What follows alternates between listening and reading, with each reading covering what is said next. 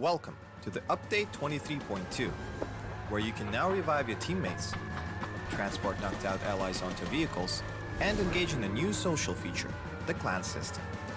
Let's dive right in. First on the menu is the brand new revival system. To reduce frustration during squad play and promote diverse strategies in normal matches, you will now be able to revive your fallen teammates.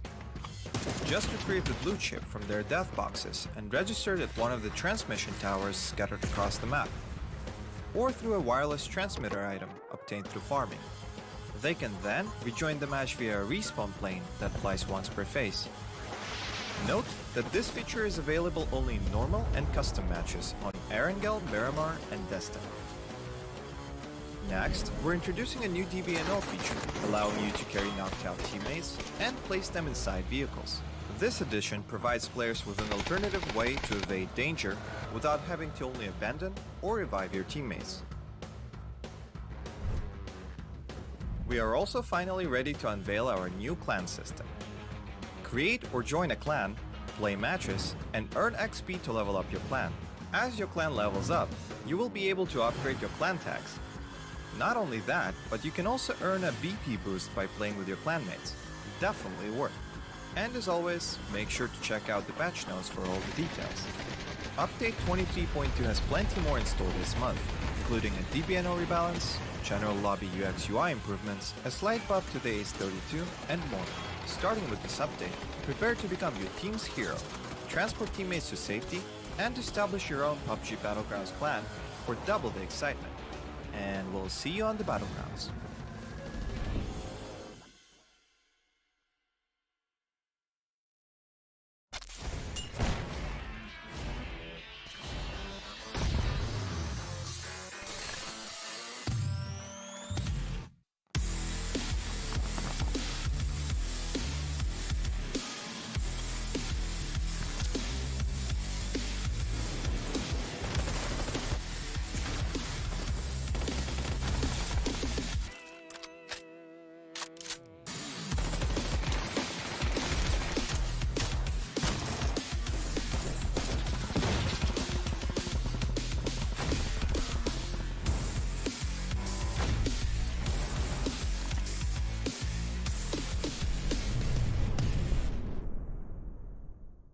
The latest game from Krafton and 5min Lab. Fast pace and full intense PvP action brawler game.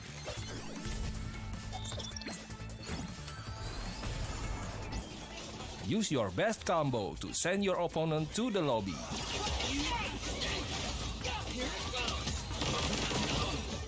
Select your legends and be the winner.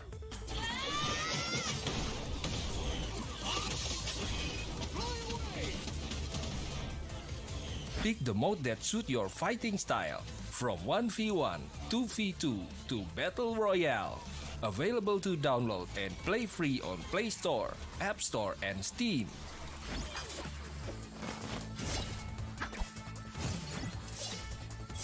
Let's be legends today!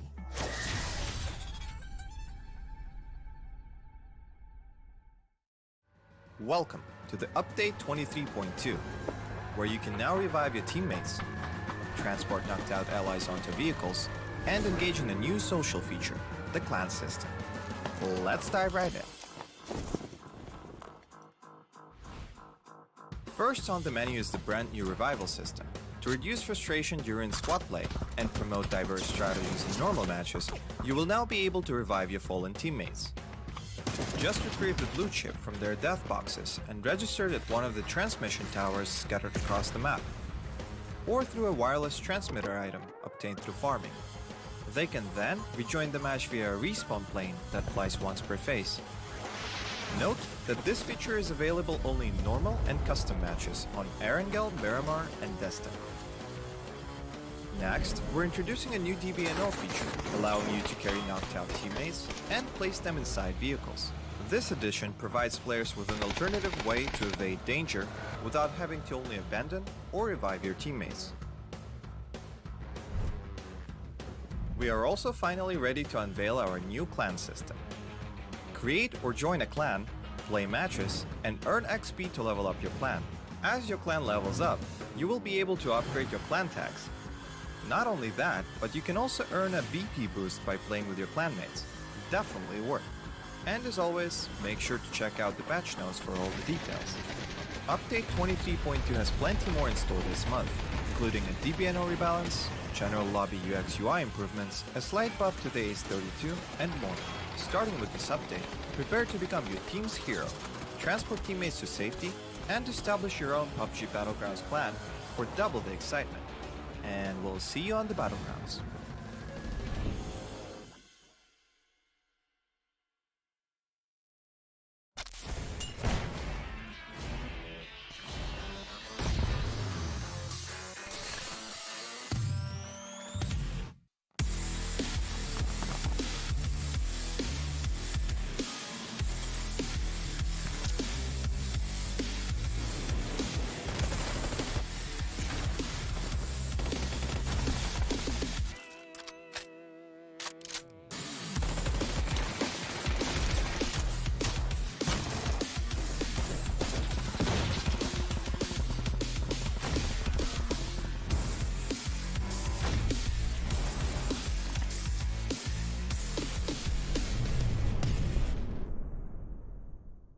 The latest game from Krafton and 5min Lab. Fast pace and full intense PvP action brawler game.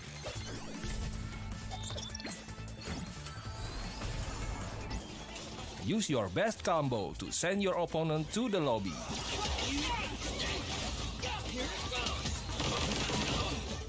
Select your legends and be the winner.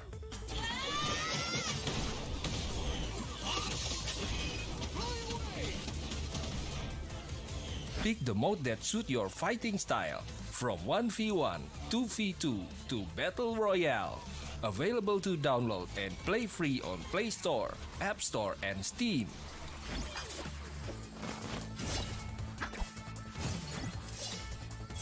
Let's be legends today!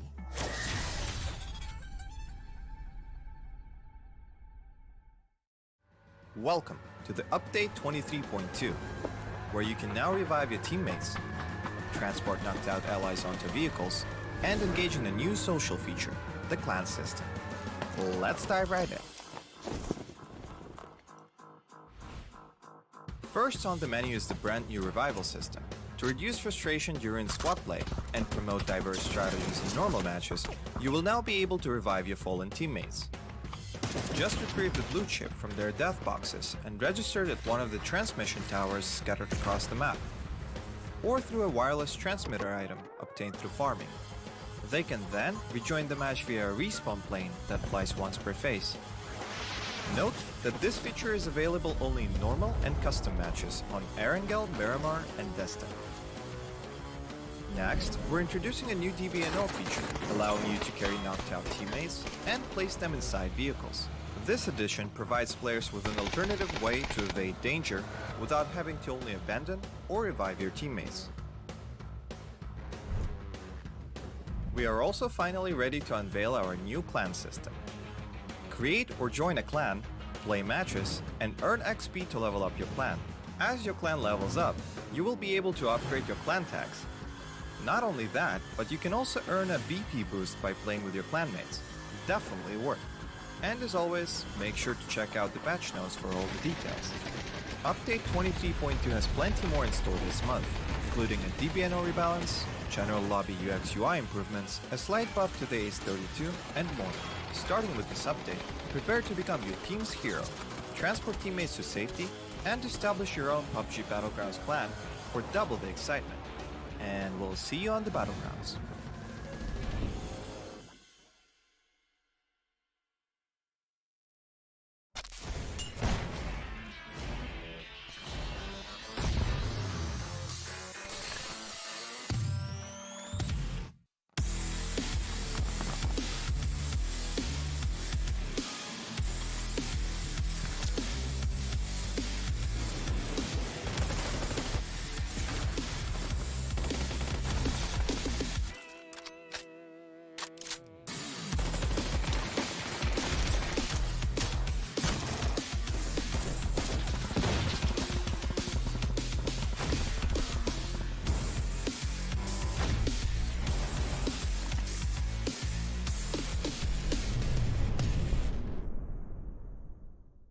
latest game from Krafton and 5min Lab.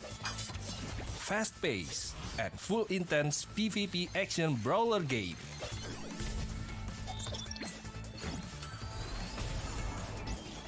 Use your best combo to send your opponent to the lobby.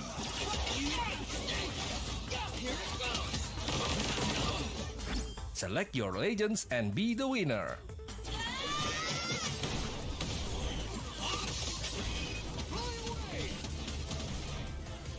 Pick the mode that suits your fighting style, from 1v1, 2v2 to Battle Royale. Available to download and play free on Play Store, App Store, and Steam.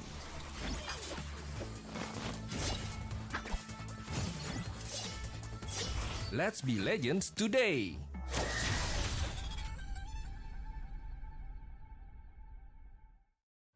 Welcome to the Update 23.2, where you can now revive your teammates, transport knocked out allies onto vehicles, and engage in a new social feature, the clan system. Let's dive right in. First on the menu is the brand new revival system. To reduce frustration during squad play and promote diverse strategies in normal matches, you will now be able to revive your fallen teammates. Just retrieve the blue chip from their death boxes and register it at one of the transmission towers scattered across the map, or through a wireless transmitter item obtained through farming. They can then rejoin the match via a respawn plane that flies once per phase. Note that this feature is available only in normal and custom matches on ArkAngel, Miramar, and Jester. Next, we're introducing a new DBNO feature, allowing you to carry knocked out teammates and place them inside vehicles. This addition provides players with an alternative way to evade danger without having to only abandon or revive your teammates. We are also finally ready to unveil our new clan system. Create or join a clan, play matches, and earn XP to level up your clan. As your clan levels up, you will be able to upgrade your clan tags. Not only that, but you can also earn a BP boost by playing with your clanmates.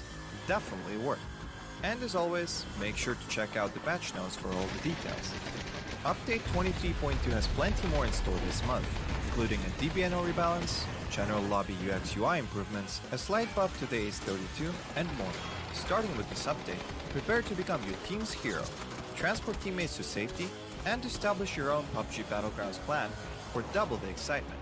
And we'll see you on the Battlegrounds.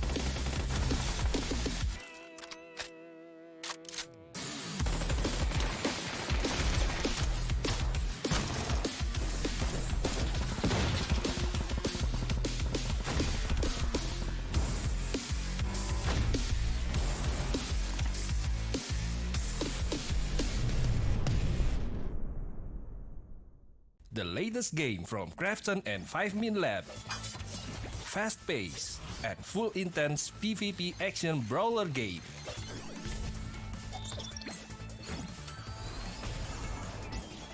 Use your best combo to send your opponent to the lobby.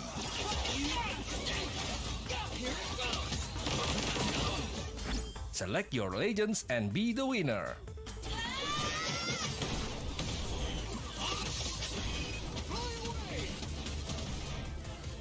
Pick the mode that suits your fighting style, from 1v1, 2v2 to Battle Royale.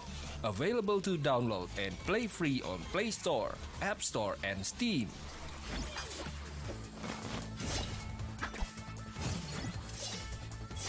Let's be legends today!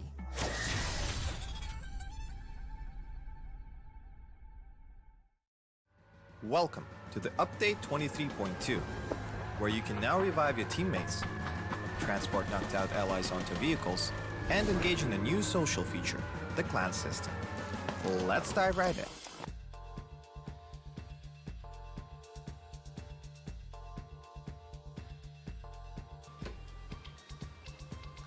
Welcome, ladies and gentlemen. We're back with the PUBG Asia Super Cup 2023 Summer Edition.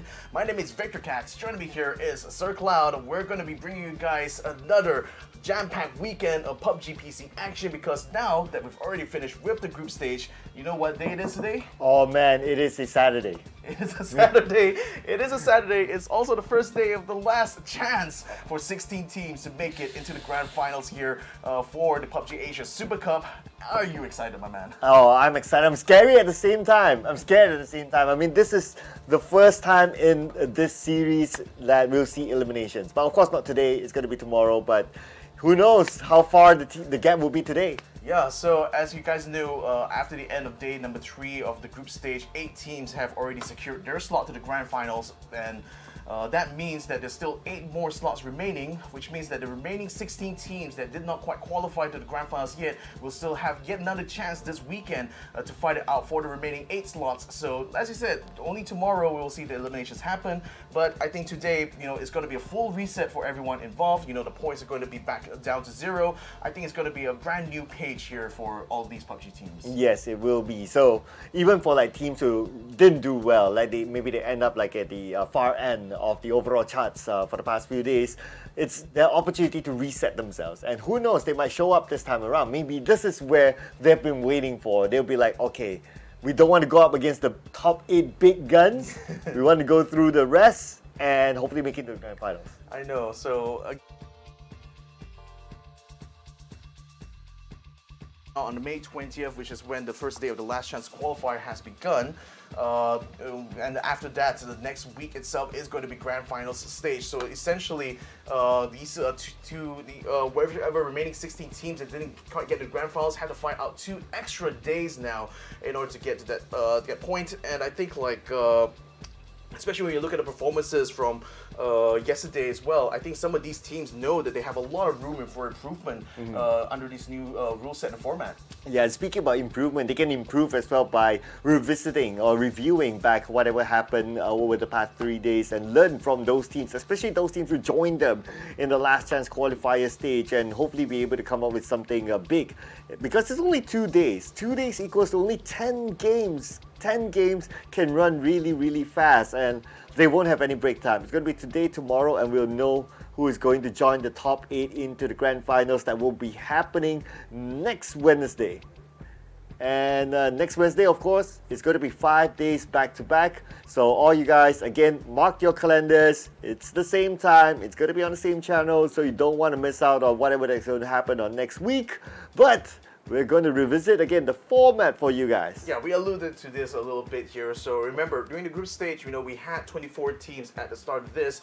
We proceeded to split them up into groups A, B, and C of 8 teams each. And they fought it out over those 3 days of the group stage. And by the end of it, we tabulated the overall results of everyone involved. And only the top 8 in terms of points were the ones who made it to the grand finals first. So now we are at the last chance qualifier stage. So only 2 days of matches here. 16 teams are still going to be fighting it out. It's just a remainder of those who didn't qualify the grand finals, and out of those bottom 16, the top 8 will make it to the grand finals. So in a sense, you can kind of think of this format this way.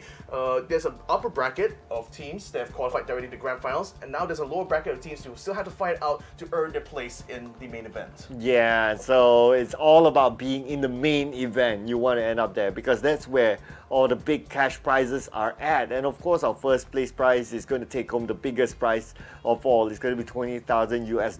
We're going to revisit that a little bit later, but this is going to be the challenge for all these teams here who are currently in the LCQ, because it's going to be elimination day tomorrow, so games will run out fast. But let's revisit again in case you just joined us for this season. This season, we have the super rule, in fact, and looking over the graphics, the placement points, this time around, winner chicken dinner will only receive 10 points. It winds down to a 1 point if they're placed 7th or 8th, but if they are placed outside of it from 9 to 16, they will not get any placement points at all. And so far from what we have seen through the group stages is that the kill points are super important. Indeed, I think the vast majority of teams that actually qualified the grand finals had a significant amount of kill points involved in their part, and actually taken up a lot of those kill points compared to everyone else. So when it comes to this super rule here, it's the brand new format that Krafton has announced here that bridges the gap between the esport mode as well as the ranked mode and this competition here. Yep, and as we go along, we'll see more changes, more implementations into the esports. So I'm pretty sure about that. But of course, this is going to be it for now. So we're going to stick through this for maybe throughout this year even. So this allows players, since we have a standardization across the globe, now for these players, it will allow them to adapt as they prepare themselves for the next stage of this entire year-long series. But here it is, the prize pool that we talked about. The first place will receive $20,000 US. Second place will receive $15,000 US. Third place, $8,000 US. It winds down all the way to a 17 to 24 place that will only receive $1,000 US. But hey, everyone wants to get the prestigious $20,000 US. I mean, again, it's like $100,000 prize pool for this entire tournament here. So the lion's share of it will obviously be the one that all of these teams are aiming for. But it's good to see that even teams that may not be able to even make it, are still rewarded for their efforts as like a token appreciation for their support of this event here. So at least they wouldn't be going home empty-handed. Not just in terms of prize money they will still earn, but I think it's also the experience here of competing under these new rules, especially being able to interact with a lot of other teams from other regions which they otherwise would have never encountered except in major international tournaments. I think it's a fantastic opportunity for all these teams here. Yep, and speaking about the teams, here will be the teams competing in the last chance qualifier stage.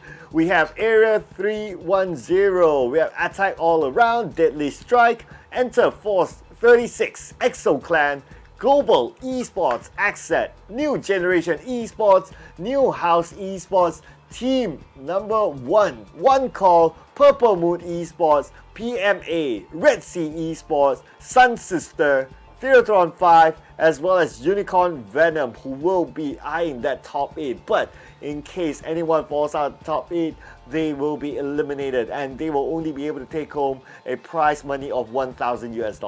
Indeed, they will. And out of these here, I mean, we got to talk about the teams that are on top when it comes to points here. New Generation Esports has so far been the best of the rest, being in 9th place overall by the end of the group stage here. One call as well. The Indonesian squad actually had a good bit of a comeback towards the end of the group stage there that allowed them to climb all the way up to 10th. And then you got positive mental attitude as well, showing that Taiwan is still still has a good chance here again to the grand finals. These are going to be the match we're playing today. If you've been very familiar with this, if you've been following us since the group stage here, because it's literally the same rotation of maps.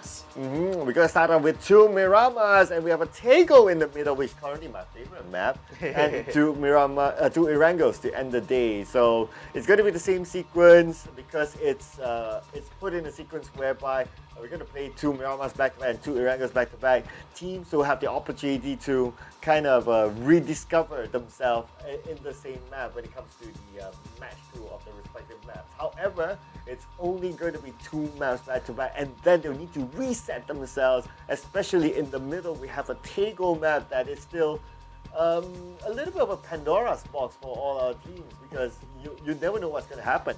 I think like the teams, over the last 3 days competition at least had 2 runnings on Tego under the full set of rules. So I think they probably would have a bit of an idea from this point now about how to approach that map. But I think with the back-to-back format here for the maps, it allows them that space basically to improve themselves, iteratively as they play through. Let's talk about some of the teams here.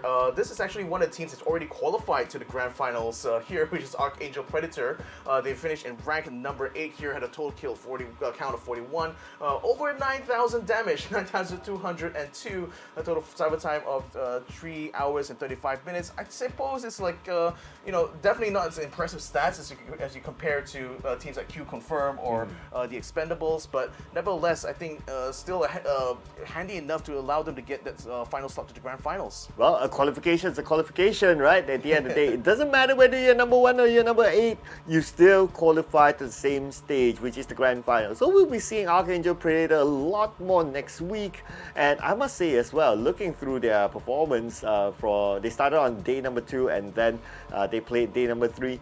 the first day when they played, it wasn't that great for them. It wasn't the result that they wanted. But when they started their second day in the campaign, the first game they managed to get a chicken dinner. And from then onwards, they just remained fairly consistent, and that brought them up to a top 8 finish. So they'll be ping chilling for now. Yeah, they'll be ping chilling. They'll be watching the other teams play, and they'll be learning how the other teams play in preparation for next weekend or next week. Yeah, and I think crucially as well for ArkAngel is that the third day where they managed to finish in third overall showed a marked improvement from their first showing in day number 2. And I think a lot of other teams as well have also had this trajectory where they were starting to improve, especially towards the end of the group stage itself. So I'm hoping that this should be able to give them quite a confidence boost, coming into this last chance qualifier, because they know that at least they know where they where they are at, and at this stage of the competition, and they know exactly how much room they have left still to improve from that point on. So I think nevertheless, when we look at these teams that just barely missed out again in the grand finals, I suppose those are now in this new pecking order the teams to beat. True enough with that logic. So we got a couple of them. I think fairly high scoring as well. It's just that they were a little bit unfortunate to not get into the top 8, like New Generation Esports, One Call, PMA, Unicorn Venom, Purple Moon Esports. I would say these are some of the top names that the teams will need to be careful of. But since it's the last chance qualifiers, right? So I believe at some point we'll see teams just enjoying the game, because at some point there'll be nothing much for them to lose. But anyway, speaking of another team that has gone through onto the grand final or the main stage, which is made in Thailand, Myth, number 7, just above ArkAngel Predator. Yeah, it's interesting. They actually did a lot more total damage compared to ArkAngel Predator, but I think if I were to look at the overall sort of like split of points here between the two of them, yeah, ArkAngel had a little bit less. Actually, they had the same amount of kills here, 41 kills for both of these squads here. So I suppose like made in Thailand themselves, especially what I noticed during the third day is that they were a lot more proactive. They, in fact, I believe in the group versus B versus C match, they were the top for that day specifically when you look at all the points only for that specific day. So they certainly made a huge effort towards the last closing stages of this group stage in order to try to get themselves into the grand finals. And given that they were able to get themselves like 4 places up, by the end of the day, that's nothing short of a brilliant effort, I would say. Yep, and also if we look at the performance on day number 2, which was the debut day, they actually only scored like, say 16 points, which was really low, especially for a team with this kind of stature. That's also one of the staple names inside of the world of Pubg. But we gotta give it to them as well. Like the day 2 that they played, which is equivalent to the day 3 of the group stages, they blew everyone's minds. Like they performed and they pushed themselves up, and they managed to secure a slot onto next week. Again, this kind of performances will remind teams up there who has already qualified to fear them, that maybe day 1 was like a warm-up day, them learning on how maybe the new system is, probably getting used to like the new competitive patch, but the moment they found their comfort, they just go all the way. And I think even made in Thailand going into that final day itself knew that they were just within grasp of getting that slot to the grand finals. So it would be. I think it's also a good lesson to all of the teams that you're never quite out until you're out. Even if it's gonna final day, even if you still feel like you're out of the top 8, an amazing. Massive amount of effort can still be made in order to get yourself up in the top there. Made in Thailand has made that work for themselves. That's why they already have secured their ticket to the grand finals. Here and everyone else haven't quite yet. Yeah, so made in Thailand. I mean, at the end of the day, if we look at like some of the powerhouses within PUBG, Thailand is definitely one of them. Although like the Expendables coming from Vietnam is it? But anyway, it's going to be Vietnam, Thailand, some of the powerhouses. ArkAngel Predator coming from Philippines is also one of them as well. So glad to see them all up there. Now this will be the challenge for the other regions. Can they make themselves into the grand finals as well? Because we still got a good amount of Thai teams in the last chance qualifiers. And any Vietnamese teams? Yeah, we have a couple of Vietnamese teams as well, I believe. So this just thinking of the stature of these teams who come from certain regions, I hope that it doesn't put too much mental stress onto the other teams. I mean, if they're gonna be like knocked down a peg because of that mental stress, why even compete at this level of PUBG, isn't it? I mean, isn't that what they signed up for? In the first place? True enough. But nevertheless, we still wish them all the best here because, especially for you guys who have joined us for the first time in PUBG PC. I mean, first of all, welcome. This is a whole wide world, a wonderful world for you guys to jump in. I think there's no better time as well, as of right now to be coming into the game here. So for a bit of context here, this is under a new set of rules here. So in the past, when you look at competitive PUBG, they had a lot of like different types of rules sets for even different maps here. Particularly blue zone spawns were different, things like that. But this year, Krafton decided to standardize all of that into a single rule set that combines the ranked play experience together with the esport mode to make things a lot more relatable, I suppose, for all of you at home. And I think one of the key things about this format here is that everyone has to play in first-person perspective. You're doing it in all squads. The spawns on the map are a lot more consistent now, so vehicle spawns will always be at the indicated locations. And when it comes to like the blue zone, it's been standardized across all of the 8x8 maps here. Every single map here will be running exactly the same kind of pacing, the same type of phases. The blue circle spawns as well will have a lot more consistency, especially with regards to circles that may sometimes end up in unideal places like in the water, for example, or right against the edge of the map. Now under these new set of rules, things are probably going to be a little bit better for the teams involved, because now the circles will prioritize land a lot more this time around. Yeah, and not only that as well, there's some new items introduced into the game. I think the most significant one is the emergency pickup item. Mm-hmm. We did see a good number of teams actually using that to their advantage, but of course, to their advantage, maybe not, depending on where they drop. It's a double-edged sword. Yeah. It is. Very much a double-edged sword. Now that I kind of think about it, I think we did see like more teams actually dropping into, maybe accidentally dropping into other teams, as compared to dropping into somewhere safe. As of the group stage. Sometimes it's a bit of a gamble, like, especially when you're up in the air. You wouldn't be able to see.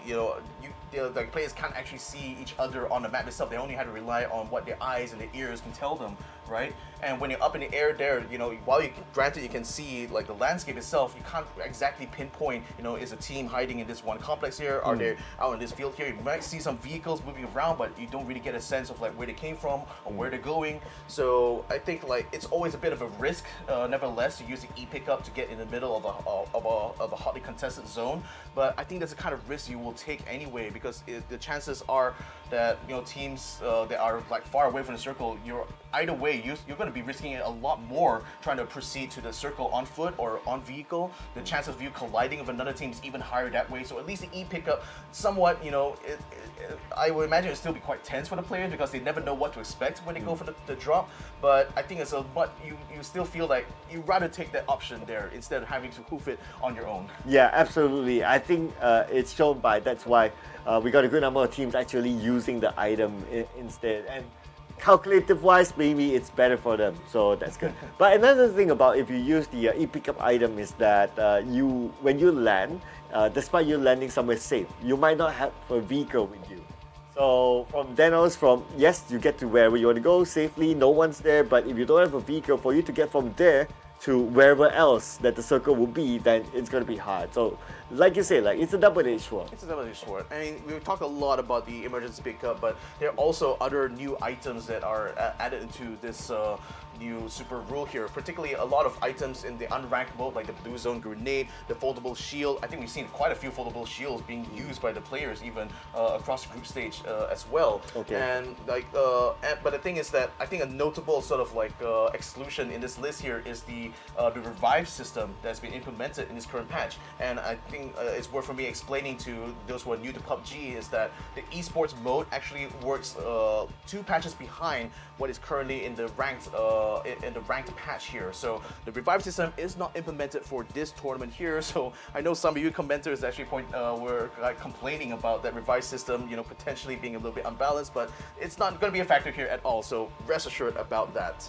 But you know what is going to be a factor here is that currently the clan mode inside of PUBG is already available. So with the clan mode inside of PUBG Battlegrounds available, you guys at home can actually band together with friends, whether they are newfound friends or whether they are your old friends. You can just you can band together, and by you collaborating with the clan mode, you're able to reap the benefits of getting rewards in game. So yep, do try it out and let us know in the comment section what do you think about it. Well, for me personally, I think this is a fantastic feature here. Again, trying to find friends to play online can sometimes be a very daunting thing, and unless you're already in a really large Discord group or online group, it's sometimes very hard to find players they can gel with, that will be able to rank up together with. So I think having a clan system now makes it far more easier for PUBG players out there to find the right kind of team for themselves. And who knows, you might even be able to make whole new friends now using this clan system here. So hope you guys really take advantage of this. This is an exciting new addition to PUBG here to go along with this new format here. I mean, I think I've been waxing on and off about this a lot throughout the group stage as well, but the fact that a lot of these regions have combined now means that this is a new era of competitive PUBG now, isn't it? Yes, it is. So that's why we see that throughout this year there's multiple official tournaments, and maybe you guys at home, who knows, you could be the next big star by qualifying from stage to stage and so on and so forth. Even just before this, we just had the Challenger Rumble. I think that was a month ago. So now we are here at the PUBG Asia Super Cup. We can see how much investment that Krafton has for this league right now, and and this opportunity for you guys at the other day to show and be proud of your own achievements, especially if you're able to win. I mean, speaking with the people, behind the scenes there, especially the representative from Krafton, I get a sense that this is this era from 2023 onwards with the relaunching of the global series is kind of like a reset for them as well, because they've looked back at all the things they've done in PUBG over the last few years and realized there were a lot of things they could actually do to improve the experience, especially for the players here who are, very heavily invested. A lot of teams have been competing ever since the early days of PUBG in 2018 up till now, and have still remained strong in their support for the game and the scene in general. And I think this is now Krafton sort of listening to the feedback from these teams, recognizing what sort of challenges and struggles they may be facing here, and trying to find a way to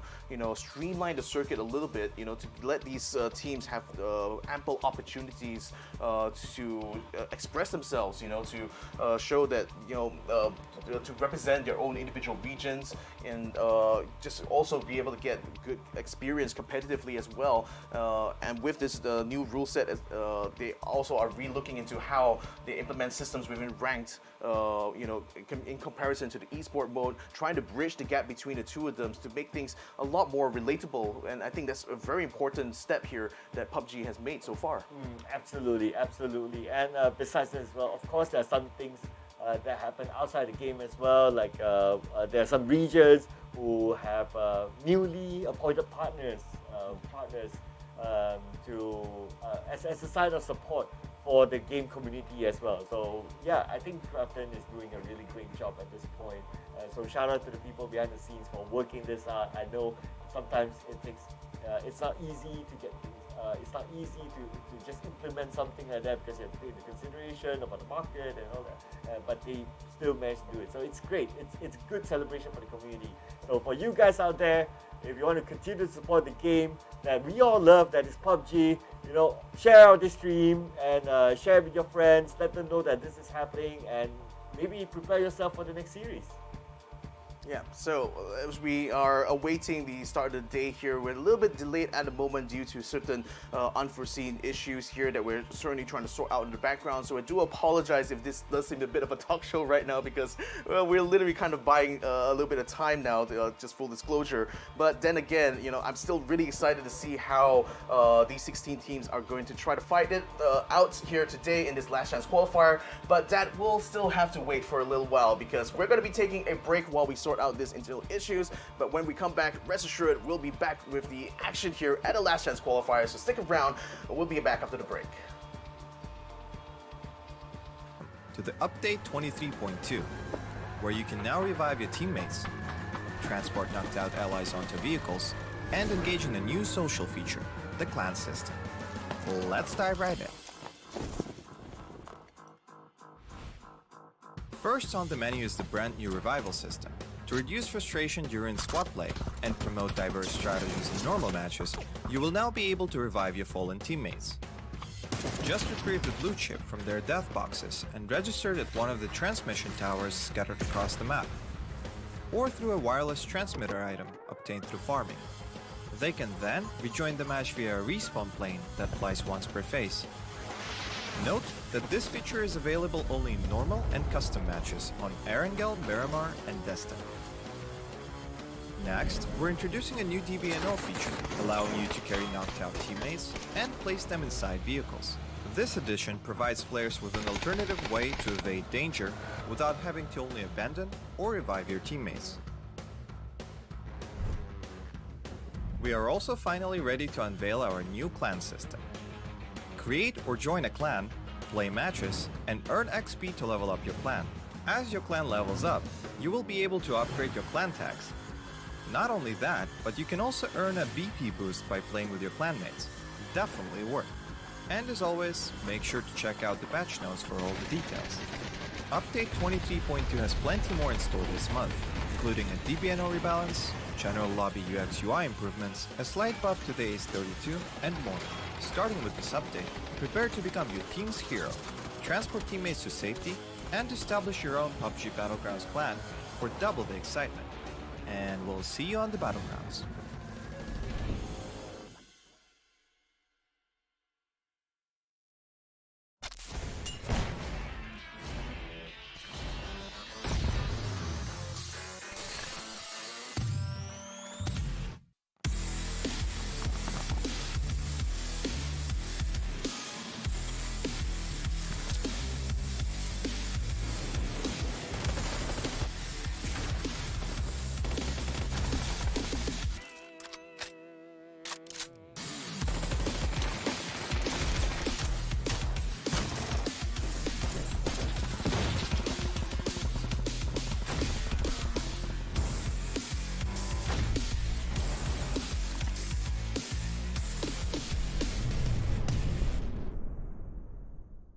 The latest game from Krafton and 5min Lab. Fast pace and full intense PvP action brawler game.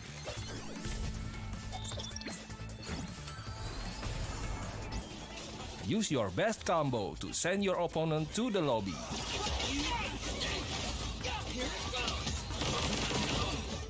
Select your legends and be the winner.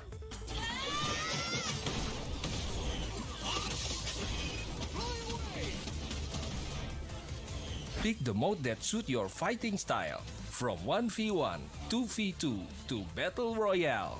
Available to download and play free on Play Store, App Store, and Steam.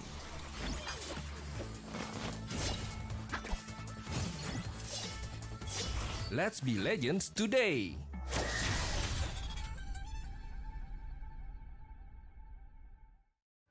Welcome to the update 23.2, where you can now revive your teammates, transport knocked out allies onto vehicles, and engage in a new social feature, the clan system. Let's dive right in.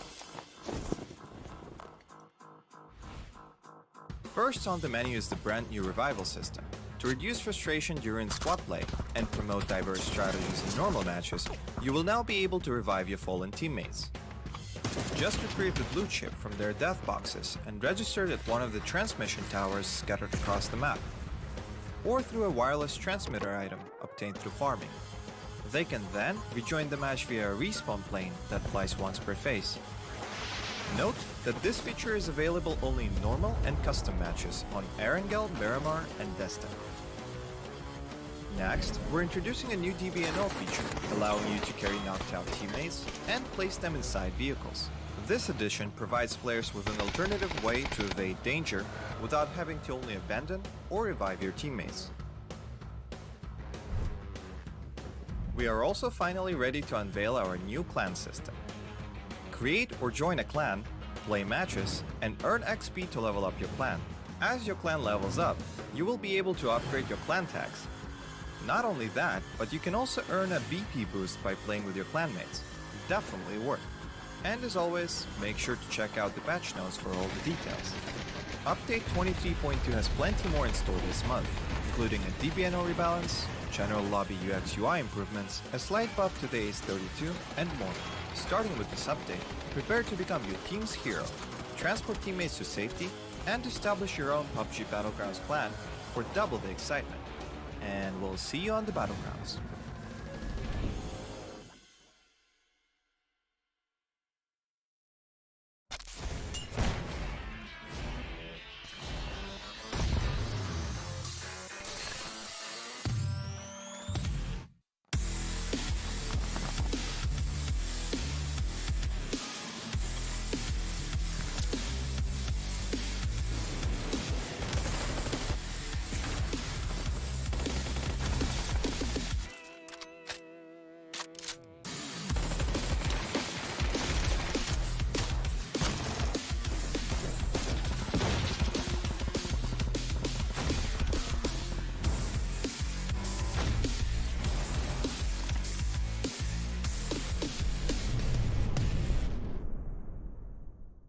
The latest game from Krafton and 5min Lab. Fast pace and full intense PvP action brawler game.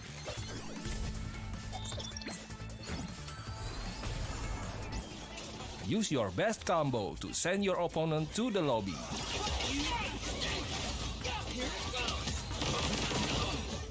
Select your legends and be the winner.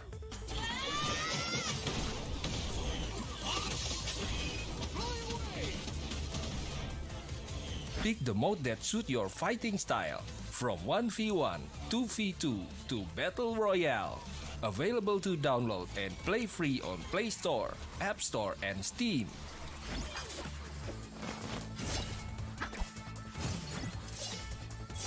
Let's be legends today!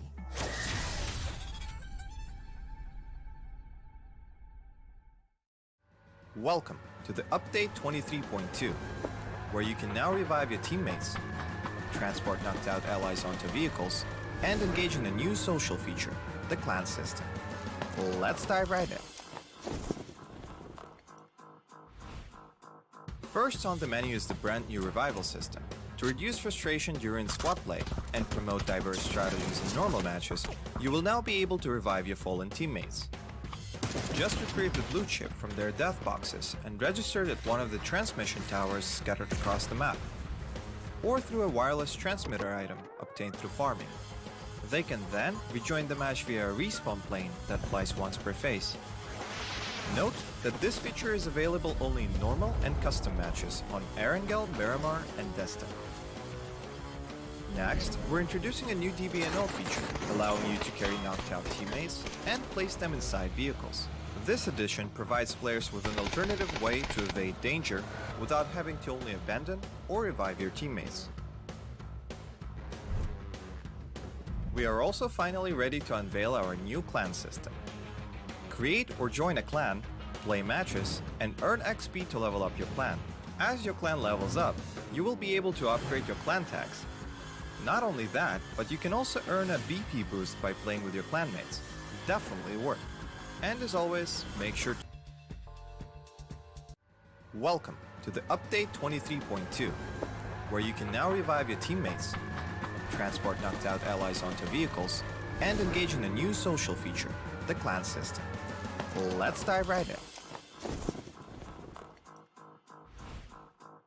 First on the menu is the brand new revival system. To reduce frustration during squad play and promote diverse strategies in normal matches, you will now be able to revive your fallen teammates. Just retrieve the blue chip from their death boxes and register it at one of the transmission towers scattered across the map, or through a wireless transmitter item obtained through farming. They can then rejoin the match via a respawn plane that flies once per phase. Note that this feature is available only in normal and custom matches on ArkAngel, Miramar, and Jester. Next, we're introducing a new DBNO feature.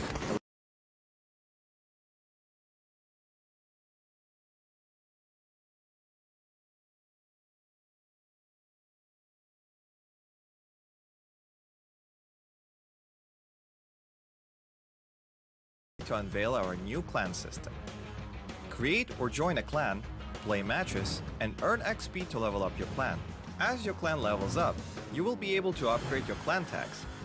Not only that, but you can also earn a BP boost by playing with your clanmates. Definitely worth. And as always, make sure to check out the patch notes for all the details.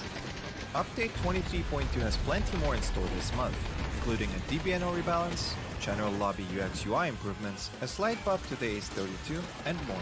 Starting with this update, prepare to become your team's hero, transport teammates to safety, and establish your own PUBG Battlegrounds clan for double the excitement. And we'll see you on the Battlegrounds.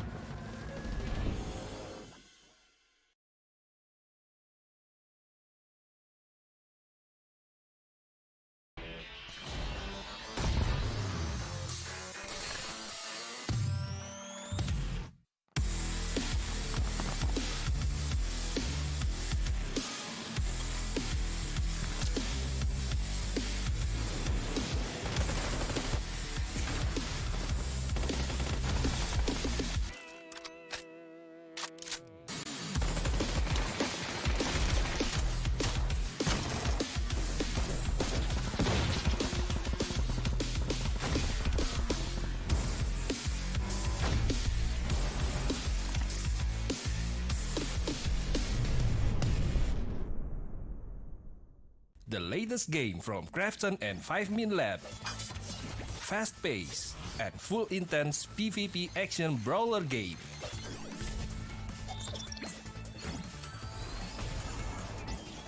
Use your best combo to send your opponent to the lobby.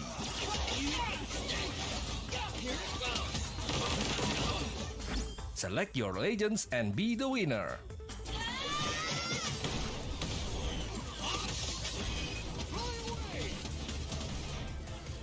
Pick the mode that suits your fighting style, from 1v1, 2v2 to Battle Royale. Available to download and play free on Play Store, App Store, and Steam.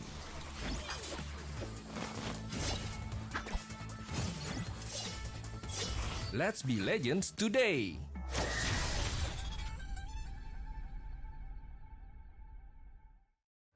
Welcome to the Update 23.2, where you can now revive your teammates, transport knocked out allies onto vehicles, and engage in a new social feature, the clan system.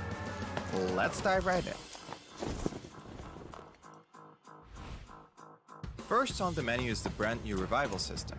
To reduce frustration during squad play and promote diverse strategies in normal matches, you will now be able to revive your fallen teammates. Just retrieve the blue chip from their death boxes and register it at one of the transmission towers scattered across the map, or through a wireless transmitter item obtained through farming. They can then rejoin the match via a respawn plane that flies once per phase. Note that this feature is available only in normal and custom matches on ArkAngel, Miramar, and Jester. Next, we're introducing a new DBNO feature, allowing you to carry knocked out teammates and place them inside vehicles. This addition provides players with an alternative way to evade danger without having to only abandon or revive your teammates. We are also finally ready to unveil our new clan system. Create or join a clan, play matches, and earn XP to level up your clan. As your clan levels up, you will be able to upgrade your clan tags. Not only that, but you can also earn a BP boost by playing with your clanmates. Definitely worth. And as always, make sure to check out the patch notes for all the details. Update 23.2 has plenty more in store this month, including a DBNO rebalance, general lobby UX UI improvements, a slight buff to the Ace 32, and more.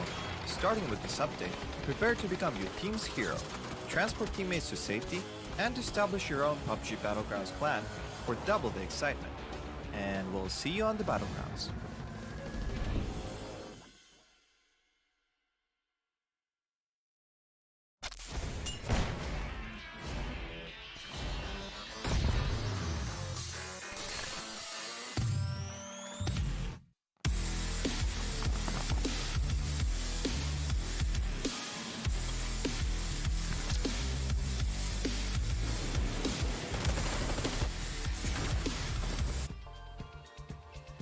And welcome back, ladies and gentlemen. This is again the PUBG Asia Super Cup. We just had to take a little bit of a break there while we sort out some issues on the back end, but it looks like we should be able to get the match back up and running now, isn't it? Yes, we want to save the best for later. Not the last year, of course, but for later. Of course, this is the last year's qualifying. But anyway, enter Force 36 gearing up for the last chance qualifier. It's going to be the first game, and it's always important for the first game for whichever team to set the tone because they can bring the momentum to the following games. We only got 10 games to play. It's going to be a very short last chance qualifier for the teams. I mean, it's even shorter than the group stage. Considering all things here, there's really only 2 days of chances here, 10 match in total that these teams will have to play. Now, granted, I think over the course of the 3 days group stage, the teams effectively does play 10 rounds, but it'll spread out over those 3 days itself. This is a lot more intense. I think there's less room for error here for sure. Make one mistake here today, you're going to be paying for it for the rest of this weekend here. But I still consider like the first match to be a bit of a toss-up, really, in the grand scheme of things. It does indeed, set the tone for everyone involved, and especially getting a good result here can certainly set you up a lot of momentum going for the rest of the weekend.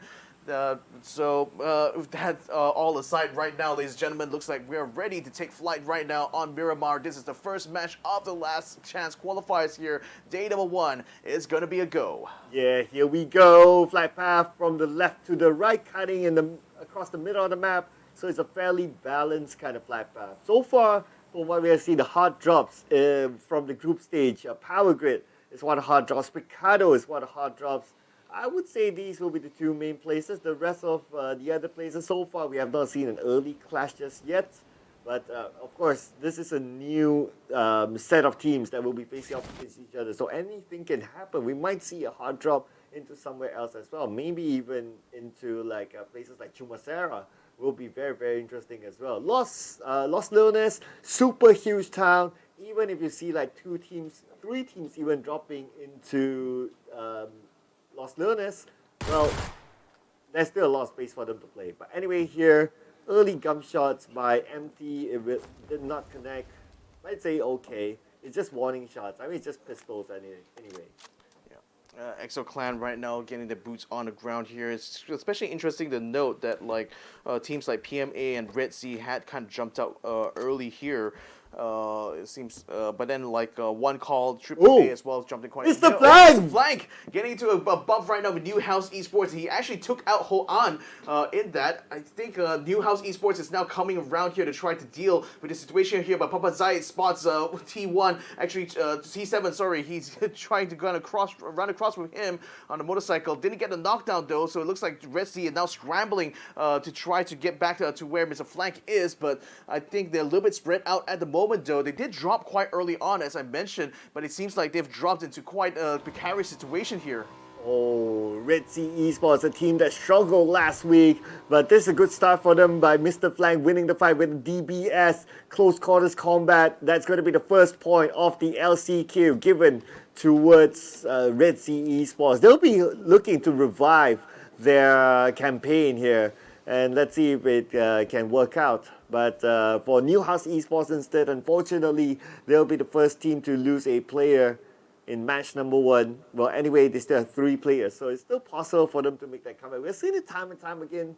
Even though a team that has 3 players, they are able to make that comeback. Yeah, so we'll have to give you guys an update later on about that situation. For now, let's see what Unicorn Venom is up to. Currently, they're held up near El Pozo. It is up in the northern side of the circle there. Not much resistance they'll be facing going on until that point. But then we'll see whether or not what sort of like movements they'll have to expect coming on here, because it's still a huge swath of area here in this next circle. But at least half of the teams are already in position there. Exos Clan, in the meantime, this is another team that has been relatively underperforming during this group stage here. There's been a lot of hope that the Australian squad here was going to be able to experience some success. That hasn't quite come to be yet in this tournament so far. But Exo Clan certainly will be trying their very best this weekend here, hopefully to get themselves a better target. Yeah, Exo Clan, I mean, a team that was the champions of the Rumble Challenger Series, unfortunately have to play the LCQ now. But now they have some action. MT versus a Dap Blue. Looks like MT's doing a little bit of scouting work. Will he really crash into Dap Blue? Probably not. His teammates are nowhere near.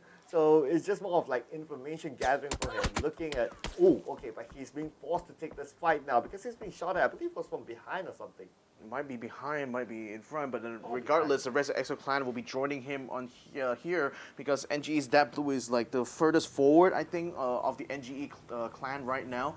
So we'll see whether or not Exo Clan will continue to try to take this fight. Looks like they will, going all three strong here. Actually, the whole squad is here literally to deal with this one man. So I think Fab might not be in time to save his teammate here. That Blue, in the meantime, holding a shotgun, waiting for the door to open up. Oh, he's having a world hurt coming his way though. Oh, run straight. MT does get a knockdown to him though. That Blue, whoa, double! And he does get the double onto them, but they do manage to mop it up there. Could have been a bad one here. And Fab, of course, he was a little bit too late to the party. They're not able to support him in that regard, but that Blue only managed to get the knockdown, and that's the best he could do. Well, with that two knockdowns, probably the rest of NGE might want to crash in and take advantage of this. Don't allow time for Exo Clan to reset, but Exo Clan now managed to pick up two of their teammates, but will they have enough time to reset? Looks like it's going to be Cats with a knockdown to Fab. The rest of NGE, they are coming in.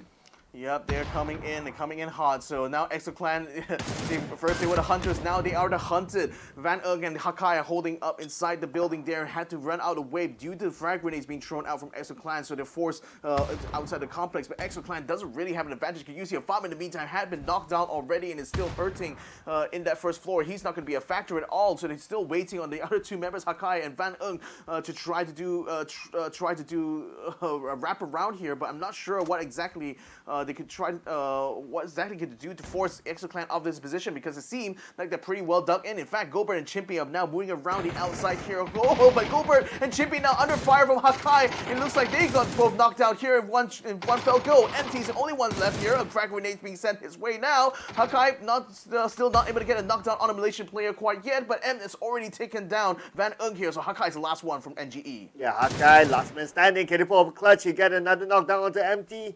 Can he pull off a final one here? Can he do it? Oh no! It was so close! So close, yet so far. Exo Clan still stood their ground, and Cats clutches it for his team in that final fight there. Will be able to get a revive back into all of them and should be able to enjoy a healthy amount of loot, but that could have gone a lot worse there for Exo Clan, got to say, but it looks like it's really great to see that Cats was able to get a good recovery just in the nick of time. That was a really close one. I was looking at his health. It's like he went down to 40%. I think maybe 1 or 2 bullets left onto him, and he'll be out. So that was a good shot there. But anyway, we saw the first team being eliminated, and it had to be Exo Clan, the team that I think before the start of this tournament had a lot of hope to at least get through onto the grand finals directly. But now it's only game 1. Not all hope is lost, but let's see if they can come back stronger. Yep, so Team No One and One Call actually almost getting to a bit of encounter, but it seems like No One, number one, has actually been able to peel away from this. It will be moving away from that position. Enter 436 as well. It's just arrived at this nice little complex here. Doesn't seem like there's going to be any resistance they will counter coming through this point here. Starlord, though, he had quite the day of days really in the second day of the group stage. Hoping that he's going to continue to carry his team to victory here. Ooh, Starlord, yeah. Speaking about carry team to victory, in the day 2 of the group stages, he managed to carry his team by clutching 2 teams back to back within the blue zone. So that was something of a big feat. I still think that that's one of the biggest highlights of the tournament so far. But anyway, it will be interesting to see if we can repeat that sort of feat again, especially now that a lot more is on the line, and that's going to be elimination if they can't bring themselves up to the top 8.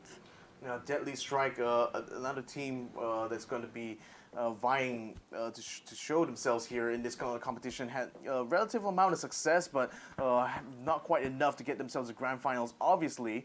But nevertheless, it's great to see that they were actually getting into some really decent fights, especially towards the final day here in this group stage. So now coming to the last chance qualifiers, I'm hoping to see that they will continue that trajectory of improvement for themselves.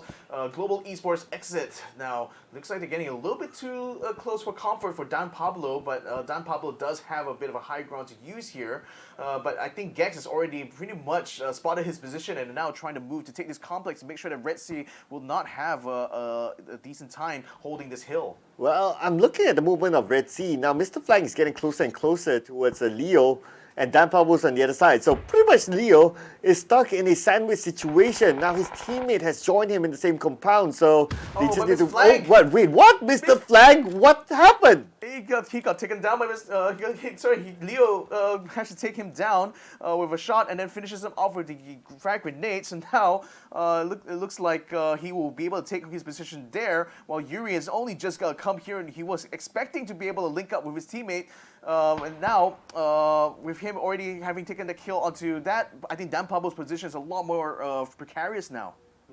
Yeah, Dan Pablo, without his teammate, Mr. Flank, he won't be able to continue on the fight. But it was a little bit unfortunate that Mr. Flank, I think he had the idea of like, okay, want to crash into the compound, but that just happened, and immediately Dan Pablo had to retreat, and they needed to reset. But at least the good news for Redsea is that they are within the circle right now, and not only they're in the circle, they have the high ground. So at least for now, they're okay.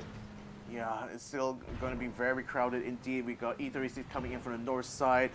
Gex have just gone into that counter of Redsea. That was as they were entering into the circle from the south side there. So Redsea currently needs to try to take full advantage of their current position on the high ground in order to try to hold them off. But they're also facing some pressure from SST, who has also come into their zone in the same time. So Dean is going to be in the front line there, while Dan Pablo still has to watch the backs of Redsea here from the movements that was coming up from Gex at that point. So I think right now, I mean, Redsea already have come into this area early here, and they've already dug into their positions. So it's really a matter now of just making sure they can keep these other teams at an arm's length, and if they should try to do a rotation, to be able to respond immediately there to make sure that they don't compromise their position on the circle.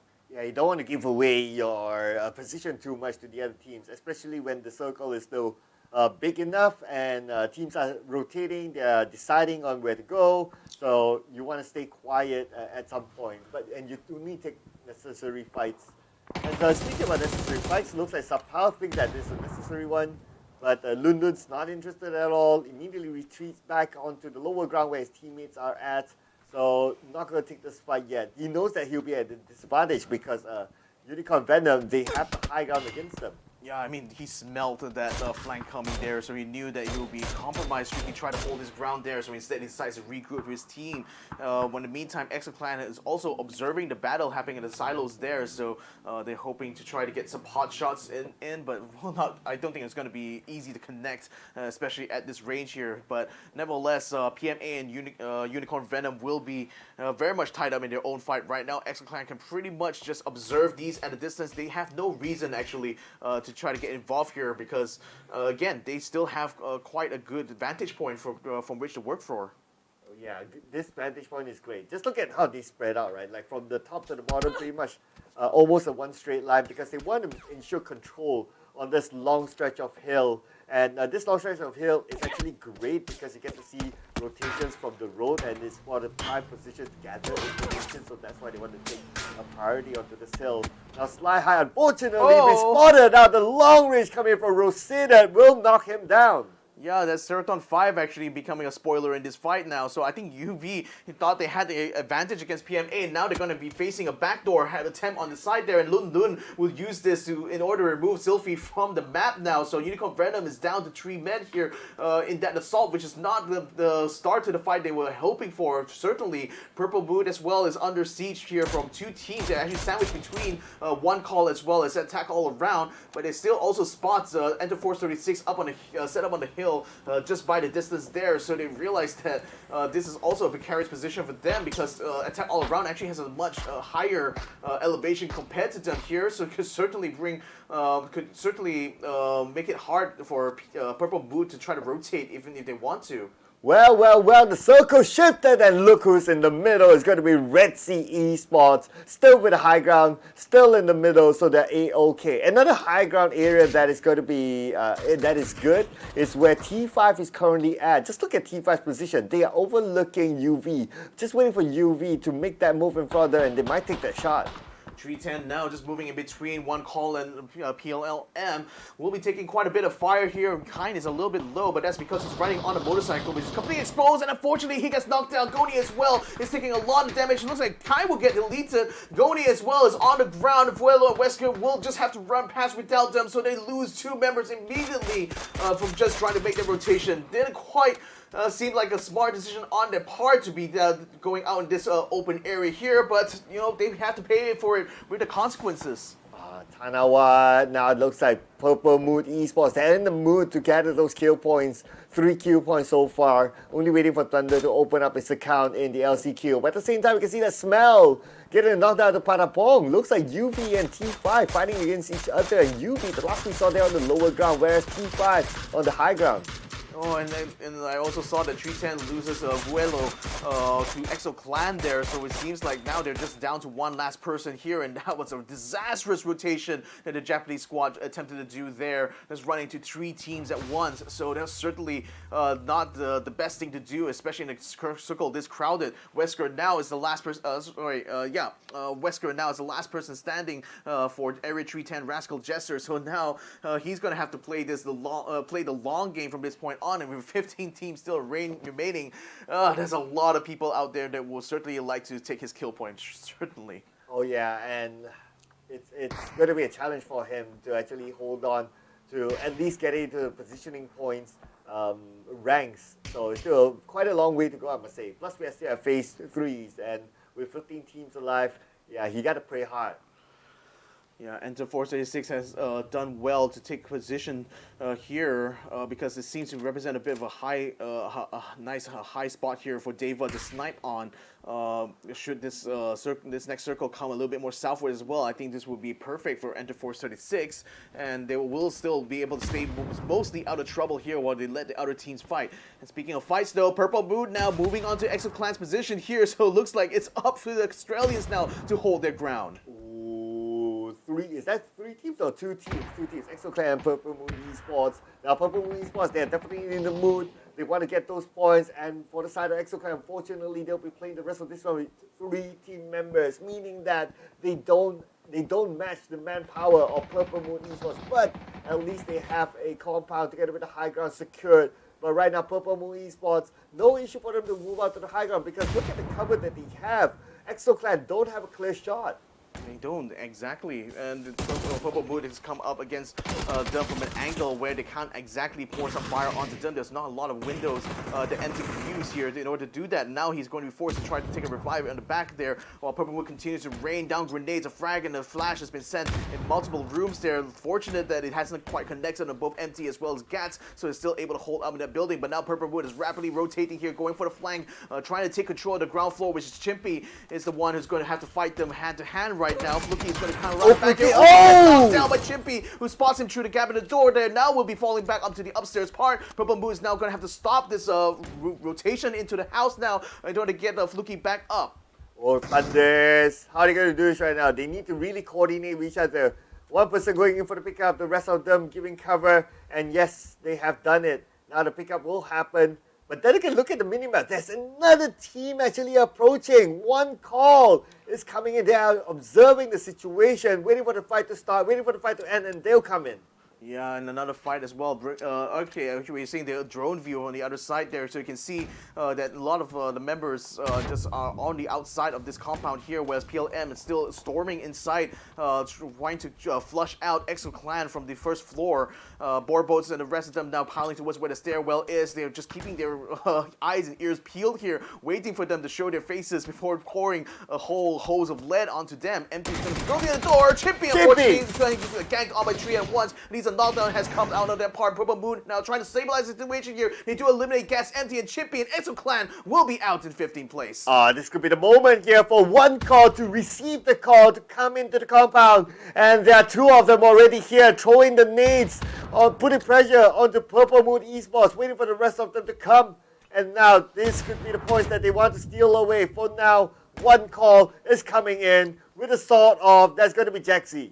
Yep, Jackson now going for the entry here. He doesn't find anyone on the ground floor because everyone from Purple Moon has already gone upstairs. So he needs to, they need to all go up at once though, or at least be able to suppress them from getting up in the windows. Oh, Jackson getting close call there. It's Tanawan runs into it for the door. Oh, Jackson! Thunders goes for the drop from outside the window, takes him down to the garage door. Now Trick is still on the other side of the building. Here he comes through the doorway, only to meet Fluky with his shotgun, and will be taken down. Boarboats finds Seymour around the outside, takes him out completely, and one calls Chibirit. He's gonna have to turn tail and run down because all of his team are now dead as a result of that failed assault. Oh yeah, Chibirit will say that, okay, nope, I'm not going to have any of this.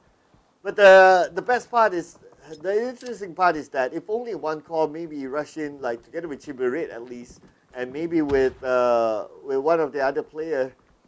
Let's see, okay, Chibirit, maybe it could be a different result, but then again, Chibirit was playing support, that's why he was covering on the outside, but Chibirit! Oh no, that was unfortunate! Fluky found him around the outside, and in fact, he would actually have bumped into Wesker if it wasn't careful, and I think Wesker might actually be thinking about looting him right now, but unfortunately, it's not a secure battlefield here because we got Global Esport Xsset actually making their way up the hill as well, so it seems like this has become quite a bloodbath near this house.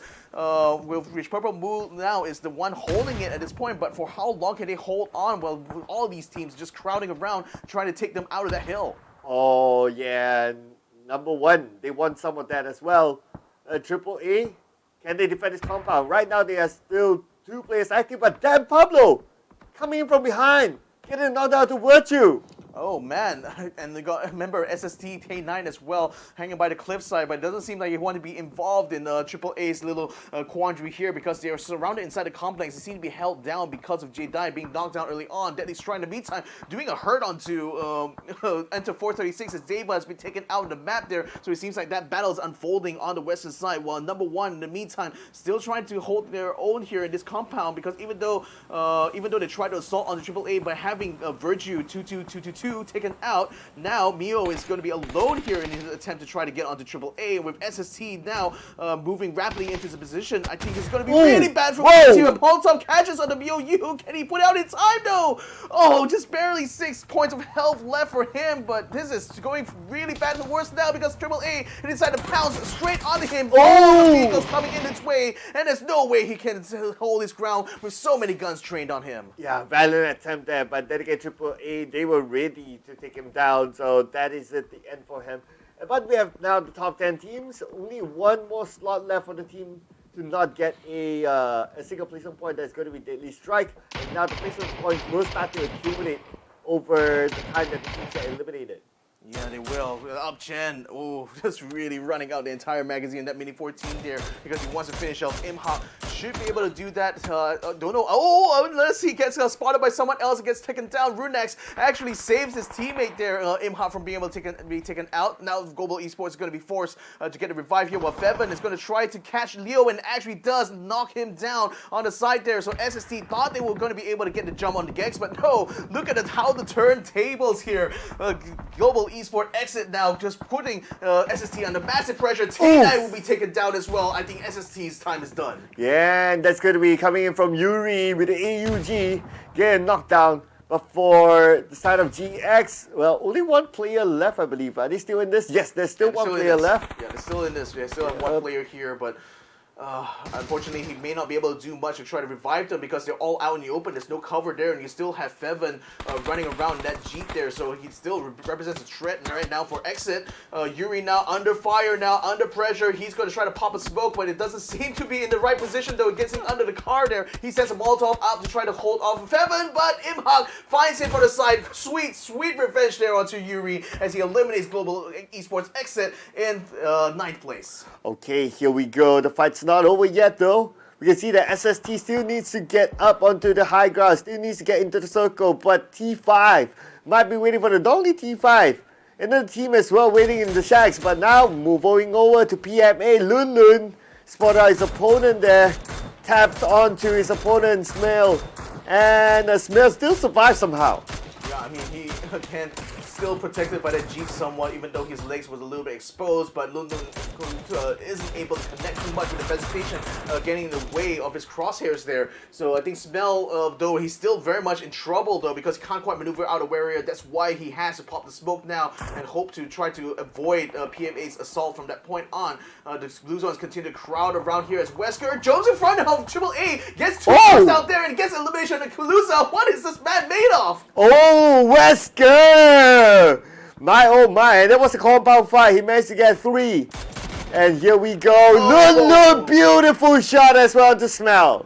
Yeah, Jankuwov will take out NHE, but I don't think they have actually found Wesker yet, even though he's already knocked out and eliminated one of their own. Rascal also finds Dan Pablo and takes him out completely. Sao will get popped off there by Lun as well, and now he's finding another member, Unicorn Venom, Jake Hand, who is attempting to try to link up with them, and a headshot will come true for the Mini 14. Lun eliminating the whole squad all by himself. 4 points for Lun and his team. And now moving over to Redsea Esports, they do have the high ground still, and they have the circle. Look at this, the circle is pretty much on their side, but now the next challenge is to go up against the other teams who are currently on the lower ground. We got PMA at the closest at their side. Wesker, he's not done yet though. Runex will be knocked down. Runex will be knocked down, and Rascal will actually steal the kill away from Wesker, while Femin actually picks off their fellow countrymen there, and that will be 310 eliminated in 7th place. Attack all around, sending flashbangs of frag grenades into the building where SST is currently sold. And I mean, man, that's just a magnet right now for all these utilities coming in. Him hiding in the corner there, waiting for Janko up, but the smoke is making it hard for him to respond to whatever is inside the building right now. Can they actually find him in time though? Elsewhere, Scrut actually taking a lot of damage there thanks to the Molotov, as well as the shots coming from outside. Attack all around, very much finding themselves in a very tight situation here, with all these teams just breathing down the necks. To make it even worse, there's a road in between all of these teams, and now it's a 50-50 in terms of road that they need to manage. But the next phase circle could change that. Let's see who's it favoring. And now the next phase, here we go. Looks like it's going to go onto the right side, meaning that teams like Redsea, which is the only team on the left side of the road, we need to figure out how to get across. Redsea and as well as PMA, I do see I am Pete as well. Yeah, there you go. Yeah, so Papa Zaid is actually on the highest point there, but the thing is, there's not a lot of vegetation on that hill itself. So even if he does try to make a rotation, I think PMA should be able to spot him quite handily. And look at that, the care package. This is probably going to land right on top of Teddy and Lun there, and I think that's going to be sorely needed there as Lun has unfortunately been knocked down by Papa Zaid early on. So that's why Pete is just keeping an eye out while his teammate goes for the revive. Yeah, sometimes the airdrop can be a double-edged sword. The moment you go there, other teams will be looking at it and you can get shot. But they have enough information to tell themselves that, hey, it's all clear, it's all good, go loot, get out, and be happy. Yep, so Lundun now back up to speed, but he's still taking fire from SST from the distance. Probably will have to use the care package as a bit of cover right now. It sets up a smoke as well, so they can try to loot that under the fire from T5, who have meantime have been moving down from La Drillera and will be taking the northern side here, hoping to try to take a fight against PMA right now. It's Tanadol, who is just running across the field here, trying to get to the tree as quickly as he can before getting his bandage up. So it's a bit of a brave maneuver here that T5 is going to try to do, and they're a little bit spread out as well on this side of the circle here. So they're hoping to try to take control of the northern side here to at least keep PMA suppressed and hopefully be able to take control of the complexes just down below. But NHE and AAA are already set up in those buildings positions there, so it's not going to be an easy fight here for T5. Oh, Papazae, look at this. He's just on top of the hill, just on top of PMA, but they're going to stop each other as Papazae wants to get across.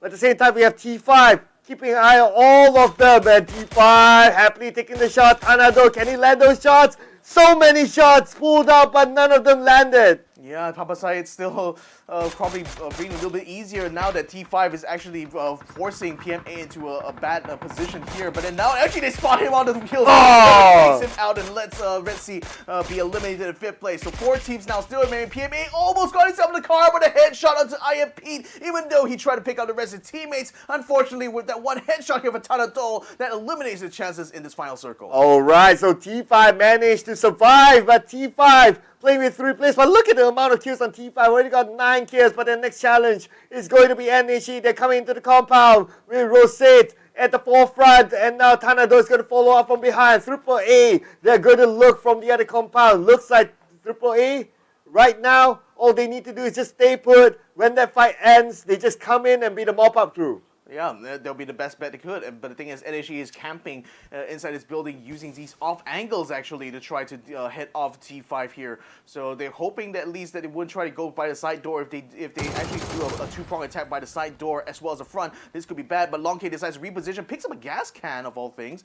Well, the Molotov right now is open, actually completely closed up the exit. He sends a frag grenade down to try to discourage a bit of movement there. And the gas can is going to continue to keep the fires going, I think, there, because he probably could be able to pop that to prevent anyone from Theerathon 5 be able to get through the doorway there. So that's actually a brilliant thing he was going to be doing here.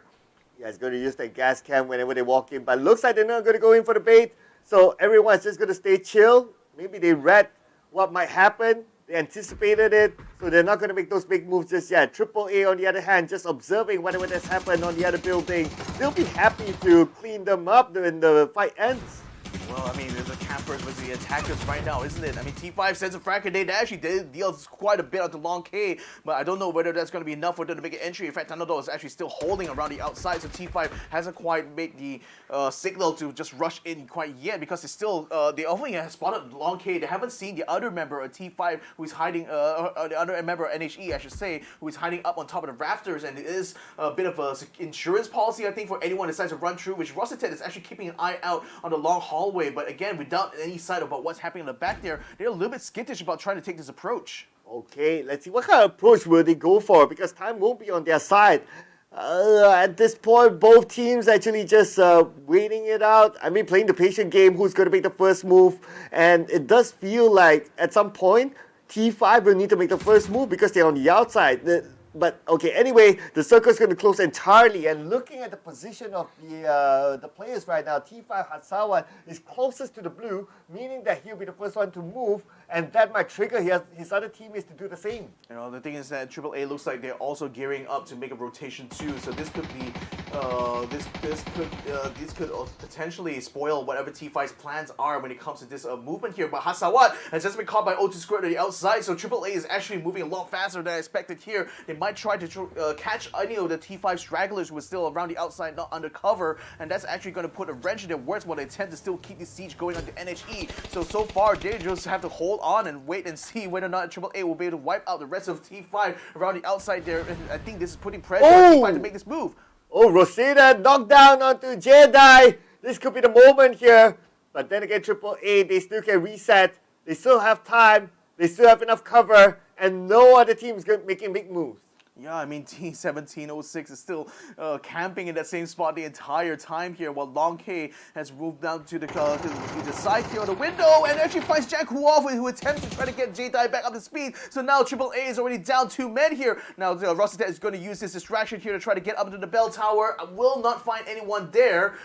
But in fact, we'll actually use that to try to get a shot at O2 Skirt. Almost get a spray down to him there. T5 now taking control over the rooftops on this point here. So they're just going to disregard Newhouse Esports. Instead, they're going to try to use this opportunity to finish off the rest of AAA. Oh, and AAA is eliminated now, leaving with the last 2 teams, T5 as well as NHE, who will get this chicken dinner. It's 2v2 then, so they kind of equal each other. And now, since it's going to be a compound fight, it's going to be a little bit of a hold up between these 2 teams. But the blue will not allow them to hold up any longer. We can see that Rosetta will be forced to move. Yeah, the thing is, it's still a 2v2 in this situation here. So whatever matters here, whoever gets that first pick off there is certainly going to get the advantage. But Long K, I think he might have spotted Rosset. But at 17-07, tried to move out in front and actually gets knocked down by Rosset. The thing is that he's having help, but Long K doesn't have a shot onto him again. So Rosset will be able to get himself up to speed now. He eliminates the last member there. Long K now has a hold up inside the building. I don't know, there's full frag grenades. Here we go! Close! Gets a knockdown onto Rosset. Now leads Tanadol, who's still up on the rooftop there to see whether or not he can get a drop. But the circle, it's still going to be coming around the corner of the house there. I don't know how they're going to try to resolve this here. Either he's going to have to jump down from the roof, or Long K is probably going to have to huddle around the corner. The circle ever shrinking right now. Tanadol found the perfect position though to try to get to the last point. The blue zone is going to finish off Long K. Takes the wicket winner chicken dinner. Oh, Tanadol played it really, really smart. He went to the edge of the rooftop and he still has some room to play with. Whereas his opponent, no more space to run, had to take out the blue. And obviously, during the ninth stage of this, ninth phase of the blue, it's untankable. Immediately be taken out by the blue. Tanadol, what a good calm move there. Yeah, again, they knew that just by letting the blue zone do all the work, they will be able to get that. But still, you know, NHE had dug themselves very much, actually kind of pointed themselves in the corner with T17 deciding to move outside there, right into Rosset Jr. And I think that pretty much made it difficult for Long K to actually get out of his position there, because they already had him hold up that shack. He needed T17 to get a pick off, but he failed to do that, which means that and then Thunderdog was up on the roof anyway. He was a bit of an insurance policy, really, to Rosset as he attempted to try to assault Long K, but that worked out in the end with the way the circle kind of closed around on the corner there. I thought that Long K may have a little bit of space there, but it seemed like Thunderdog, just being by the edge of the roof, still had more than enough. Yeah, Thunderdog, very, very smart play there, very calm, and that was a great decision. But other than that, I noticed that Purple Moon Esports, they managed to get a good number of elimination of kills overall as well. I think it's definitely more than 5 for sure. And despite them going out earlier than what we're seeing in the final stages of this game, they would have gotten such a decent amount of points. They certainly did, and this is where AAA actually found MioU, who had attempted to try to assault the compound, or rather just attempted to scout the compound, got caught out on the outside here. This is where Gex and SST, along with PMA, were involved in a three-way fight there on the side of the cliff. And Lun Lun, this is an amazing sequence here where he just basically eliminated the entirety of Unicorn Venom, who attempted to take control over the kill, just found themselves just sniped one by one with this Mini 14. Oh man, that's devastating. I mean, it's just that one man eliminating your entire squad from a long range. They probably didn't know what hit them until, well, the feed came up. But this is T5 stopping PMA from moving, doing pretty much the same thing like how his opponent did earlier on. And during this final moment, it was a standoff. 3 teams standing off each other, and finally AAA was the first team to make that move, and T5 took advantage of it and leaving Newhouse Esports and T5 to duke it out for this chicken dinner. And at the end, Tanadol smartly waited at the edge of this rooftop to get that chicken dinner. I cannot express how much of a big brain this is for Tanadol. I mean, to control the rooftop when he knew that NHE was camping inside of the building itself, and knew that, you know, Long K was just holding into that little shed there, so that's why he took the rooftop. He could just look down and basically spot him if he comes out the stairwell. So that was why T1706 was forced to come out there, because Rascal was already putting so much pressure on him. Rascal instead took him down, and that was where things, I think pretty much that fight effectively ended there for New Generation, because Long K couldn't move out of the shack there. Tanadol was up on the roof, so he knew that he could find at least the last bit of circle and stay out of the blue zone. And it was a blue zone in the end that finished off Long K, so much for the camp, I suppose. Yeah, well, I guess he was kind of deciding whether, okay, you want to go out and try to fight, but obviously if you jump out the window, then you'll be at a disadvantage. There won't be enough time for you to flick and go up, right? So he'll rather like, okay, let's just deny my point and get the chicken dinner and take the chicken dinner away. Well, big brains all around there for Theerathon 5. And the first chicken dinner of the day is certainly going to be setting the mood for them now, because that's a massive haul here for them, and certainly a good base for them to start with, for the rest of today's matches here. So there'll still be another round of Miramar. Hopefully we'll be able to get you guys the updated scores when it's going to be live here. But for now, I think these teams, they've already had a lot of experience fighting each other, to be fair, during the group stage here. They've already experienced the heartbreak on Miramar one too many times here, especially for these teams who didn't quite make it to the top 8 at the end of the group stage. So now that Theerathon 5, without all those other teams kind of breathing down the neck, has actually found themselves in a good position here to spread their wings a little bit and start to fly up to the top of the leaderboard. Well, but it is still one game. It's still one game, okay? True. It's still one game. Okay, let's hold our horses. But then again, hopefully they'll be able to remain consistent, because from what we see, they are a good quality team. They know how to work as a team, like one person down, one person up. They know how to position themselves. So if we are able to see them onto the grand finals, hopefully they'll be able to use this sort of coordination to really challenge the other team. And just, I think just the instant kind of like, the instant it clicked, I suppose, for T5 was when they took control over the bell tower first, because they knew that was one location that is not being held that heavily by NGE, and that gave them the full access to the rooftop. So I cannot stress enough, like, just those kind of decision making is what you want to find in an in-game leader there. Just one who can read the situation perfectly and realize that, okay, they knew that NGE was camping inside the house.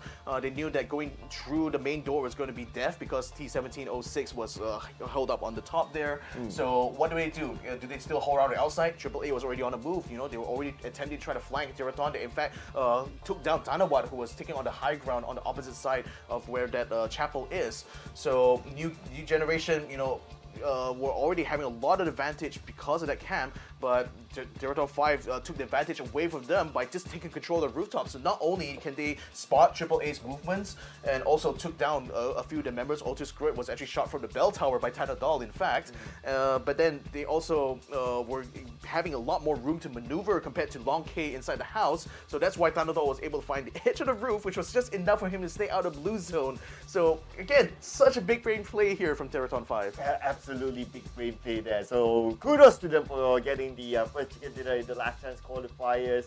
And I think besides that final moment, in this round in general, there were a lot of good individual moments as well. I think we saw at least 2 different clutches, as far as I remember. So there were good highlights here as well. I remember clutch or almost clutch. Yeah, either one of them. One that comes to mind right now is like, we didn't quite get to see that on stream, but Wesker actually took on like 3 people, got 2 knockdowns and eliminated 1 before he had to run away. And considering the fact that the Rascal Jesters were kind of out of it, especially after having taken that failed assault against, I believe it was, I wanted to say it was AAA, but I can't quite recall. But basically, they lost their big fight. Wesker was the only one remaining, but still managed to earn at least 1 kill point there. So, all things considered, it's a salvageable kind of like round for them.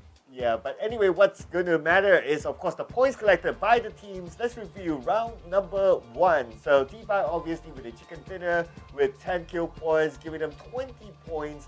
AAA, they kind of stayed put during the final stages, but then again they were forced to move because of the circle, so 11 points for them.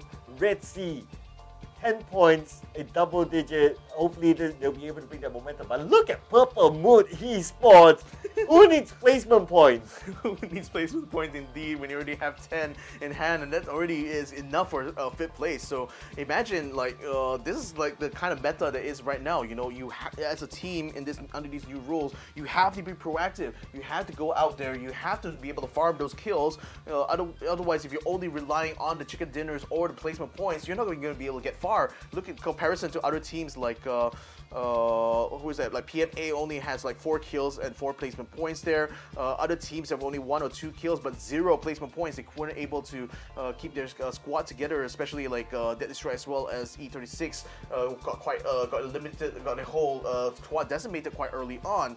So now it's but then, you know, when you talk about the whole package there, Theerathon already has that on lock because they not only got a chicken dinner, they had already killed 10 people in the process of them getting to that final circle. In a sense, you could still say that, you know, it's still important to aim for the chicken dinner anyway, but if you're not able to, if you're not going to be able to farm those placement points, then you have to prioritize those kill points. Yeah, I guess the example is that if in case like ArkAngel Creators game, one of, I believe it was one of the Miramas yesterday, is that when the circle keeps shifting away from them, like you don't have the circle, meaning that you want to go for placement points, it's a little bit difficult. So you might as well like, okay, whoever's in front of us, we take the calculated unnecessary fights just to try to gain those placement points, rather than trying to chase the circle for placement points, and it becomes really difficult and you end up maybe without a single placement point. You might as well learn from what Purple Moon Esports did. Like whoever's in front, just take the fight, win those fights, because believe in your gun skills and get the points. But even as teams like PMA and SST, and to a certain extent AAA had the experience as well here, was that you cannot afford to be bogged down too long by those fights, because the risk of having a third party enter is way too high. So in essence, like even if you want to try to camp certain complexes there, you know, is I guess like for the campers specifically, their goal is going to be trying to delay the assault as much as possible. Whereas like if you're the assaulter, you need to be able to make the move quickly and wrap up the fight. Otherwise, you're just only going to attract more attention. Especially if the fight gets overextended, you know, and you're running low on health or ammunition, etc. A third party that's fully equipped, fully ready to fight, there is easily going to be able to overcome you. So I guess this is kind of like the 50-50 sort of like decision making that, you know, really good IGLs are able to provide there, where they know like whether or not should they take the fight or should they pull away, because, you know, if you're going to be taking the fight, if you cannot finish it fast enough, might as well, you know, you try to go for another approach instead. Yeah, totally agree. So it's very situational. I mean, we can craft all the theories behind, like, okay, do you get placement points, do you get kill points, and yada yada and so on. At the end of the day, it's very situational, because PUBG is a 360 game.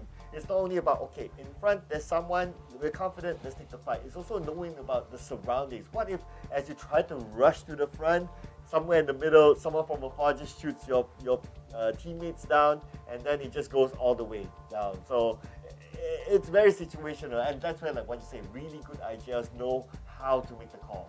Yeah, and you can imagine like the pressure really on that position there, because one mistake on your call, that means like your whole team gets taken out. Yeah. So you know, but that's the value of having, you know, those kind of players on your team in the end of the day, because those are the guys who help ensure that you're going to be able to grasp that victory, especially the opportunities that come about in these kind of second-to-second sort of like situations. Yeah, you know, my theory about how an IGL would work within PUBG is that I theorize it as the IGL is playing an RTS game. Like he has control over, like, okay, the other three, they are like his minions that move according to whatever he says, something like that. But of course, a difference with an RTS game is that whatever that you command, they will do. This is like they have to understand what you're telling them. They have to be confident of what you're telling them before they can execute it. Again, like when you're, especially in a competitive FPS game, you know, communication is extremely important. Being able to feed information to your IGL and for your in-game leader to be able to process that information as well, and to be able to provide orders, letting know, okay, you move this way, or like you set position here, you know, timing the queuing, you know, of all these actions. Yeah, to your point, it is very much like an RTS. You know, it's a huge strategic element to everything that the IGL has to do, and in the end, he's the guy who's basically having the full picture of the fight.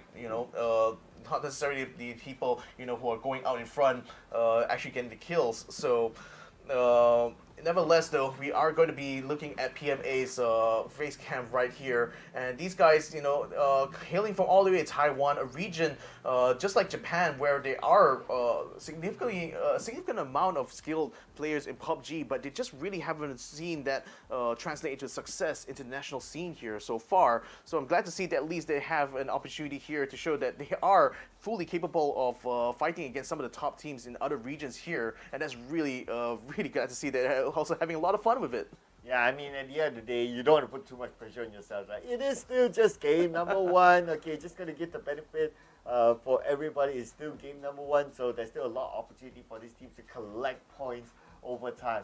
And a few things here, right? So it's not about really pushing for the chicken dinner. Sometimes chicken dinner is a bonus, but if you're able to rank in the points however it is okay, and you got 9 more rounds to go.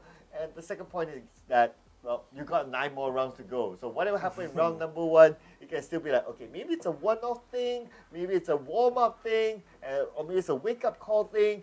And once round number 1 is over, okay, round number 2, we gotta get going, because you don't want to leave it until tomorrow and put unnecessary pressure on yourself. And I think a mark of a really good team, especially at this level of competition, is one that's able to adapt rapidly on the fly. And it's very rare to see this, in the scene in general. But teams, especially ones who have been playing together for a long time, who have streamlined their communications, who to a certain point, they certainly do kind of think alike. Sometimes they, especially for an IGL, is always kind of like. It's always a good thing to have minions who are smart enough to make decisions on their own. Yep. Although you don't want them to be doing that most of the time. But then again, if your minions think the same way that you do and are able to react accordingly to the situation, that's exactly the kind of team that I feel is always well geared in order to win out fights. Because a team that is rapidly able to take the input, to be able to observe the situation and make the right kind of decisions on what to do, where to move, etc. Certainly going to be a team that will have a lot more advantage compared to another team that just scraps by. Yeah, absolutely agree. I mean, yes, the IGL can make the call to like, okay, you go here, you go there, you do whatever that you're supposed to when you reach that spot. But as you reach that spot, situations could change, and the IGL might not be prepared for it because it does not have the field of view that the player would have at that particular spot. So, like what you say, right? It is up to that player to kind of decide, okay, does he still want to continue on with the plan, or does he want to fall back, or whatever that he wants to do? So it is, yes, in essential, the baseline is that IGL makes a lot of calls, and it is very crucial. But when it reaches a certain stage, then or situation, then it will be really up to the player to be independent on deciding what they can do for themselves and what will be beneficial for the team overall. Because if there are some players who their play style is like, okay, they want to go for individual style of kills, but sometimes it's detrimental to the team, because if they overdo it, then the team will lose one player, leaving them to have to play the rest of the round with 3 players. So it has to be there has to be a conscience of okay, we're doing this as a team rather than I wanting to do it and get those kills just for myself. Exactly, and that's exactly the type of mindset you see across all types of sports. Not just PUBG, but even in any kind of team sport. It's the mindset is always be that every decision you make is always for the benefit of the team itself, not the benefit of the individual. So sometimes you can have a team that has many star players on board, but if they're just out there for themselves and they have no cohesion, no chemistry with each other, it's very difficult for them to even win tournaments, much less win fights. So yeah, it's the mindset that the players carry going into these games that are very important. And as your experience as a coach as well, how important that psychological element is in the sport like PUBG, where everything is just really all about these kind of snap decisions. You have to be fully confident in what you're doing at any given moment. So having a strong mental faculty is so important there. Yeah, and I would like to add on as well, PUBG is a very punishing game. Exactly. Yeah, there's no way, at least in the current patch, that you can revive like if you're totally eliminated. So the moment you go out, that's it. You wait for the next X amount of time until the next round, maybe up to half an hour even. So you don't want to be in that kind of situation where I get to sit back and watch other people play, but then again, it's not a good feeling because everyone gets to play and you're just sitting there sulking to yourself on whatever happened earlier.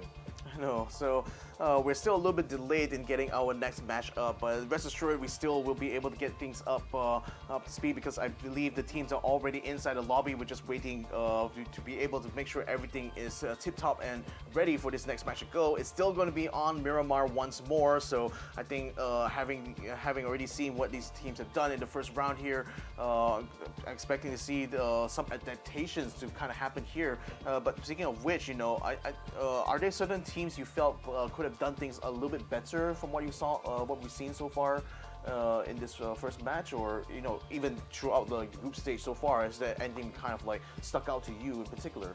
Well, I think the standouts are easy to point out. It's basically like the teams who actually qualify onto the next round, honestly. But I think some of the teams that could do better.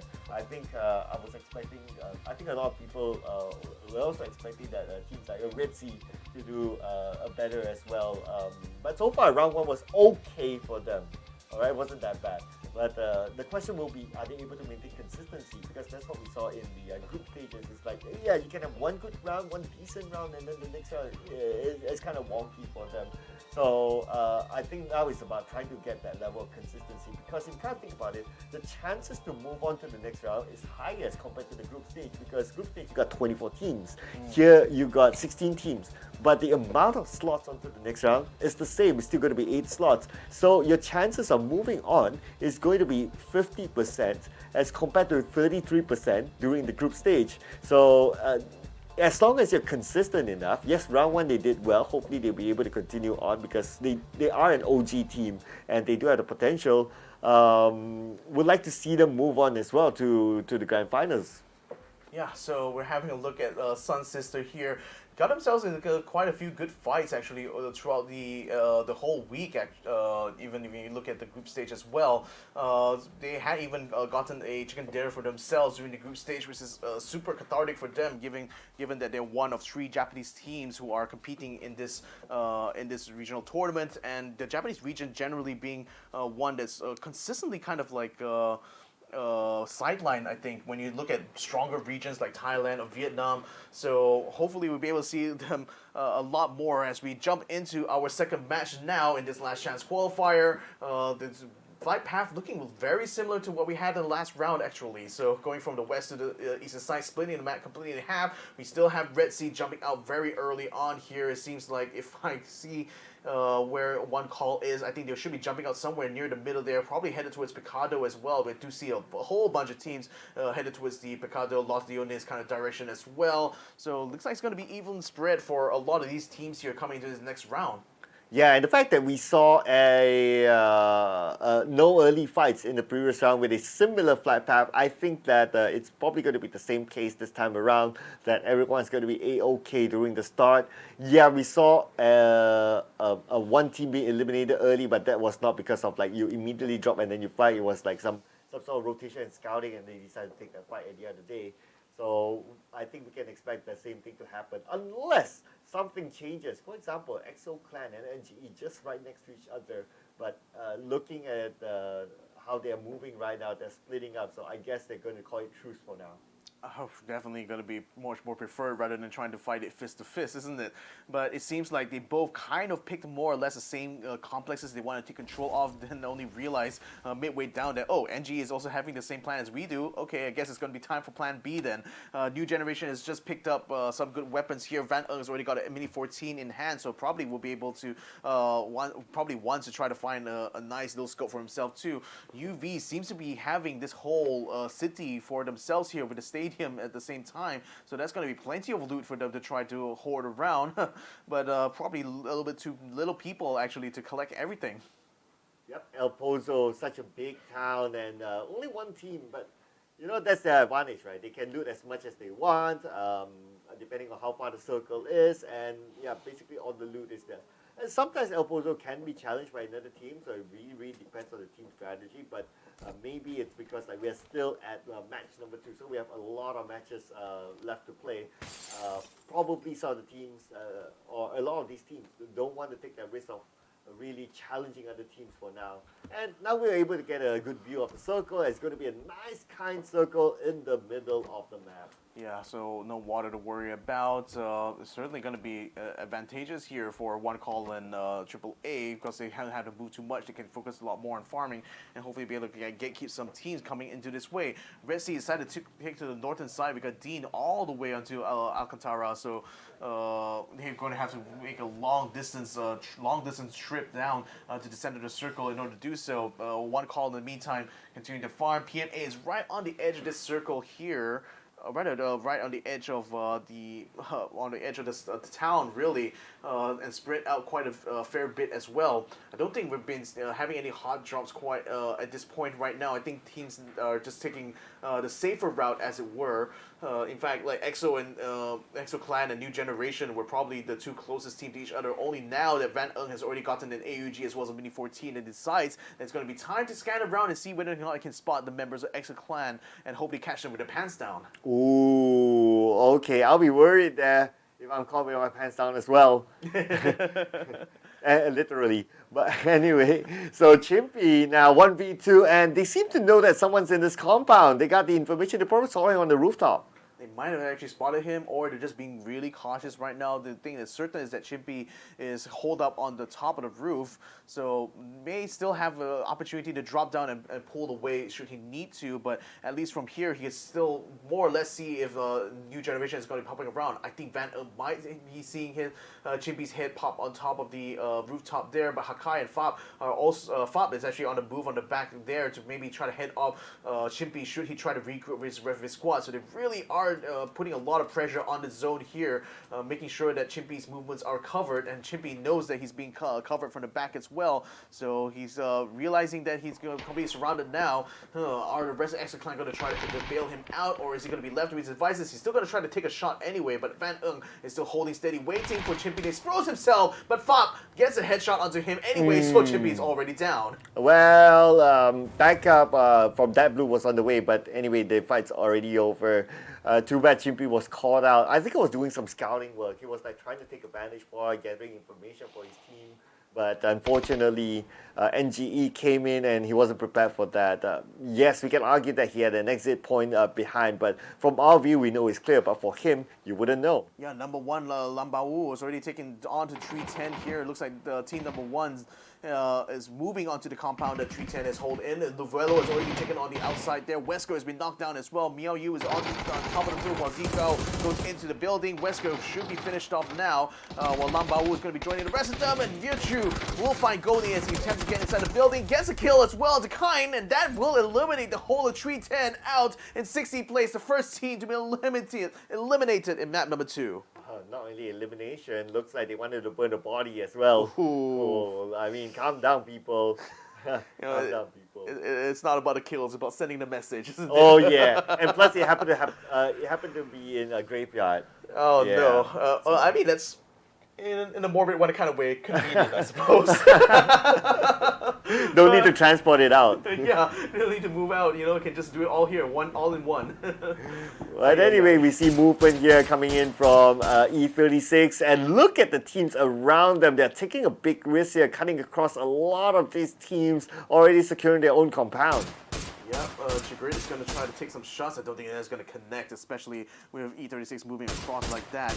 But who knows? I mean, maybe he still might get a lucky shot. Oh, the smell just smells an opportunity. Only forgets to take him down as soon as he got to the building there. But that's not quite the start that UV was looking for. They already lose a smell right away. EXO Clan rapidly responding to this. Sapao has to hold up in the complex next to just nearby, while J Ken will be joining up with him as well. Looks like they're going to be looking to try to get some revenge here onto EXO Exo Clan. Unfortunately, he didn't smell that coming. Oh, nice. We're gonna have a lot of puns with that name. Oh, we're gonna be having puns all for days now. I mean, we got a whole weekend worth yeah. to try to build on these puns here. But still, he will be joining up with UV as well. Exo Clan will be holed up in the building, and no doubt expecting a response to be coming in from UV at any time now.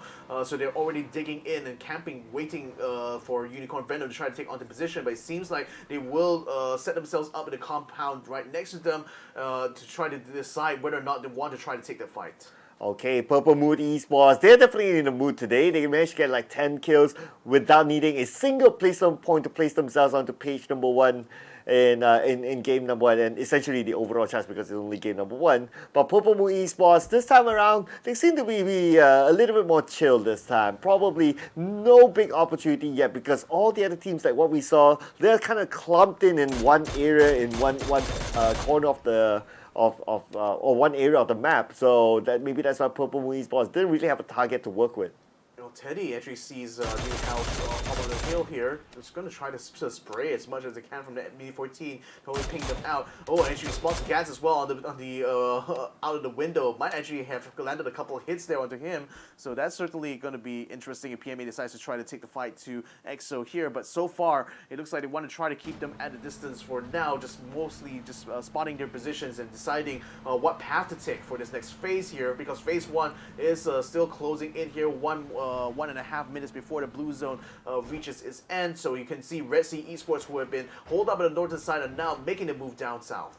Redsea Esports still alive though. I believe they're currently in the circle, but maybe playing by the edge of it. Looks like they're going to play a little bit safer this time around as compared to yesterday. They like to go all the way into the middle of the circle, and that kind of didn't work out for them. I believe it was 2 days ago anyway. But it's nice to have a reset and a shift of strategy. If you tried something that didn't really work, it's always good to realize that and try something else this time around. Yeah, attack all around set up by Picado here is right next door to where UV is, and looks like they want to try to eliminate any possibility for them to use vehicles in the area, which is a good call on their part. So that means that they were going to be holed up in that complex a lot longer, a lot longer now.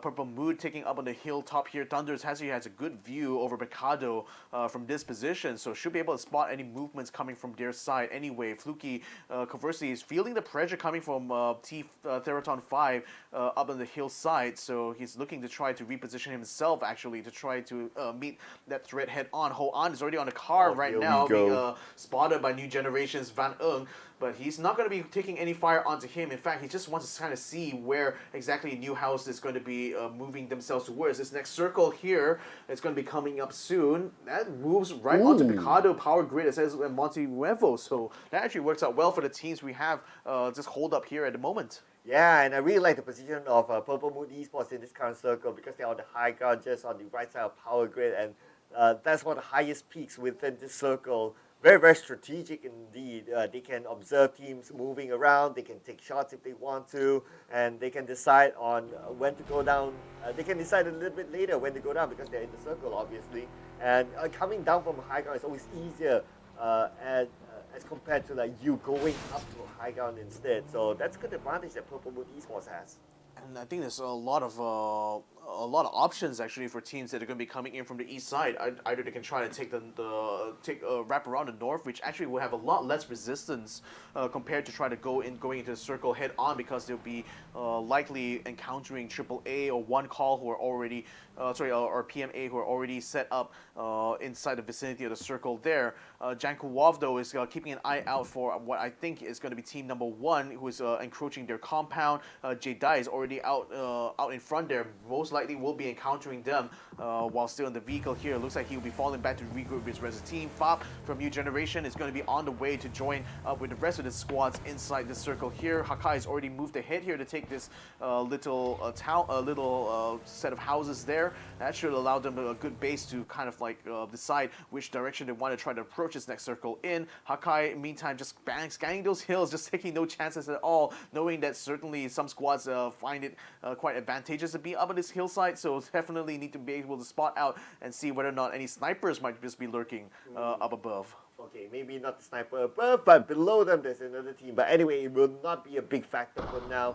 because all these teams in the circle and we're still at phase 2.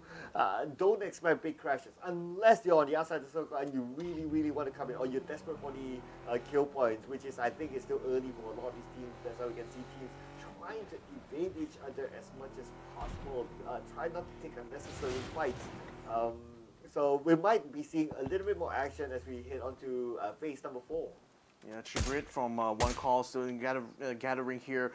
Gats, I think, has spotted Teddy, tries to take some shots, but hasn't been successful in making them connect until then, when he just popped him down less than half. So I think Teddy realizes they're already under fire here, and in fact, I think they're a little bit tied up for we're facing another team on the other side there, but Exo Clan is also receiving fire on their part as well, so they're looking to try to at least secure maybe some shots there on the PMA, maybe even a knockdown on their part, so they can at least try to rotate out. And speaking of rotations, one call has taken position inside this ditch right now, overlooking the town here in the middle. That I think that's going to be might just be Picado right in the middle there. So a couple of squads already in position. Looks like someone is going to be dropping in there on the E pickup here. That might be actually, I think that's a crate. Sorry. That's a crate that's actually headed its way down. So far, none of these teams really making any movements until just now when Upchen finds Dan Pablo. Redsea might just be in a bit of trouble. Oh, Redsea. Okay, I think they're heading.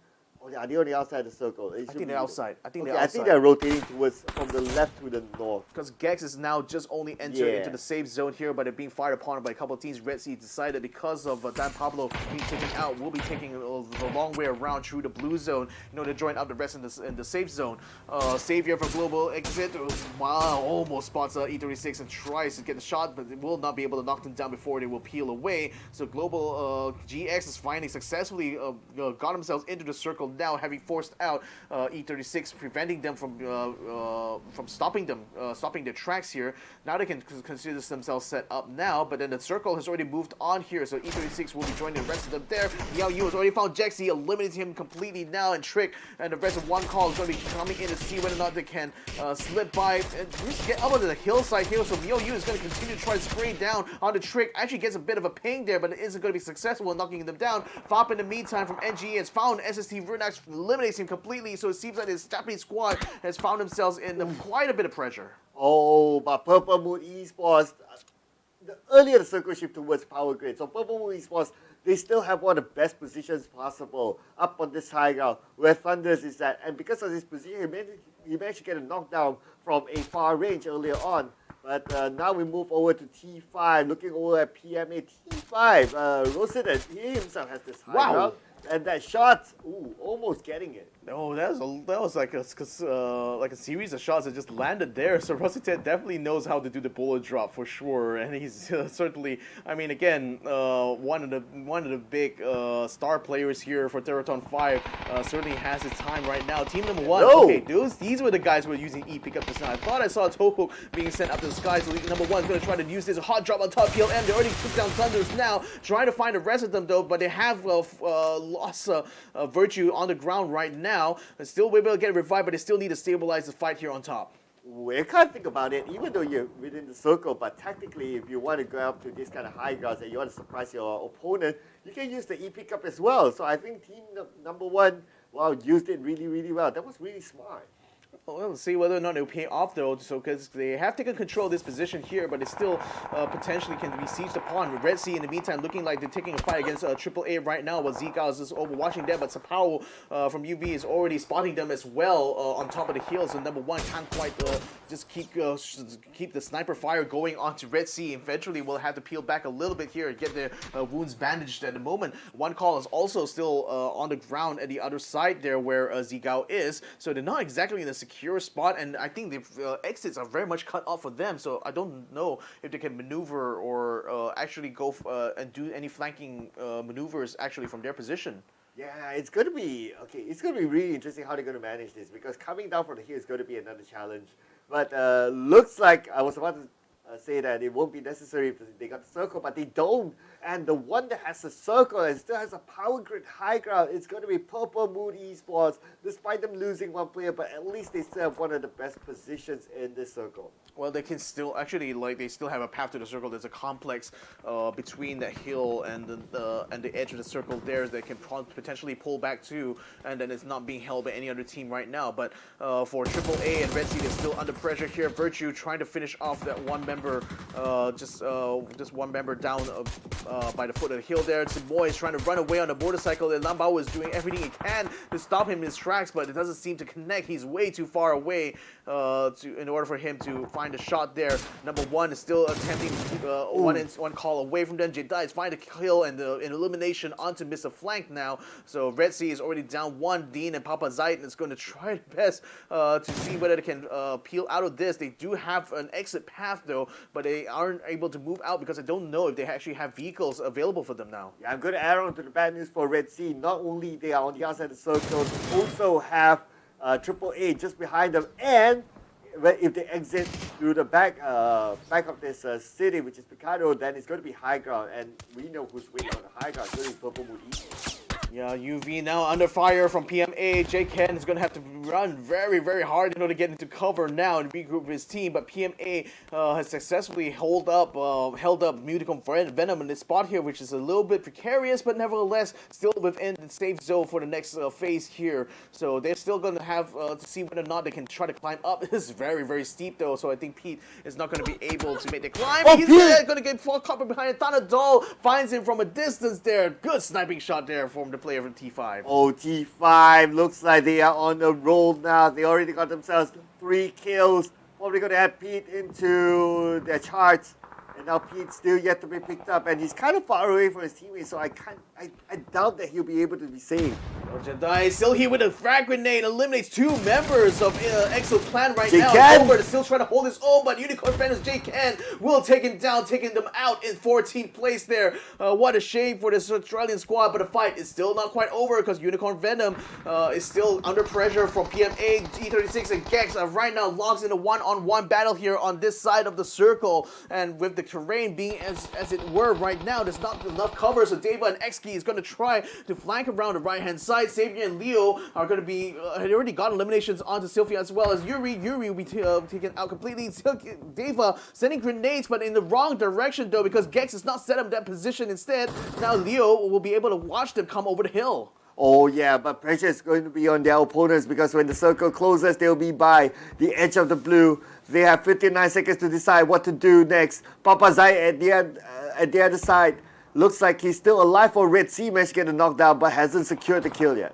Not quite yet. This next circle still within the power grid relatively, but a lot of these teams are still taking scraps on the outside here, and they're not quite done. Leo watching. Oh, he sees actually calls off. He is not able to respond in time, and he will get taken down. In the meantime, I think Unicorn Venom has just been eliminated off screen. Global Esports Exit has also been taken out as well, thanks to the efforts there from the team. So now, still 10 teams remain here. SunSister has been taken out in their fight as well. Enter Force 36's Starlord is looking for some vehicles here. The rest of his team is already moved up to try to secure the northern side of the circle. PMA in the meantime still held up here. Rossitet Jr. from T5 is still up on the high ground, as is the rest of T5, who have just been taking pot shots and just being vultures for all the other fights just breaking out around them. Oh, E36! Oh no, he didn't know what hit him. And Chimoy was there. Chimoy was prepared, and Chimoy defending his ground. The last man for one call. Yep, he is going to have to camp here really hard now. T5 in the meantime also finding NHE though, and Hasawat has already taken Hoant out of the map here. 9 teams are still remaining here. E36 is going to be making a maneuver around the outside of this next circle to see if they can get down south. T5 seems to be regrouping right now to try to join up with the rest of them, their squad inside the compound here. They're still within this next circle though, but just overlooking where the power grid is. but they're also just watching out for these other fights that's still going on around the outside there. PMA still hold up on the outside, should be maneuvering in soon. Purple Moon Esports also on the move here, but PMA spots Rossington, actually gets a knockdown to him, should be able to eliminate him unless they are not going to be able to connect the shots. I think Rossington is going to be done. Yes, he is going to be done. So T5 is now down to 3. PMA is still on the move, but Snox9 comes over the crest now, seeing if he can spot any hits come out. Dino Dog on the right-hand side, but he has to go back off right now because Snox9 will get knocked down. Hasawan takes Tanadol takes down Teddy as well to eliminate the rest of PMA, and they're out in 8th place. And T5 just with 3 players, but they're able to get 8 kills for now. Looks like number of players is not going to be a big factor for them. But Purple Moon Esports lucky now in a bad position. He's on the lower ground, managed to get a knockdown. But then again, the second one is just too much for him to handle. Purple Moon Esports out at number 7. So now 5 teams still remain. Theerathon 5 still having 3 strong.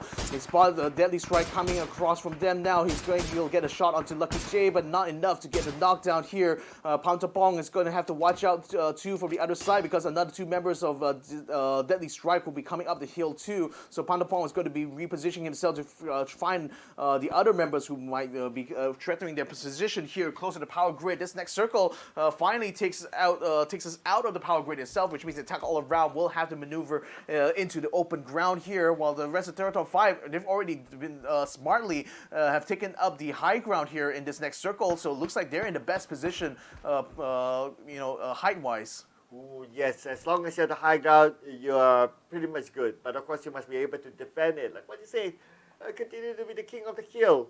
And at this moment, we can see that Patapong is all alone in the compound, but he's within the circle, so that's okay. We already have phase 6, and we have 5 teams left, meaning that possibly we might see like a slower round for phase 6, but for phase 7, teams will start to fight again. Yeah, you can see Deadly Strike now, just keeping an eye on that compound just south of them, and that's where Panapong is currently set up in. Danadol is going to be regrouping with the rest of the squad at the compound now. It seems like they know exactly what the situation is here with regards to the 5 teams that still remain here. One call is also still in the mix, and so is E36, who have still 2 members up and ready here, and they're just lurking by the sideline, not really looking to be involved in too much fight still, except that Deva is now inside his Jeep and probably is going to try to get himself close to the compound. Actually drawing a lot of fire from everyone here, from T5 as well as Deadly Strike, and maybe where is he exactly trying to go here? Is he trying to get to the compound? Oh, well, we'll never find out anyway because Lucky J has already knocked him down. Well, Lucky J is the lucky one. Unfortunately, unlucky for Deva. And he wanted to go to the middle of the circle. I guess he wanted to stay there. So hopefully, he'll definitely get the next place on circle and he'll hang on, let other teams fight with each other. But it just didn't work out for him at the end of the day. Yeah, so we have one compound, which is the part of the power grid still being held by attack all around. Now the blue zone is going to start to crunch onto them now, forcing them out in the open. Simoy from one call as well is within vicinity of AAA, and they finally find him, take him out completely. So that means the 4 teams that still remain are Deadly Strike, Theerathon 5, attack all around, and as well as Enter Force 36. Pantapong almost finds a ping there. Unfortunately, Deadly Strike is also spotted out his position, so it's forcing him to go prone right now, and he's still in a relatively exposed position here, even though he's on top of the roof here. That actually is an open invitation for anyone around him to try to pick him off. All right, speaking of picking off, I think all these 3 teams. Okay, I'm looking at where is Star-Lord? Okay, Star-Lord is just behind AAA on the right side. So looking at the current situation, there's a possibility that Star-Lord might be needed to make his move, and he knows exactly where AAA is at. So he has to nade there, but he chooses not to toss it just yet. But instead, he prepares a mini 14 for those long-range shots instead. Yeah, neither team wants to come out in the open. That's a crucial thing. The next circle here is going to determine a lot, and it still forces them indeed to come out into the open. So although they did their very best to hold these compounds here, it seems like now they're going to be forced to try to crawl it out on the outside. So one will hope they will have stocked up a lot on grenades. I can see Attack All Around have like 5 grenades, 7 grenades in their pack. smoke grenades, I should say. So that's going to become very, very critical at this stage of the circle here because I don't think there's a lot of vegetation down there. It is low ground anyway. Theerathon 5 still potentially could use a little bit of angle to do something here. Star-Lord has just been spotted by Equilusia, so that's going to be E36 taken out. It means that the only 3 teams remain. Thunderdome and Hasawat will be making a move now to bring the vehicles down to the center here. Looks like they want to try to secure this next spot as quickly as they can. Alright, so it's 4v3v3. Normally, my theory in this kind of situation is that which team makes the first move loses. Because the final team will make the move can actually come in when everybody is wounded just to wrap things up. And at the same time, T5 is still alive. The current number 1 team with 9 kills in hand. They'll be looking to break that double-digit barrier again. Well, the thing is that Attack All Around is wrapping around on the north side while Deadly Strike is moving towards T5's position here. So this is actually working out well for Attack All Around because now they have already laid out a path of smoke as well, covering their movements. So it's making it hard, make it less likely for Deadly Strike or T5 to actually spot them. But Jason, nevertheless, is still under fire here. Lots of grenades being thrown in the direction of Jankuwaf, who is still attempting to try to get the knockdowns onto T5 here. Equilusia actually finds a member of a T5 right side there. Panapong will be able to take out Jason as well, so they're not exactly going this unscathed. Jankuwaf goes tries to get a headshot, still isn't able to get it so far, but Tanadol has already eliminated a lot of members here from this Deadly Strike here, so it looks like their attempt to try to take on T5 has not worked out well because Attack All Around moves in at the same time. Looks like women eliminated. Oh, and a frag grenade comes in, gets a knockdown on one of the members of AAA. Jankuwaf still gets a kill anyway, but then T5 comes in to bump up the rest and take the chicken dinner. And it's 2 chicken dinners back to back for T5, ladies and gentlemen. And look at their reactions. Their reactions like, yeah, we got this all the time. We're okay. I don't know. Judging from their faces, though, it seems like there was an exciting final chicken dinner from them there because again they took a complex that's on the high ground there that prevented teams like Enter Force 36 or Deadly Strike from being able to take control of the middle ground, and then you also had Tanadol and Hasawat actually move to take a position there that kind of forced Deadly Strike's hand as well because it knew that without taking the center of the circle that could be left in a compromised position with T5 already having one Panapong, I believe he was still in the compound, still able to spot their movements. So that forced Deadly Strike to get into an open confrontation with them, but they probably also didn't realize that Attack All Around was wrapping around rapidly from the northern side, and that became a big factor in that fight, making it hard for, again, Deadly Strike had to fight a war on 2 fronts in that situation there, and it just turned out really bad for them. Yeah, true enough. They were kind of sandwiched at some point, right? So yeah, it was the best that they could do, but it's all about the timing as well for teams like T5 to kind of move in. But let's look at the highlights from the previous round, and this was one of my favorite moves so far. This is a good offensive move using the E pickup to just take over that high ground. I think also lucky there was only one member of PMA really who was there, and with all 3 of them kind of dropping at the same time, that allowed them to get the jump on the PMA quite early on. But I don't think they actually eliminated PMA by the end of it. In fact, I think number 1 became very much a run factor by the late game stage here as other teams around the circle were just getting pickups left, right, and center. In fact, number 1 actually, they actually did take out Fluky at the end there, so that did get elimination done nevertheless. But as we look on towards the rest of the circle here, I think it was quite crucial for these teams to still take compounds rather than just open air spaces on the hilltops, because I think just having that as a fallback base, as a fallback plan, is a lot more important really than just having the vantage point, as a sniper even. Yes, so it's also subjective to your skill set, right? Like Yeah. some players, they might be comfortable with the long range, some players are a little bit more comfortable with the short range.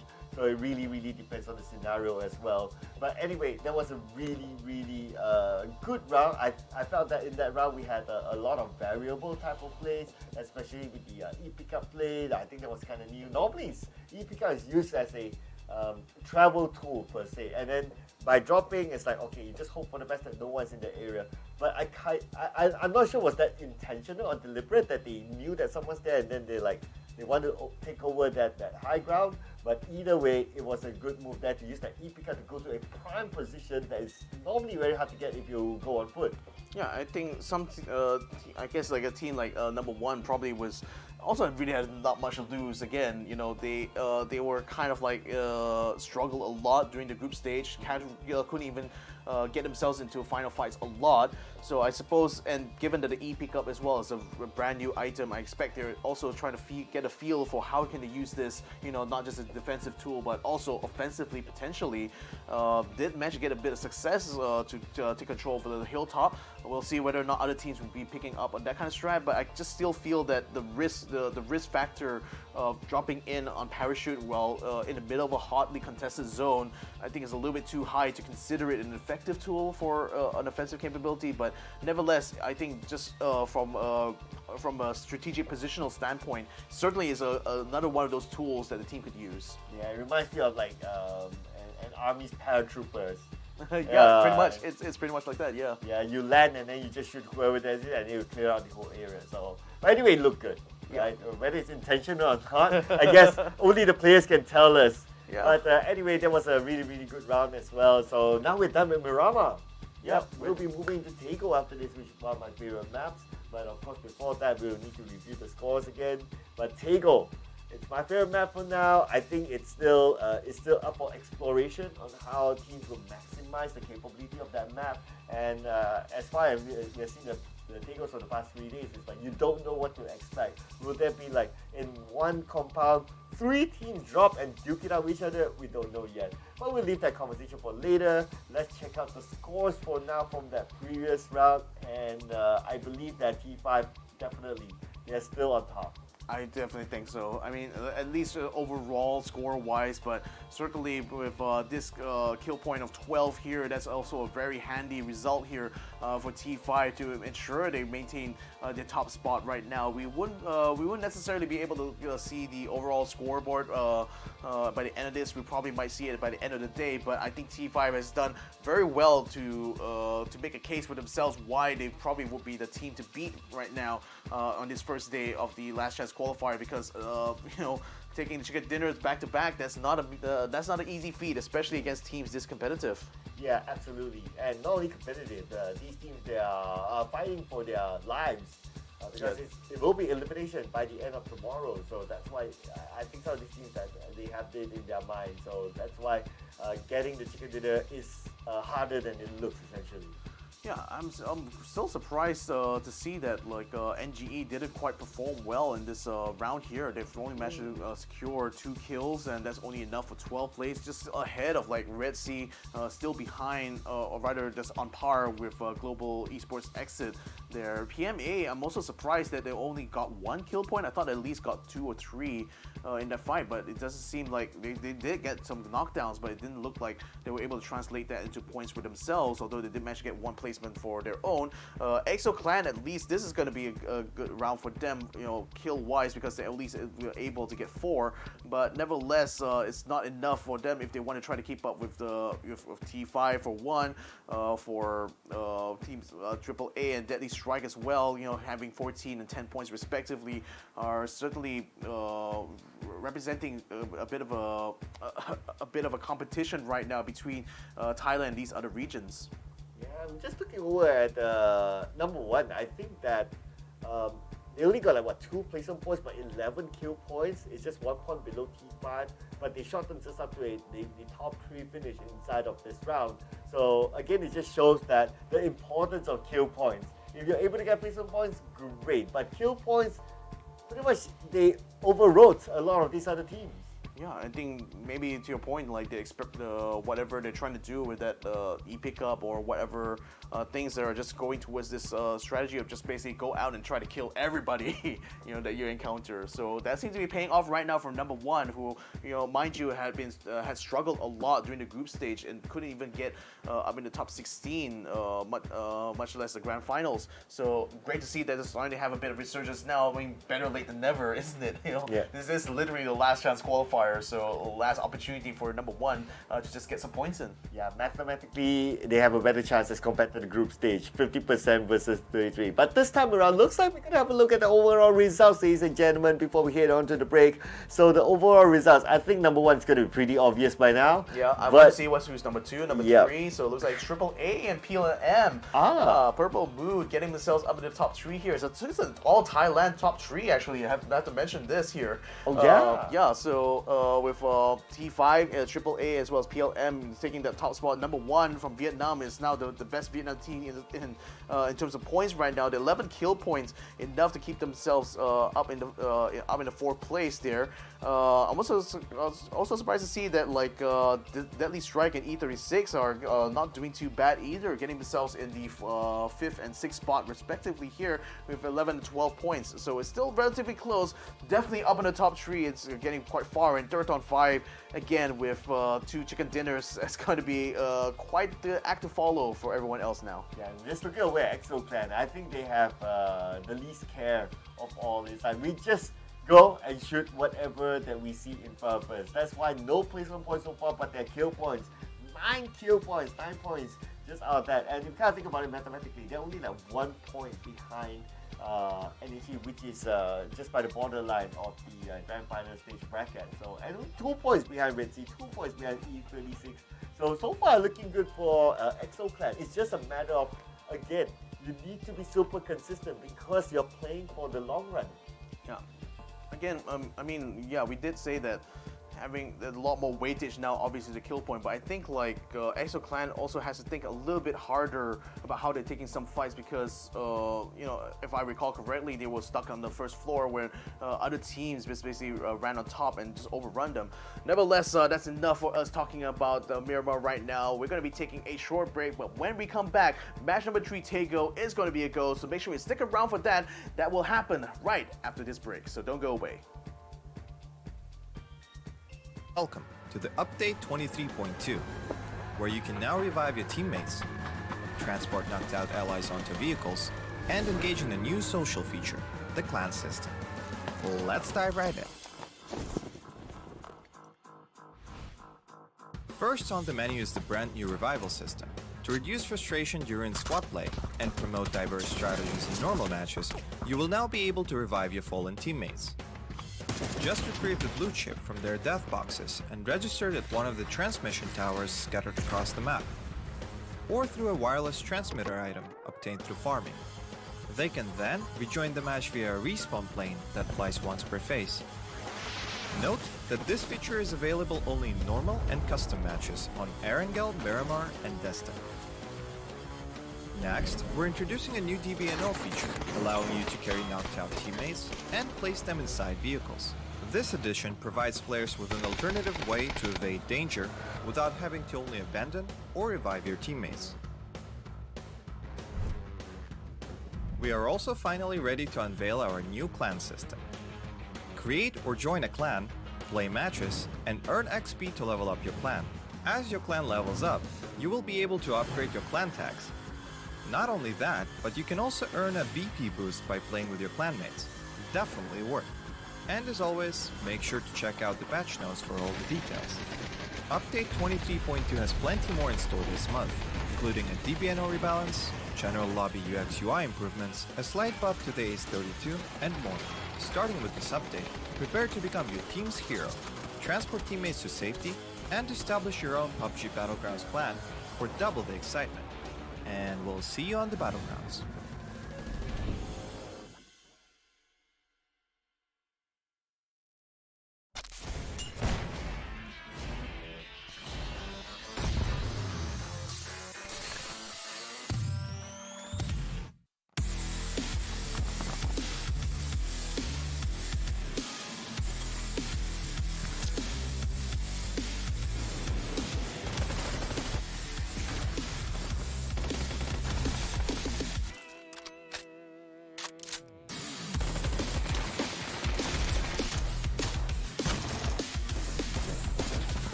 The latest game from Krafton and 5min Lab.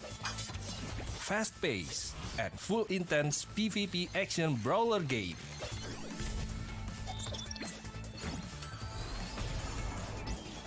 Use your best combo to send your opponent to the lobby.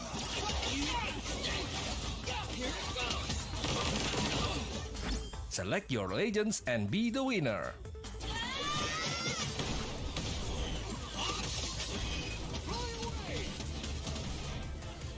Pick the mode that suits your fighting style, from 1v1, 2v2 to Battle Royale. Available to download and play free on Play Store, App Store and Steam.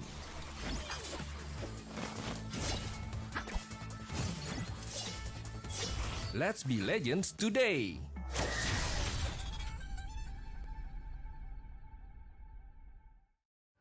Welcome to the Update 23.2, where you can now revive your teammates, transport knocked out allies onto vehicles, and engage in a new social feature, the clan system.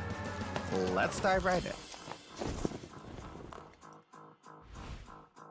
First on the menu is the brand new revival system. To reduce frustration during squad play and promote diverse strategies in normal matches, you will now be able to revive your fallen teammates. Just retrieve the blue chip from their death boxes and register it at one of the transmission towers scattered across the map, or through a wireless transmitter item obtained through farming. They can then rejoin the match via a respawn plane that flies once per phase. Note that this feature is available only in normal and custom matches on ArkAngel, Miramar, and Jester. Next, we're introducing a new DBNO feature, allowing you to carry knocked out teammates and place them inside vehicles. This addition provides players with an alternative way to evade danger without having to only abandon or revive your teammates. We are also finally ready to unveil our new clan system. Create or join a clan, play matches, and earn XP to level up your clan. As your clan levels up, you will be able to upgrade your clan tags. Not only that, but you can also earn a BP boost by playing with your clanmates. Definitely worth. And as always, make sure to check out the patch notes for all the details. Update 23.2 has plenty more in store this month, including a DBNO rebalance, general lobby UX UI improvements, a slight buff to the Ace 32, and more. Starting with this update, prepare to become your team's hero, transport teammates to safety, and establish your own PUBG Battlegrounds clan for double the excitement. And we'll see you on the Battlegrounds.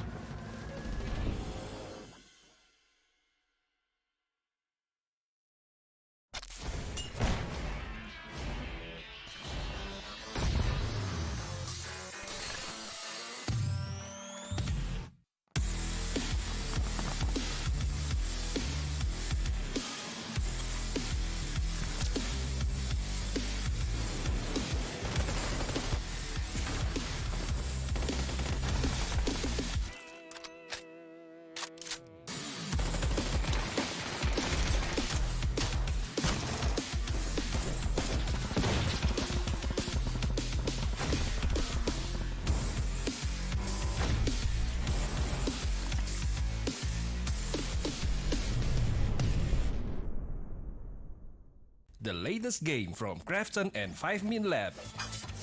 Fast-paced and full intense PvP action brawler game.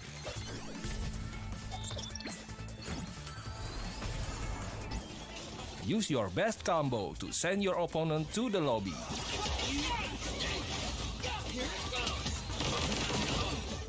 Select your legends and be the winner.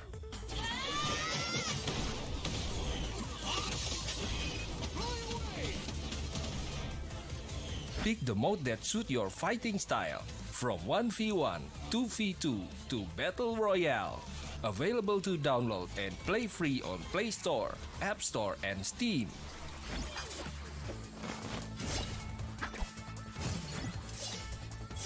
Let's be legends today!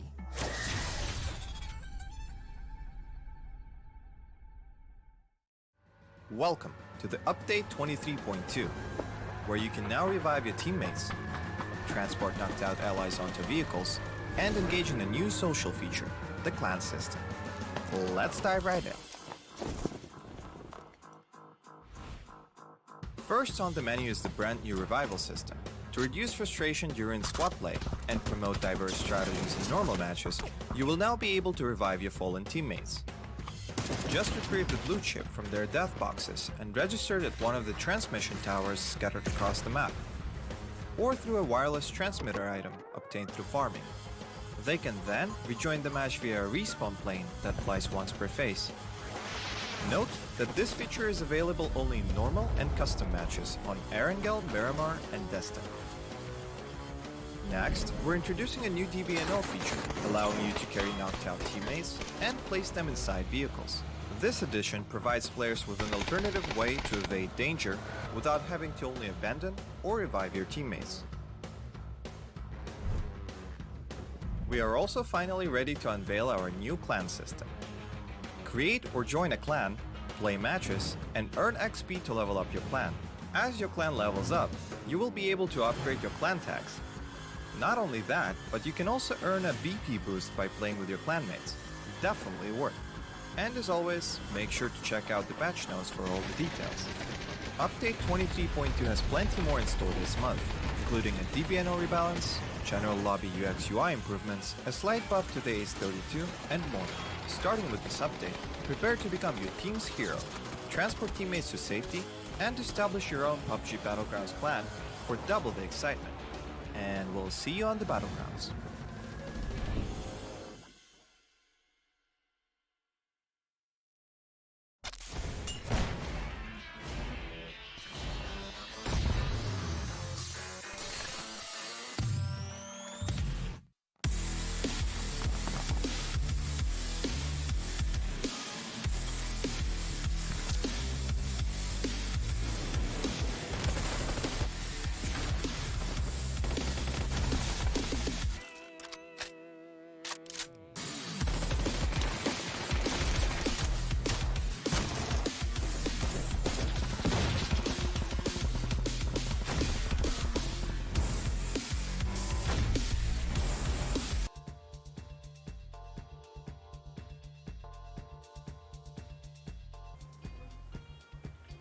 And welcome back, ladies and gentlemen. This is the PUBG Asia Super Cup 2023 Summer Edition. My name is Ricky Cax. Joining me here is Sir Cloud.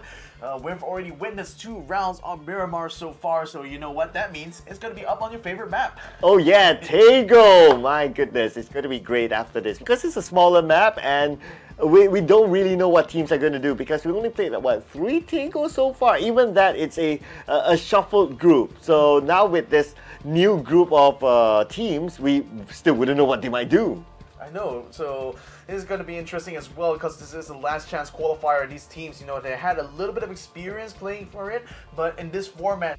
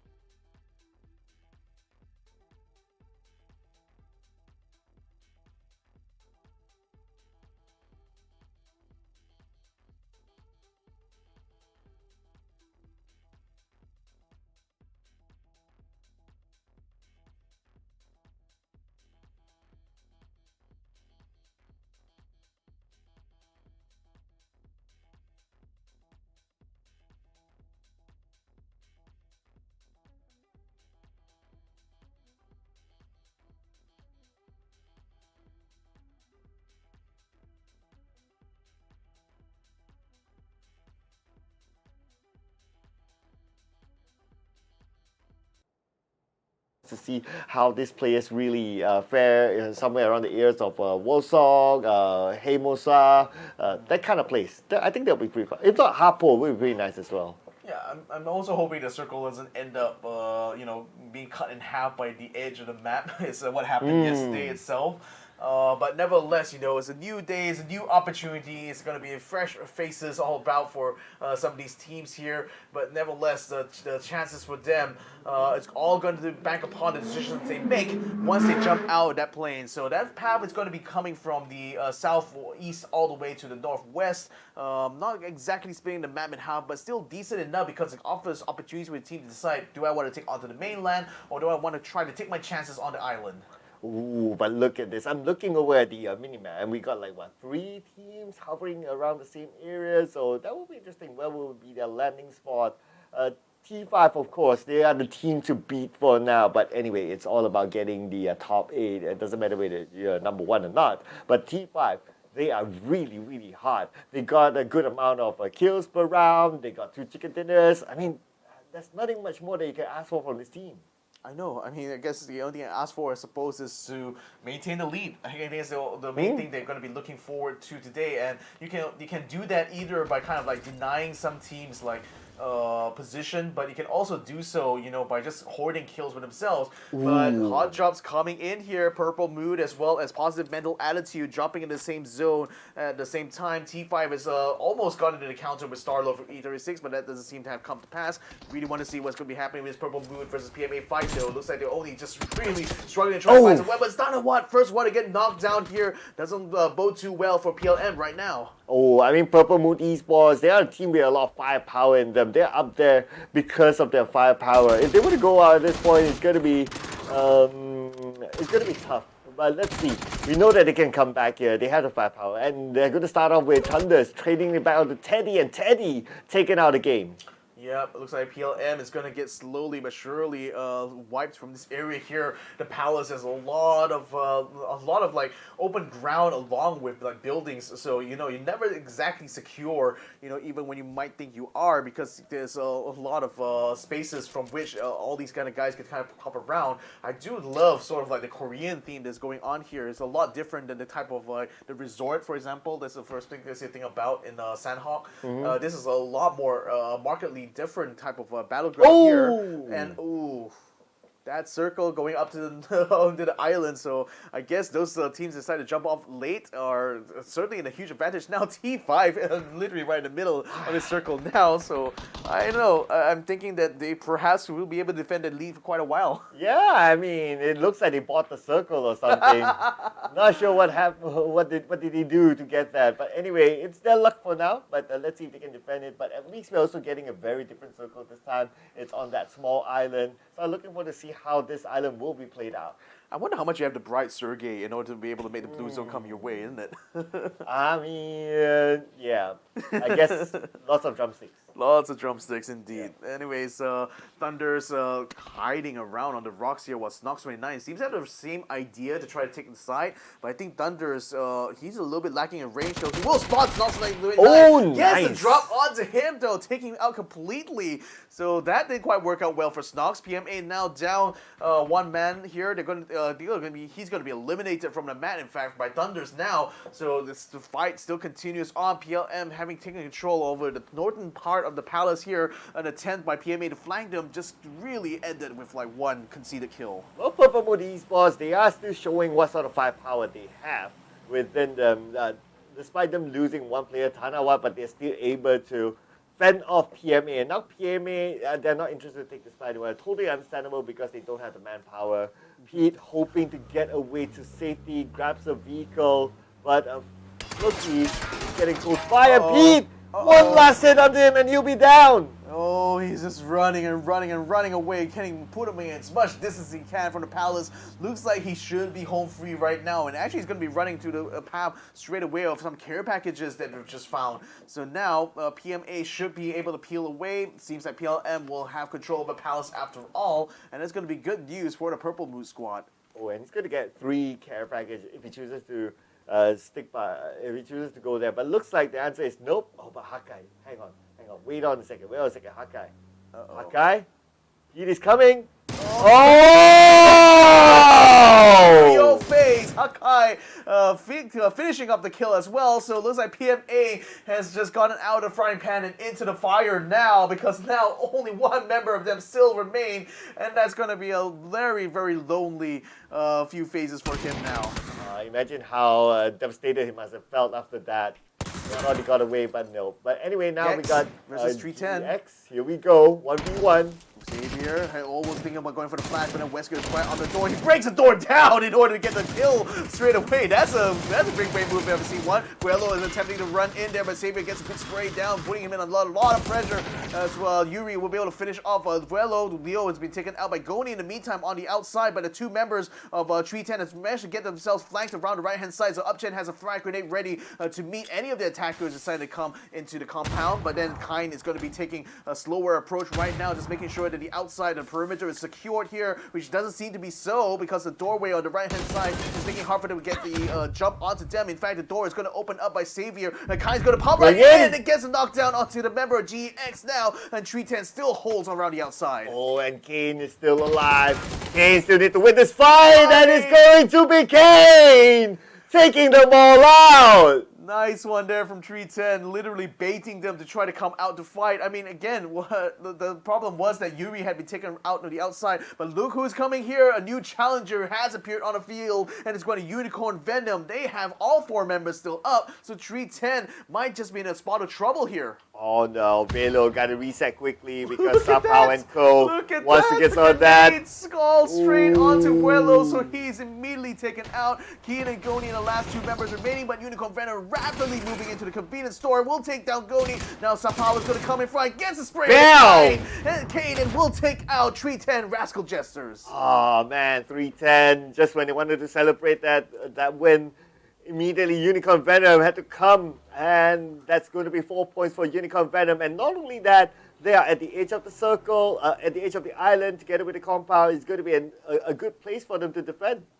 A good place indeed. Right now we're with Newhouse Esports. Looks like Attack All Around has just given them the slip, so Hoan is going to go ahead and keep going towards the prison here to hopefully get some whatever loot was still left behind. I think they, along with number one, who was also just getting around to the bridge there, looking like might be gatekept by another team here. Newhouse Esports' Sweet Joy, who was holed up by the bridge here, finds Neo and will be able to take him out. Virtue 22222 has already been taken out as well, so Lambao is going to try to use the Jeep to try to get out towards near where the water is, rather underneath the bridge. Seems like he's able to give Newhouse Esports a slip, so at least Tina 1 has a member still alive. Oh, but Lambao has to leave his teammate behind. Zico, not too sure where he is, but maybe he had to bail him.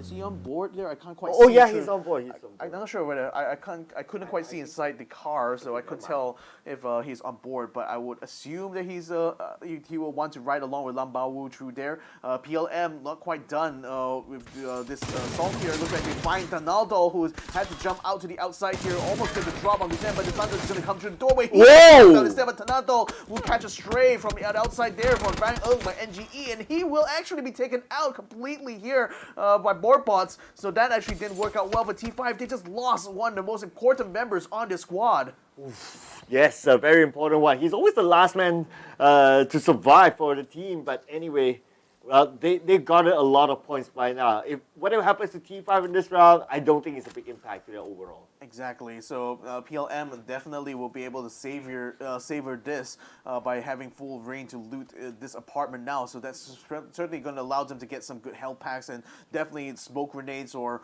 throwables, whatnot that could potentially use in the final phase here. The rest of Theerathon 5 though going to be holed up in this little village by the roadside, and that's going to allow them to basically stay out of trouble for the most part. One call in the meantime deciding to make the call to get up on the hill here. Plenty of vegetation because this is pretty much what the Korean landscape of Taego provides for them, and that's going to allow them to cover their movements for most people. Although now we're going to be on with Redsea Esports, who seem to spot Exo Clan doing the same thing on their side of the forest. Yeah, but Redsea Esports, Papa Sai probably got the outer queue, but he doesn't have a good vision. Like what you said, vegetation here is just lush, so it's hard for him to pinpoint exactly where his opponents are at. Exo Clan, they'll be happy on the other side. I mean, it's a significant gap between them and Redsea, so don't expect Redsea to really chase on. Yeah, and in fact, like Exo Clan has already, being across the street like that, I don't think it's going to be easy for Redsea to try to get the jump on them anyway. If anything, it's just most likely going to be who's going to get the pick off first. Should they try to get an encounter? Dean, in any case, is going to try to back up Papa Zai should ExoClan decide to make a move on Redsea themselves, but I don't think they're going to be too interested in that. It seems like Goobert is looking to try to take control over the higher point here, and that's going to probably help them a lot more. But nevertheless, Redsea does still open fire though, so ExoClan at least knows a squad is lurking nearby, so that might actually change their plan a little bit. And T5 seems to be heading to another team earlier onto the high ground on the right side. And here we have visual of the T5. They're going up against E36. E36 has visual, but T5, without the man advantage, they're not interested in the fight. Maybe, or just rather they just wrecking around, just seeing what shots it can kind of like draw out from any other teams that hold up inside the forest. And that is going to be one way potentially to scout actually, because by hearing those audio cues, you figuring where these gunshots come from, you have a rough idea of like where some squads might be holed up in. So they're just going to be looking for another complex, I think, to try to hold. And given that's been the pattern for the last two chicken dinners, I think they want to see whether or not they can repeat the same thing here on Taiko. Yeah, so far so good, whatever they're doing, and now they're kind of safe. It's just that unfortunately they'll be playing the rest of the round with 3 players, but that's okay. At the end of the day, they still got a good amount of points for the 2 rounds that they have played, so it's fine. But we can see that within this circle, this is the first time we're getting this circle in a competitive match. A lot of teams seem to really want to rush in for this forest. Hasawat and the rest of T5 still on the move though, and looks like it might be bumping into Redsea as Xsset Jr. is pops out the window there to meet anyone who decides to pick any shots against them. And I think like Redsea definitely will be hearing the engine sounds coming their way as well, so maybe just might be lying in wait for ambush. Attack all around, picks up an E pickup here, and then using that to I think get to the coast, which I think I've seen them do that before in the last Takeover map here. So let's see whether or not this is going to work out well for them. Last time around, they were caught in the hot seat. So has Parker Paul because he's going to be knocked down here. Redsea already getting the jump on the T5 very early on. This is looking really bad for the Thai squad. Okay. They could be eliminated by Redsea, but they're still Rosseted. He can still kind of get away, but oh man, look at the minimap. The rest of Redsea is coming in. He might not have an exit route after this. He may not. In fact, with like Redsea circling around here, they sense the blood and the water right now, and Rosseted is just bleeding out along with the rest of his team. The last, he's just been spotted by Zayed, so now they know they've been locked inside the house here. So Redsea Esports, a fantastic opportunity for them to take out the team that's on top of the leaderboard here. A frag grenade is going to be sent out around here. Can't quite pop into where Rosseted Jr. is, but again, he's watching in the doorway. He sees Mr. Flang and sees Dean. He almost had an opportunity to get a pot shot, but didn't quite take the shot there, unfortunately. And Zai is going to come around and flank the side. Mr. Flang in the meantime sends a frag grenade into the building, does do a little bit damage. Rosseted who only comes out to be caught out by Dean, and that will be the end of T5's run here on Taiko. Well, that's going to be 3 points for Redsea. Defended their compound, but now they have one call coming in. Jaxi managed to get a knockdown to Papa Zai, and with that knockdown, one call could make the call to rush in. I mean, it's effectively a 2v2, right? Unless they are, unless the revive does come true here from Mr. Fan with Dean, but they're still stuck in their respective parts of the building here. Nevertheless, for this next fight here, the circle still lands on top of them, so they can at least focus right now on trying to get the eliminations done here. One call will be sending whatever's left of the grenades now in order to try to obscure the area. Smoke grenades all abound here from Redsea to try to obscure where exactly Papa Zai is, but Jaxi actually finds a shot from the side there and takes out Papa Zai, so now Redsea is down to these two now, Mr. Flank as well as Dean, as now the rest of one call is joining them with the, joining them on the top of the hill. And speaking about joining, E36 wants to join in. They pull out a couple of shots onto Redsea, putting pressure onto them. And now one call's making the call. They're going to come in from the other side of the building, and they want to rush in. They want this compound. They want the point. Chibirid as well as Simoy now joining Trick as they assault the compound here. They still have plenty of troubles to go. Simoy still has three smoke grenades, a frag as well as a Molotov, so he can certainly try afford to spend quite a bit coming onto Redsea here. Dean still holding up, camping by the corner here, waiting for anyone from one call to decide to pop in there. Dean in the meantime is on the outside here, can't quite spot the rest of one call through the smoke at the moment.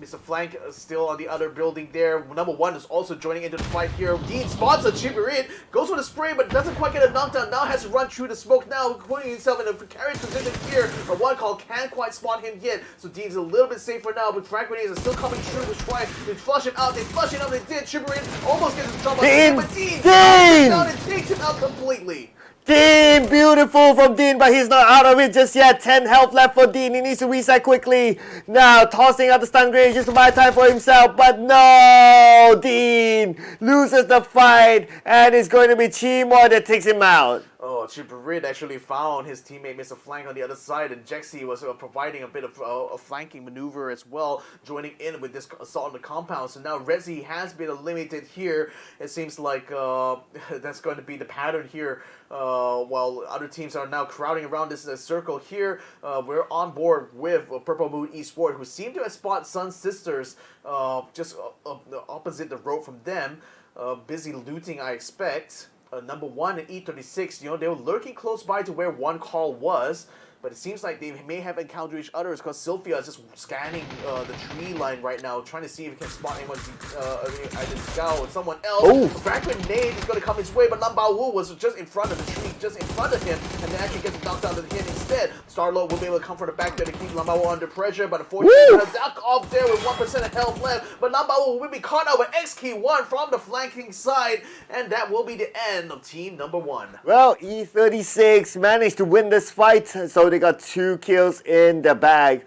E36 at this point, they're currently at number 5, are doing pretty okay, but they could use more points in order to secure their top 8 position. But here we have SST going up against Purple Moon Esports, a team that has a lot of firepower, and if they were to go up against them, it's going to be scary. But anyway, the both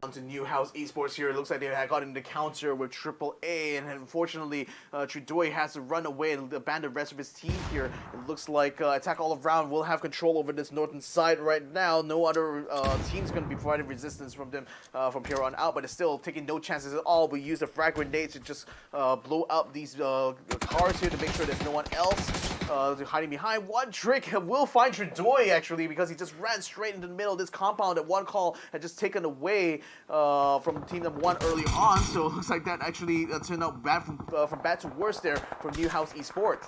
Ooh, New Generation Esports on the other hand is still on the outside circle. SST is moving on to them, and behind them there's another team coming as well, so they need to be prepared to fight, and fight they will. Hawkeye will be at the forefront. Hawkeye tries to spot out where his opponents are at, but they have the high ground against him.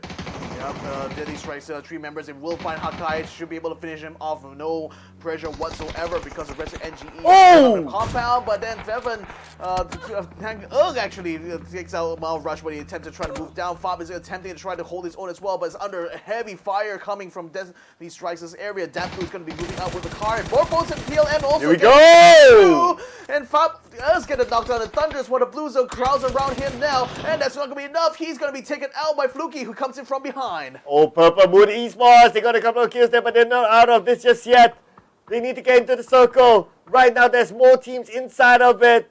How is Fluky going to get out of this? He's still on the outside of the circle, moves slightly away, but that slightly has a road in between him and the circle. It's going to be hard. One Call is also trying to get in the mix too. Trick is going up in front. He knows that Crazy Boy might be just in that area here, so he sends a frag grenade down that way. He sends another grenade to see whether or not he can flush them out a bit. And again, Deadly Strikes down to that last member there. He's trying to get the revives going for his team now, but with VLM providing some pressure from down below here, and One Call now also getting to the mix here. This is looking like a very dangerous, precarious position here. But Deadly Strike grenades almost catching that last member there. Hopefully we will get on board there, but Trick is going to be running away there. PLM's frag grenades do finally connect on the Crazy Boy, taking him out completely, and Deadly Strike is out in 8th place. Oh, but PLM, look at this. They're not done yet. They're still ranking in the kills. PLM somehow still survive. But now their next challenge is to get into the circle. SST is waiting right in front of them, and they need to get across the road. And after they get across the road, they have One Call waiting for them.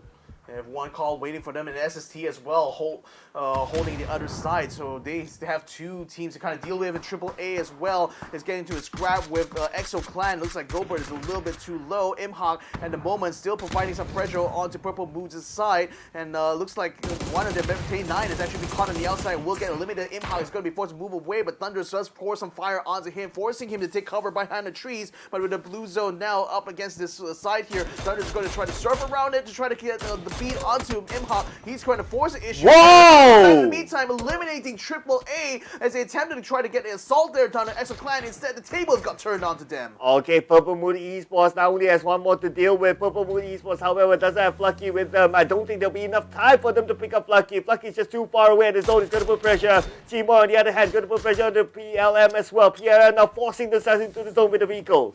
Yep, Simoy right now joining up with Trick as well as Jexy to try to head off Exo Clan, who had just won the victory against AAA there. In the meantime, E36 looking like they're getting taken out by the blue zone there. They were approaching from the southwestern side, and it looks like that didn't quite work out well for them. Imhawk in the meantime still alive, still kicking right now, continue to keep the pressure onto PLM. That's a few good shots there. He gets on the board boats. Not enough to get a knockdown yet. He's forced to get down on the road to get the first 8 kit out. But then again, SST, he's the last person standing here. He's attempting to try to finish off PLM, who did quite a number onto them as they get across the street. But will he be able to get the kills done though? Borbos is already getting some other speed. Wait, what? Off! Oh, I'm head from the outside the circle, toss a nade to rule them all. That was kind of heartbreaking, but anyway, Purple Moon Esports still managed to get 10 kills. 10 kills in total. That's a handsome haul here for PMA, because like the only other team that's going to be close to them right now is Unicorn Venom, and so far they're still in the running though, but so there's still an opportunity for them. Perhaps there's still final circle. 4 teams that still remain. Unicorn Venom is one of them. E36, they lost one member to the blue zone, but still have 3 nevertheless. Exo Clan, the Australian squad, also coming in from the north side, while One Call also has 3 members. They have been holed up in the compound so far, and it's still within play, but then they've already moved on to the other side of the circle. E36, the only full squad within the circle at this moment. Unicorn Venom just making their way in. Same goes for Exo Clan as well. But E36, they're leaving the high ground. They're going down to the compound instead, because the high ground is going to get crowded. It's going to get very crowded indeed. And the thing is that the edge of the circle is going to be where the battle is going to be for UV and Exo Clan. Gobert and Gats and Chimpy now haven't quite got themselves in a good position, although they are a little bit spread out, so they're able to kind of give their crossfire here to UV, who are just moving up single file line. Gubert now, he has a good position here to spot UV should they make positions, but he's only seeing smoke grenades being popped out on that side, so they know that that's going to be a huge amount of pressure that UV is putting onto them, forcing them now to just back themselves up into the northern side. That might actually run them into a path towards One Call's Jexy, but nevertheless, Exo Clan is trying to buy some time right now, because they need to see where exactly they want to try to maneuver next. And then again, every single decision is going to count. Oh yes, it's going to count, and plus count is going to be the time. Time is counting down for these teams. Some of them still on the outside of the circle. As we can see here, Exo Clan, we have got 1 player there, but it should be okay for him to get into the circle. He has his friends as a marker. I believe we should see Phase 7 will be really, really interesting, because we got still 4 teams and we got still a lot of players within it. Yeah, and like Exo Clan, he's still trying to spot out UV here, or rather trying to hold them back from being able to proceed any further. And Goobert is probably going to be in the front line of this right now. Smel's going to try to wrap around the side. There's a vehicle in position there. Perhaps Unicorn Venom might be thinking about going for a rapid reposition around the side of ExoClan. There's still a little bit of safe zone left because this circle, this blue zone is not going to be coming in for another 40 seconds, but looks like they will not be taking that plan. Instead, they're just going to try to dig in here on the side of the hill, which is not exactly the best position to be in, but nevertheless, the terrain does allow them to avoid any fire that's going to be coming from one call or E36's side. Yeah, looking at the spread of all these teams, everyone pretty much have their own corner for now, except for UV and ExoClan. They're closer to each other. Trading shots right now between those two teams. They know the position of everyone. And now Chimpy putting a couple of shots on the side of UV, but no big moves just yet. Everyone's just pulling out warning shots. Everyone's playing this patiently because the next circle is about to reveal itself. But Goober putting pressure to Seymour. Seymour dancing around, but Seymour should be A-okay. He has quite a good distance. And now the circle moved to an open area. So that means E36 as well has to move out of their compound. One call certainly is in the best position to actually take whichever team that wins out this fight by the hillside here between ExoClan or UV. Should be able to take them quite handily after they finish off this fight. But that means that for these two squads here, they have to wrap this up right now, because otherwise they're going to be conceding a lot of ground here to both E36 and one call. And the longer they drag this out, the worse off it's going to be. The blue zone grenade going to be set up on the side there, attracting everyone's attention now. Goobert's still going to be up on top. What? I'm looking at the airdrop on the northern side. Look at this. It's blessing one call at this point. Yeah, it's actually giving them a lot of good, important loot there, so they can afford to just sit back and let UV and ExoClan just fight it out. A good creep is going to be coming right through by J-Ken. That didn't quite work out as Goober takes him down completely. So Unicorn Venom now still, he tries to set a frag grenade there, does get Goober down to half of his health, but he's also watching out the back because it looks like E36 also wants to get in on the action, becoming a third party on the back of UV here. So it looks like they have to try to take this maneuver onto ExoClan, but it's looking like it's going to be tough with them to make the maneuver now, with the E36 already giving the pressure here. Sapao getting the knockdown to Goober here. Gas also getting knocked down. ExoClan looks like they're rapidly falling apart now. Still, he finishes off Goober here. He's going to try to see whether he can spot the last member of ExoClan, which is going to be Gas right up on the top of the hill, but he does get a health kit. He's going to try to run away and duck out of this fight. Okay, here we go. It's moving in. Gats can Gats get into the right moment. You'll be meeting up with UV very, very soon.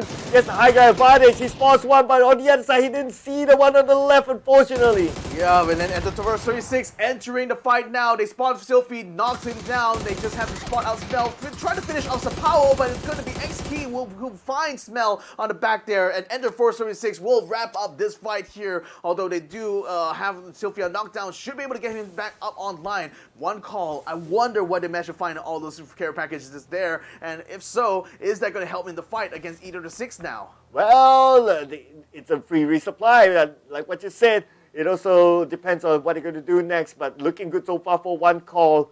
But let's see if they can wrap things up. Right now, we can see that Seymour is trying to find his target across, but the trees, the hill, is just blocking his sight. Blocking his sights indeed, and Ender 436, still have a bit of that dune left. Although the blue zone now is up against their backs here, so the chances are the next maneuver is going to be out in the open, which will be perfect for one call here, as they have a lot of scopes and a lot of good weaponry. The Mark 12, that's definitely going to be from the care package that they picked up there. So Trick is really having firepower today. He spots Sylphia up on top, but the foldable shield has actually kept him alive for now. Star-Lord is still keeping an eye out for Samoy, as well as Jexy and what Trick. He may actually spot one Trick through the smoke, but see the pop there. He actually catches Jexy, does get a little bit of a spray down, but Trick is going to be able to take Starlo down instead. Sylphia still up on the top there. He's probably the last one standing here for E36, but one call now is going to be collapsing straight onto the Japanese squad here, but one last pickoff will secure them the chicken dinner, and finally,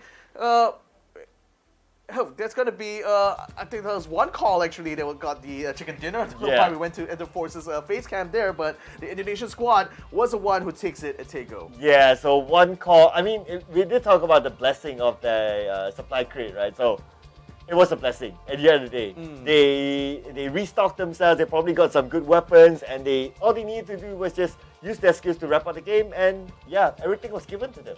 Again, like I would expect they used a lot of the main thing they wanted to get is the scopes, because again, where one call was positioned was out in the open there. Now granted, E36 had a bit of high ground, but again, the thick vegetation was a huge factor in the visibility here. I think, like even if like E36, even if one call decides to try to assault on the E36, they could still get quite close to them before E36 will be able to respond to that.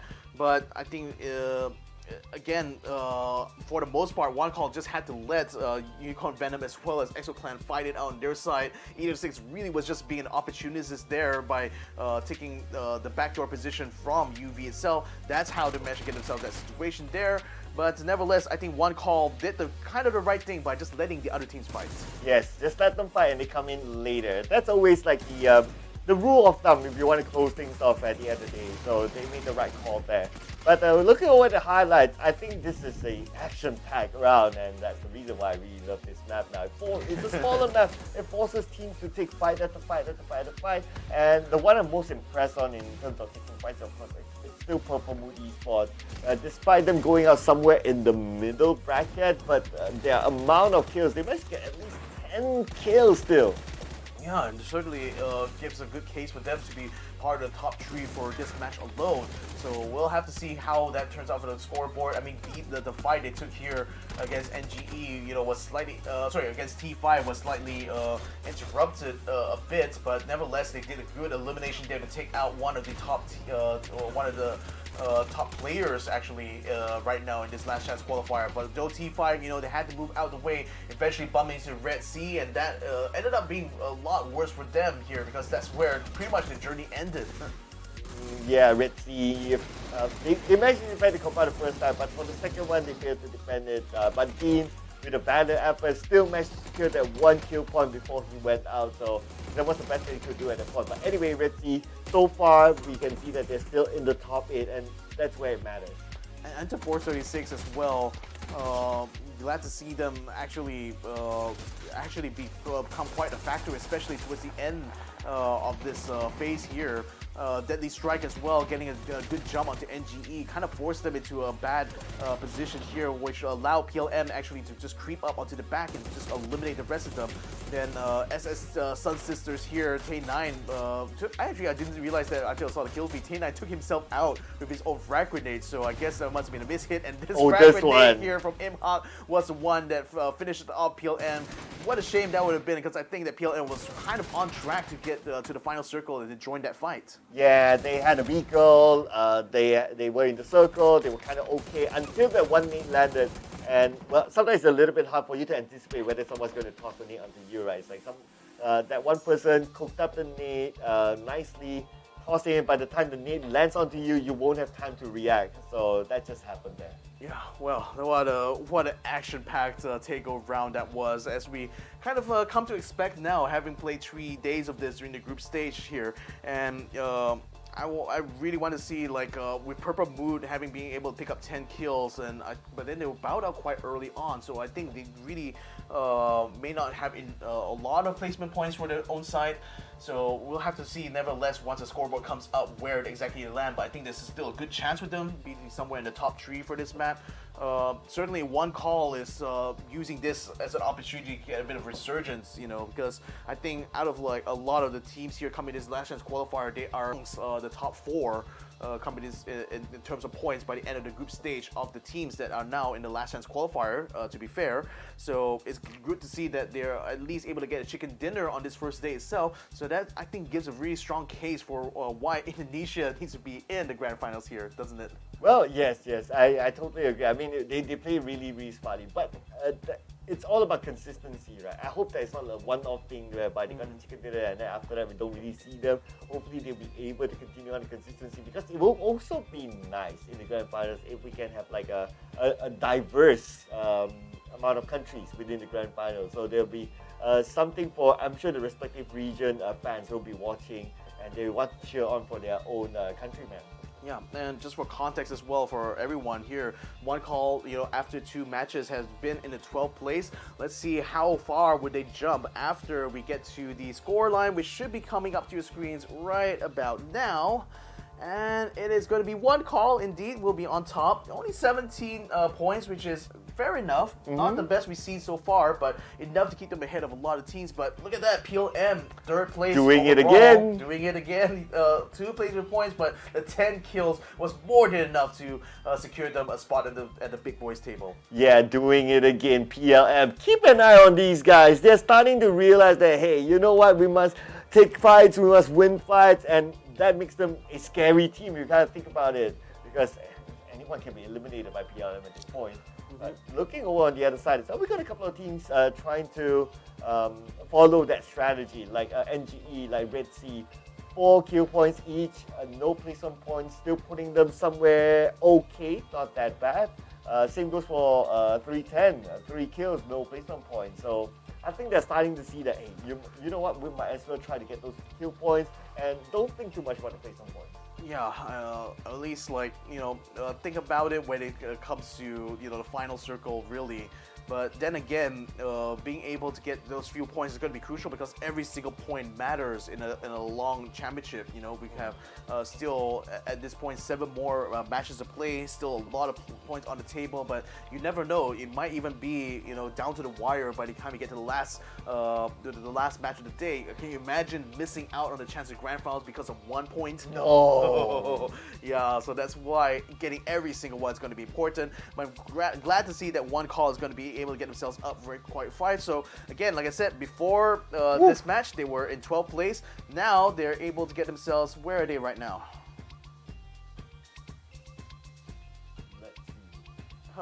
I actually see I think the graphics are a little bit wrong, because I see number 1 being displayed twice here. Right. So yeah, apologies for that. For you guys at home, the overall leaderboard has a little bit of a bug right now. So unfortunately, we'll update you guys on the official score later on.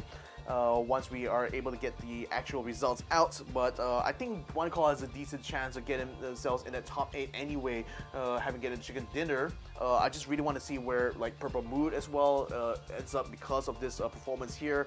And yeah, and E36 as well. They had a fantastic takeover round, low-key, and brilliant sort of third party to the UV versus Exo Clan fight towards the last circle. So I'm also hoping to see that they'll be able to get themselves somewhere in that top 8 too. Yeah, hope so as well, because they've been putting out good performances, right? And yeah, I mean, I think the race is going to be tight, especially at the teams at the borderline at this point. I think the last time we saw Redsea as well, they were just at the borderline with 15 points, and then number 9 was someone with 14 points. So it could still really swap. And now we only have we're starting to count down the games right now, right? We only have 7 more games to go. Yeah, 7 more games to go in total, including tomorrow. So teams really got to take every point seriously. Exactly, and to your point about the kill points being a lot more important, I also feel that if you are a team who are really aiming very high, especially if you're a team that wants to be amongst the top 8. It's got to be a lot of things, a lot of placement points as well. They need to prioritize at the same time. So this should be adjusted overall leaderboard now. So yeah, One Call has made themselves up into 4th place now off of this Tego chicken dinner. So a fantastic result for them for sure. Oh, we got 3 teams with 22 points tied in. So interestingly, I'm still impressed with the numbers of PLM. Only 3 placement points. That means 1 placement point per round on average, but they got 24 kill points, surpassing T5, who is the number 1 team. Exactly. I mean, if only PLM had more placement points, if only they got into the last circle fight near Tego, I think that could have easily overcome AAA there. But nevertheless, they're only 3 points behind their fellow countrymen here. So I think it's a perfect opportunity for them actually to continue to suppress everyone else. I'm also glad to see that E36 got themselves up in 5th place here. Exo Clan and Redsea as well, are still on the borderline, I would say, for this to get to the grand final stage, but nevertheless, having 19 and 15 points here should be quite competitive, especially against teams like Deadly Strike as well as number 1 here. Yeah, Deadly Strike only 40 points and number 1 13 points. You really have to think about it. Right? It's 1 point difference. up until PMA, and then there's a slight gap, but the gap is not that big anyway. So I would say that there's still a lot of opportunity for these teams to really shuffle around, and teams even on the top 8 right now cannot be comfortable at all. Even, okay, T5, yeah, kind of okay, they can afford to drop a few rounds, but if they drop too many rounds, who knows, a surprise might happen. But I think the score line is still such that, even getting a chicken dinner in any one of these rounds here for the teams that haven't been able to get up into the top 8 yet, I think given how far that one call was able to jump, I think that still bodes well for their chances, to secure a grand final slot. They just need to try to find themselves that chicken dinner, I think, and also continue to remain consistent in kill points. Yeah, but what is for sure at this point is that Thai dominance. Oh, 1, for 2, sure. 3. And this 1, 2, 3, they come with different strats. Like one has a balance strat, one has I would say more placement point strats, and one has a all the way kill point strats. And it still works out for them, however they play it. And Thailand, I mean, they're just a country that is dominating the PUBG scene. Dominating indeed, but then I'm really curious to see, especially once we get to the grand finals, how this how they will interact with the Vietnamese teams, because I think the Vietnamese squads also had a lot more recent success comparatively to the top teams from Thailand. So I think that's going to be like a heated rivalry between both of those regions coming into that. So nevertheless, though, I think we may be going to we're going to be taking a break basically before we get to ArkAngel later on. But nevertheless, I think there was still a fantastic round here on Tego. Yeah, Tego, great round. I wish we could have more rounds of Tego in the future. But anyway, I'm satisfied with the Tego rounds. All the Tego rounds so far in our tournament has been great.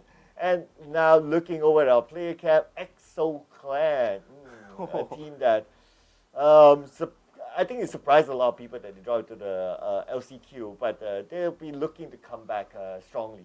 Yeah, they won the Challenge Rumble, and the thing is that being the only Australian squad, I can imagine a lot of pressure is on them, to as representatives as a whole of Oceania. And with MT being like the only Malaysian player here, they are quite an interesting team actually to talk about when it comes to this tournament here. But I would say that so far so good for them. They are still in the running in the top 8. I think it's just a matter of being able to maintain that position. That means having to find a lot more good fights, especially against teams like Number One or Deadly Strike, or perhaps even try to steal some of these points away from the other top teams, especially from Thailand, Pubg, as well as T5. But these are going to be this is going to be kind of the challenge for EXO Clan now. They still have another chance in this fight here. Hopefully they don't. Hopefully they'll be able to make the full use of it. I'm not gonna lie, that mustache was luscious. Oh, the mustache, the hat, the hair coming out from EXO Clan. I guess that was absolutely glorious. I'll be waiting for you to reach that that level of lusciousness. Oh man, SunSister. In the meantime. A bit of a messy round, actually, I would say, for Tego, because while they did win some key fights, it still ended up becoming a bit of a Pyrrhic victory anyway, because they kind of overextended a little bit, but they have made a lot of effort, I think, over this entire group stage, to improve themselves, and it seems to have started to pay off a bit. But I think other teams are starting to catch up to them as well, which is making the job a little bit hard too. Yeah, including Purple Mood Esports, the highest firepower team that we have so far. But anyway, that's all done and dusted. We are coming back to a classic map, and that's going to be ArkAngel. Ladies and gentlemen, let's start it off from Primorsk up all the way onto the right side of Severny. That will be the flight path. Let's go. Let's go. EXO Clan jumping off very early. I've always seen them do this, especially on ArkAngel maps. I wonder if it's simply because they want to be able to take the south point here, or is that legitimately a kind of strategy that they tend to run, especially on these classic maps here? Jump out early, try to get some early loot, and continue to farm as you hop from town to town. But looking at who else is also jumping out right now, Deadly Strike has decided to take in towards the school side area. One call has not quite made the call to jump out yet. In fact, it's still holding onto the plane, just I guess like wanting to get themselves as far north as possible. So we can see a huge variance in terms of where these teams decide to start with. So this could be a really interesting Erangel round here, actually, I have to say. Redsea just passing by one call, so looks like they're just going to like ignore the fact that they saw like Chibirit over there. So Redsea seems to be going towards perhaps the area of, okay, they're going towards the area of Kameshki. So that's going to be one of the edges there. Oh, okay, that's interesting. So the rest of one call actually jumped out quite early. It's just Chibirit who decided to jump out very, very, very late. So they're completely split out in the 3-1 formation there. I don't know what exactly the plan is. Well, I guess we have to wait and see. Leo spots Thunders and Fluky attempting to try to run away. It looks like they managed to only secure a bike. They don't have any weapons actually. In fact, like the rest of PLM is still left around the outside here. They only just found a complex here to try to farm. And that's going to leave them a little bit high and dry. Ooh, okay, very interesting here. This circle going up to the north side, so that puts Jojo Paul definitely in play, the shooting range as well. But with one call being a little split up like this, I wonder how they're going to try to meet up in the middle here. Okay, this kind of circle is it's kind of tricky because you kind of need to make a choice whether you want to be on the upper island or you want to be on the main peninsula, which is the lower so-called island.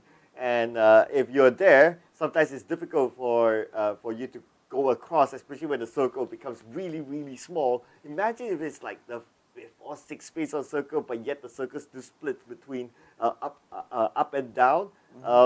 That time, it will be like, you want to get across, like everyone's so close to each other that you won't have room to do that.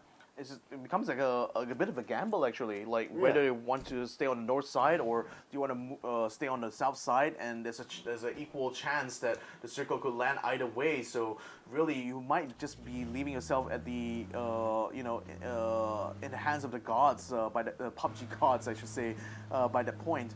But nevertheless, I expect that things are still kind of quiet at the moment. I don't think there's going to be there was any hot drops, at least as we saw just now from the map view. So it seems like teams are still going to be able to focus more on that farming run that they're doing right now. And I guess at this stage here, especially this last chance qualifier, we kind of talked about this off stream, but I think teams are just taking it a much more safer sort of route, especially during this early phase here, not trying to go for hyper aggressive sort of like early game plays. It looks like they're mostly trying to conserve a lot of the energy for the end. Yeah, I think it's also the realization that it is an elimination match for today and tomorrow. So they don't want to make those big moves in case it becomes a big mistake instead. But unless you are PLM, then you probably are a little bit more confident to take those fights. But other than that, we can see that for the 4 matches, except for Tego, because Tego naturally is a smaller map, but for the bigger maps, we can see how conservative these teams have been playing, at least for the start. But that also means that when we reach the 3rd, 4th, or maybe 5th phase, that's where all-out warfare will happen. SST is making an approach from the paddy field towards the complex where one call is holed up at, comprised of 3 buildings there. A bunch of trees and dunes actually is going to make it hard for them to spot, so I don't know if one call is actually aware that they're being spied upon now by SunSister. Runax has been like feeding information and allowing Tay9 and Feven to try to come out the side, and you got Imhak coming up from the side of the east here. He's actually going to be on approach to the house now, while Tay9 and Feven are going to be flanking the other side. And oh, look at that, they're trying to use the E pickup right now, so it looks like SSC has to move and take the fight here as quickly as it can. Gunshots already fired here. One call realizes they're being spotted now, and decided to try to scramble straight away to try to meet this threat head on. Okay, one call being surrounded. Where are they going to go from here? I mean, SST has every corner covered. They got the long range, they got the short range. They're just next to them. I mean, one call, man, they have no choice but to just win the fight. Yeah, Yeah, they had to cancel the E pickup just now, so looks like they're going to be bogged out here for quite a bit. Venom is already taking control of one building, gets spotted inside a bit of a ping as well, forcing him now to duck around to the bottom here. One call is going to be taking control of this one building here. Runax is still on the outside. A Molotov is going to be sent in there to try to hopefully flush Venom out. Tay9 in the meantime going to be wrapping around to pick up the Jeep as they looking to try to rapidly reposition themselves or at least secure an insurance here should this fight go south for them.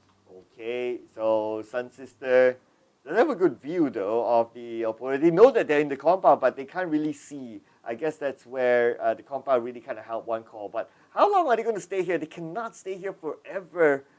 There are a lot of risks here. Okay, other teams could come into this compound and be the third party. That's number one. Number two, they will lose prime positions to other teams rotating into the circle. And and on a personal level as well, I hate to be the player that basically has to just sit back and wait for the other team to make the move now, which is pretty much the position that one call is at this point, because they can't exactly they can't run away there. They're completely surrounded on all sides by SST. They can't exactly poke their head out too much because that's going to risk them getting pelted by frag grenades or molotovs or even smoke grenades. And SST now, they have a bit of a hard time actually flushing them out because I think they're just running out of grenades to throw anyway. So they're just kind of stuck waiting, or rather just seeing whether or not they can maneuver around and hopefully bait out some sort of response from one call themselves. But one call, knowing that the situation, the cards is stacked against them, are deciding to just dig in, stay quiet, stay silent, and then wait for SST to make the first move. Okay, this is a daunting feeling, right? Like, you don't know when will they make the first move, like how are they going to do it, what kind of entry points they're going to use. But SunSister, okay, are they leaving this compound?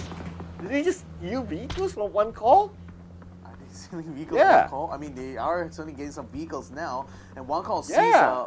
they literally just peeled away from this. They decided, it's not going to be worth it to hold up here. I think they also might have spotted ExoClan, which is just behind where the camera is, because they are also on the move as well. In fact, ExoClan is also moving in the same direction that the SST is going in as well. So they might actually meet somewhere in the middle. In fact, now the battle has gone from them between them and one call to now ExoClan. They're going to be getting back in the cars right now to hopefully just cut them off a little bit coming to this next circle. So it's a little bit of a rush now, a race actually, to get themselves to the edge first. And it looks like SST is going to be able to get to the finish line. Wow, you know what? I think they sold the vehicles for one call. That means now one call does not have vehicles. Oh no, this is bad, this is bad. Yeah, and ExoClan, I think they've also just attracted some attention from one call because they're turning around now to spot some people from behind there. Gas is still keeping an eye on SST in the meantime, but it seems like one call is going to have to proceed on foot-ish, unless they manage to secure some other vehicles there. But ExoClan has decided actually to just hold up here for a little bit, maybe try to regroup or rather reorganize themselves into their vehicles. Looks like the convoy will be on the way now. Xavier from Gex has found himself up on a mountain here. This car is definitely not designed for this level of off-roading, but Xavier is still going to try to do it anyway. Well, whatever it is, whatever floats his boat, or whatever drives his car, as long as he's happy, it's fine. But speaking about the Gakam Mountain, it's actually a decent place to be in because it's like, again, you get to see like rotations of other teams around that area. Now, it might not be the best because there's a chance that the circle might move away, because right now the Gakam Mountain is just somewhat by the side of the circle. So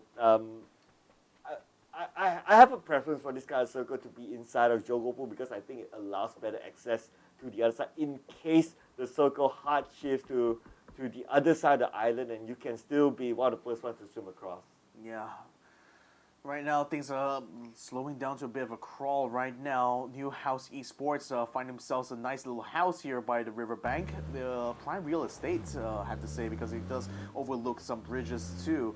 Redsea Esports also having a whale of a time going for their farming run. Have been just farming and farming constantly throughout this run, not really getting into any major engagements yet. Looks like one call. Ooh, this circle landing on top of the shooting range now. So that's a little bit more northward bias than I think Gex or even EXO would have liked, but nevertheless, that means that even though they took control over the Gatka Mountain, it's not going to be factoring too much now in this next circle. In fact, with the bridges also becoming a bit of a choke point, that could be a site for some action there instead. Yeah, so this is where it is going to be a difficult one for those teams on the main peninsula because they need to go through the choke points unless they have a different exit, which is using the emergency pickup. But if they choose to go by ground, they want to drive their vehicle, well, be prepared for teams actually defending the bridges. Yeah, PMA looks like they use an E pickup to drop themselves right on top of the shooting range. Came under fire a little bit. Now they're going to try to pour some fire onto New House Esports, who have switched out from the house to the cars now to cut across and hopefully be able to get to this next circle quickly. In the meantime, the PMA is still going to try to use whatever time they have left to just loot the area they're in right now. Theerathon 5 also on the move, getting themselves in the middle of a city there, which is being held by another squad. PMA in the meantime having free reign to just continue looting here. The only thing they have to watch out for is perhaps a squad or two that might be coming across the hill. I do see another squad coming through. Redsea Esports at this NHE here. Long K has been taken down. Should be finished off here by Papa Zayed, and looks like NHE might be getting a little bit more trouble than they bargained for. Well, it's going to be Redsea getting the kill point, and of course they are currently at the edge of the top 8, so they definitely need the points in the flag there. They'll take it off anybody. So whatever they can get, they'll take it. But so far, it's just a rotation. Seems like they chose the upper side of the circle, so they're currently within the circle. I think the next few phases of the circle should be okay for them. Yeah, I mean, at least now that they found a complex to work out of, so they should be secure. This position relatively. One calls Jexy just got a bit of an encounter now with Exo Clan. It looks like they actually picked up some vehicles themselves, and they're still out in a blue zone. Not a painful blue zone, to be fair, but nevertheless, not a good thing to actually bump into a squad right on the edge there. So one call is going to have to find another approach in. New House Esports still trying to keep Redsea at bay right now, but they also have Theerathon 5 coming in the other side. SSC having an E pickup and dropping down close to where New Generation Esports is. They try to snipe them down. K9 actually takes a bit of a shot there, but I don't think that's going to be enough to knock them down or stop them even getting that away. Triple A in the meantime looks like he's getting into a counter now with Gex because Savior has been taken out by a headshot there. So New Generation might have just gotten a drop there. Oh, look at the amount of teams starting to come in on the shooting range. On the minimap itself, we can see 3 teams, and there's more coming as well as Exo Clan takes the emergency pickup into the circle up onto the northern island. And this is where the emergency pickup is so useful, and you don't need to worry about the choke points. But like what you said before, it's going to be a double-edged sword. Let's see where are they going to land. Yeah, let's see where they're going to try to land here. Again, most likely it's going to be by the coast. They know at least, this is definitely not going to be any squads by the water. Although Chimbi is going to be backtracking a little bit here, so I think he's going to see whether just scout out this complex here. But you got 3 teams here: SunSisters, as well as PMA in the vicinity. 310 in that house just up by the hill there, and that's going to be an open invitation to everyone else to try to pop them off while they get their parachutes popped out. Are they going to be able to get on the ground? Looks like MT has taken a bit of damage, but looks like no knockdowns there for Exo Clan, so they're a little bit safer now. Oh yeah, it's lucky pick for them, and also lucky for them because the circle happened to be on top of them as well, so they don't need to move for the next missile circle at least. Now we still have one call on the main peninsula, just on the areas of Rascal, still not on the northern island or on the shooting range island just yet, so they still need to make their way, and the choke points is just not helping them. Yeah, certainly not helping them too much though. SST has been able to calmly be able to take this place on the outside here and to retain 9 inside the shack, at least overlooking the hill. There's no chance for 310 to provide any surprises for them whatsoever. Looks like Deadly Strike were close by to where New House Esports is. New House is already pulled away from this location here just to leave Deadly Strike to their devices, so no threat of an attack coming here for this squad in particular. I do see that NGE gets caught onto Gats. I think Exo Clan tried to move in onto their position here and just got caught out a bit. Attack all around. Okay, be prepared to attack all around, literally, as he's been surrounded by NHE. Managed to get the first knockdown. 2 more at the bottom. Can he get the second one at least? Yes, he can. What a nice peak shot from Skirt. Amazing gameplay. Yep, Triple A now getting themselves a nice, decent haul there, as NHE no doubt was like, I saw them kind of like using the cars to go around, and that seemed to have caught them in a bad place. PMA has actually caught Imhop and taken them out of the map. New Generation's Hakai is moving in the same vicinity where Redsea Esports is. Papa Zayed has loaded up his teammates into the Jeep, but seems like shots are still coming true. Tanawad spawns empty, attempting to try to hide behind a tree. Now he's going to try to regroup with Goobert there, as Exoclan, who has already lost 1 member, mind you, are now under fire from yet another team here in the forward Purple Mood. Well, Purple Mood Esports, so far this round, not really in the mood to find kills. 0 kills for now. Well, unless they want to show up later and just wipe out everyone, we'll need to wait and see. But so far, we're still 15 teams available in this round. And we'll see the next video circle in about 10 more seconds. So far, everyone seems to be settled down within the circle. Even like one call from Rosa managed to find their way up onto the shooting range island. They're A-OK for now, but the next circle will determine if they will still be okay. But keep your eye on the top left there. Yeah, the top left, number 1 is collapsing onto UV here. I don't think we've seen any knockdowns coming quite yet. Instead, the knockdowns on NGE, who are also fighting on the other side with Redsea here. Purple Mood Esports continue to keep Exoclan completely suppressed there. Attack all around. Jack Wolf gets knocked down there by a shot from Yuri on the Mini 14. And that's even though they tried to get a jump onto him, looks like Yuri had a little bit of a last laugh. Ooh, yes, a beautiful one indeed. Let's see if Janku can be picked up there. But now looking at the circle shift, the ones that were fighting on the top left, well, they need to make this fast. Now look at this, the long range coming from Thunders. It does connect, but not enough to take anyone down just yet. At the same time, we can see that Blue together with Tanawad getting kills for himself. Yeah, I think NGE is sweeping up Redsea, but Papa Zai is still putting up a decent fight right now. But Hakai is coming up behind him, putting a lot of damage on the Papa Zai here. He's actually going to catch him up. He takes him out completely from the back, and Redsea is out in 15th place. That was a tough one there. Yeah. He turned his back. But anyway, his life was like about what 10% health left. So there was nothing much he can do about that. Purple Mood Esports. Now, this could be their first kill if only he can connect those shots, those long-range shots. Not just yet. Speaking about long-range shot, we got Enter Force 36 trying to stop UV from coming in. MT is at least able to get a Fluky down for now. T5 also getting the fight with PMA, no doubt around the shooting range area. But PLN Borbos has a good frag and they kill against Chimpy there. So they're also getting the mix, and Borbos gets a shot to knock down MT as well. Exoclan under a whirl of hurt right now as Goobert attempts to try to head off this assault from PLM. It doesn't seem to be working out too well for him as MT gets eliminated and taken out from the map here. Thunder's continuing to keep his support. Goobert gets a ping onto him, tries to get a second one, but it is not going to be able to get him through the trees until just now. Goobert! Another turn shot onto Goobert once more, but then finally he will get taken down by Borbos, who was just right by the hillside. Oh, just in time. The blue zone arrives on the Thunders, and Thunders immediately gets away. Hatsawa will be taken by the zone, and look at the amount of teams on the northern side, just below shooting range. There are like 4 teams just next to each other. Yeah, PMA were in a fight just now with T5. It looks like Rossetet has already been knocked down, and NGE quickly peeling away from this because realizing they're going to be set on the pawn by other teams here, and SST is moving up from the south side as well, fighting a lot of pressure. They got a knockdown on Hakai as well, so it looks like the NGE has to stand their ground and fight here. Thunderdol out in the blue zone will get eliminated out in 11th place, so Theerathon 5 not able to join the rest of them inside this final circle. NG is still not out of the woods yet. They're still attempting to try to rescue Hakai, but SST continues to keep them under pressure. Oh, this is such a messy fight right now. You move and you shoot, you move and you shoot. A Favorite, can he get one for himself? At the same time, the blue is going to put pressure to all on the Favorite. Will be knocked down by Vanya. Favorite will need T9. Can he finish him off instead? Yes, he will. He will get a knockdown together with a flashbang. So now SST has bought themselves a little bit of time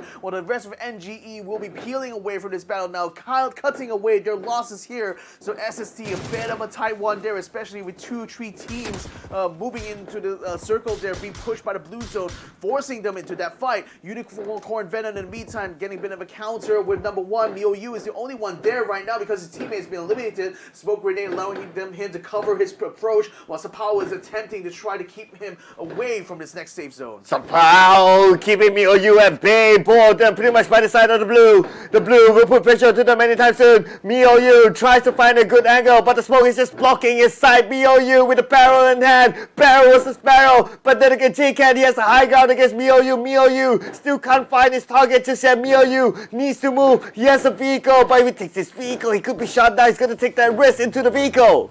Yeah, he's going to try to risk it right now, just trying to run because the blue zone is already closing in. JCan goes for the spray, but that forces MiYoU on the outside, and he will get eliminated there. Team number 1 not able to proceed on here. 8 teams still remaining in this circle. Oh, there you go. K9 is not done yet. He's getting one for himself. Runex on the other side. Tries to get a good sight on the other target, but not able to do so. Runex right now still on the outside of the circle. 310, still stopping them from coming in, but the blue is coming from behind. Gonna put pressure on the Runex will do it! SST taking out 2 there from Runex will allow them to overcome 310. So that was a bit of a tight spot, but they still managed to make the most of it. So this next circle still out on the open here. Deadly Strike still on top, trying to gatekeep Unicorn Venom coming in. SST's 2 remaining members will be joining up onto a Jeep now, trying to make their way into this next safe zone. E36's Starlo and Sylvia have not found themselves yet in the battle, but they may actually be able to get an encounter with Deadly Strike. But the thing is, Deadly Strike already has a building to work out with, and that's using that right now to snipe onto the other teams. And UV now is next team in trouble. They need to get into the zone, but they'll be gatekept by other teams. Need to find a way in or find their way through. They don't really have a choice right now. They're running in on foot. Sapao together with JCab. Where are they going to go?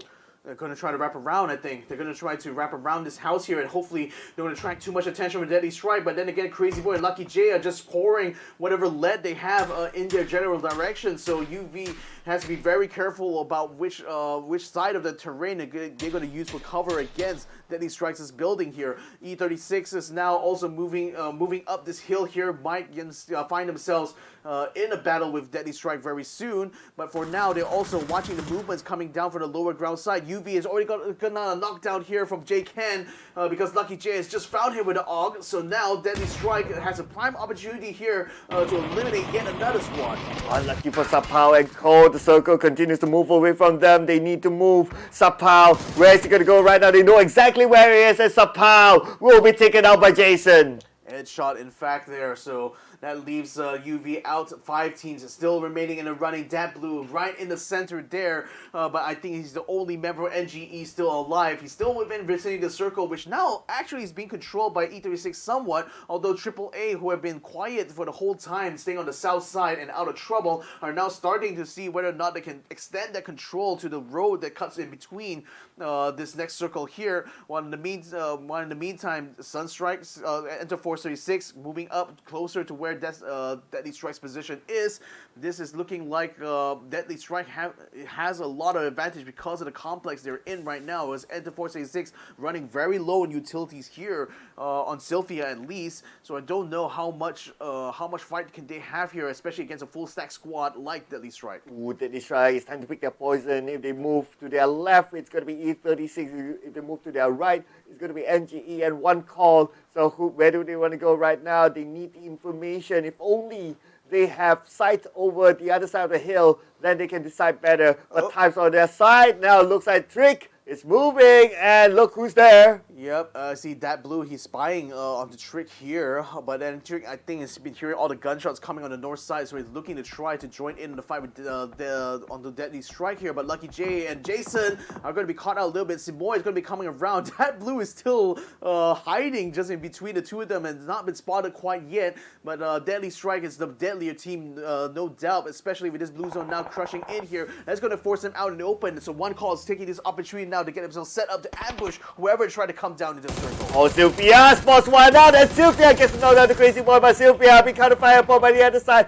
No, Sylvia's still alive somehow. Lucky G will need to move in quickly, but Sylvia will be able to reset himself. But Lucky G comes in on time, and Lucky G 2 knockdowns back to back. Beautiful coming for Lucky G against the one, but no, that is it for Deadly Strike. Star-Lord coming in with a headshot to allow E36 to continue to get this running here. 3 teams still remaining. One call now collapsing onto what used to be this Deadly Strike's position here in order to head off E36. Water is still low, but they still need to try to get there faster though. Grab Grenade is going to be able to knock down Sylphia, so now they just need to deal with Starlo here, and they should be able to finish off E36. Oh, at the same time, AAA, they're waiting for all the commotion to happen before they come in. And now Jaxi, Starlord's picking up his teammate. Jaxi's moving in with the Molly. Also, Molly forces them to move. Starlord managed to pick up his teammate, but now Starlord being shot at 43 health left. Starlord needs to retreat. Starlord needs to reset. Jaxi is still alive, trying to buy time for his teammates, but Eva will be gunned down. Starlord will reset. Yep, he will be able to reset himself. A teammate is going to be coming in front of him, asking for the revive, but he doesn't exactly have the space to do so. Instead, he's going to try to send some frag grenades down, but one call is going to be attracted by that instead and finds him through the brush. So E36 is out in 3rd place here. Now it's come down to the wire. Attack all around, as well as one call now vying for this next chicken dinner. Oh, here we go. 4v4. It's going to be a fair fight here, but then again, the circle does favor AAA a little bit more. While one call, they have the high ground advantage instead. The airdrop drop between these two teams. One knockdown to lower ground. It's not possible for AAA to pick up their teammate. There won't be enough time. It wouldn't be enough time indeed. It's one call now. Looks like they're also maneuvering to try to get to that care package. It just drops right in the middle here. And what an interruption it is really for disruption actually for Attack All Around, because we auto skirt out of the way. They aren't able to flank their way down southward. So just like J-Dai is going to be able to get his card down, it's going to track some shots coming in for one call as well. As Shibuya attempts to try to finish off him before auto skirt before he's going to be able to get a revive. But oh yes, he does get the ping just off to the edge of the tree there, so that allows him to take out Auto Script. Now J-Dai is finding himself in trouble because he's out in open here, has a car, and Shibuya has him in his sights. Oh, one call looking good so far. They are putting a lot of pressure on the AAA. They're not allowing them to make their move. They're not allowing them to open up. Instead, one call is the team that open up. Look at them opening up the flags. Where is AAA going to go? They're choking AAA to the edge of the blue. Yeah, it's choking them indeed. Trick is going to be getting in the car right now. No doubt to try to continue to flank AAA right now. Equilucia is going to have to cut off Chipirit, who has already moved up quite far forward. They're going to try to keep the Here we go. Get the knockdown onto Equilucia instead, though. So Simboy, Jaxi now moving up in front. Jaku 2 up is already down. They just need to find J-Dai, who is all by his lonesome at the edge of the circle here. One call has this a lot. Simboy goes up in front. There you go. Takes the kill. Winner chicken dinner for Indonesia. Oh, one call! 2 chicken dinners back to back! Wow, oh my goodness, this is a great chicken dinner. I mean, just looking at their coordination, the moment they got the first knockdown, they open up and they secure the perimeter, not allowing their opponent to move at all. AAA had nowhere to go.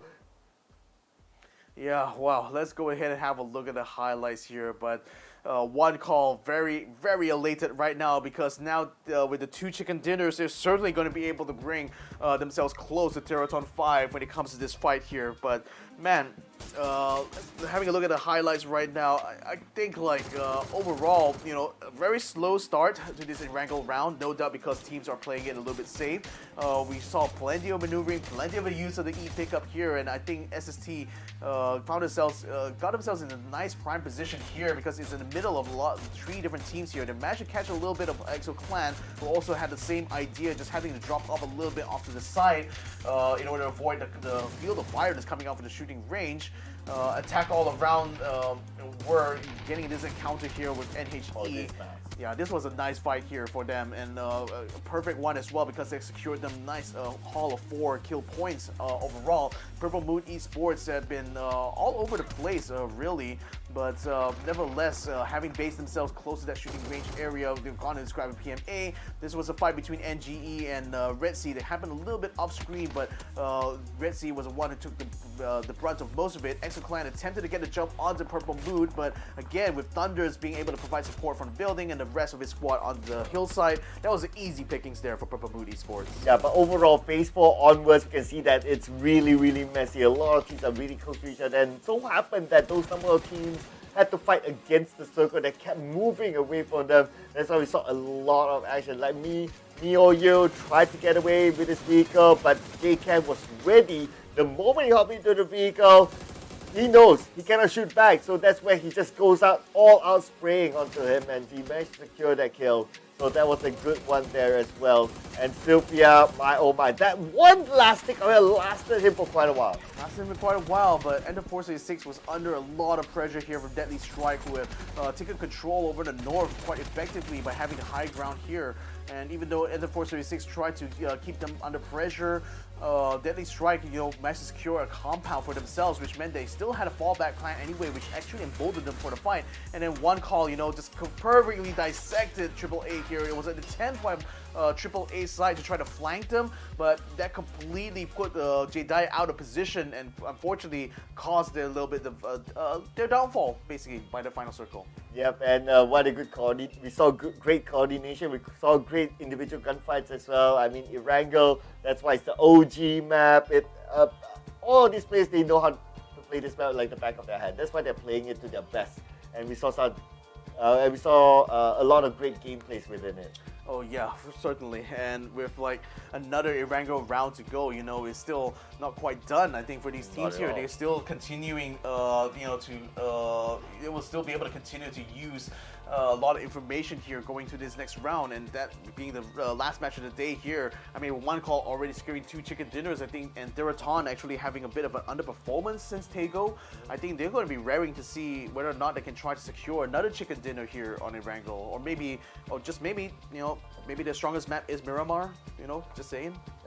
Maybe, but they still managed to collect a good amount of points there to secure their place at least in the top 8 for now, right? I think the scarier ones would be those teams at the borderline of the top 8. Like, how are they faring? Because I think that there will be a lot of change there, considering that Redsea in this round was not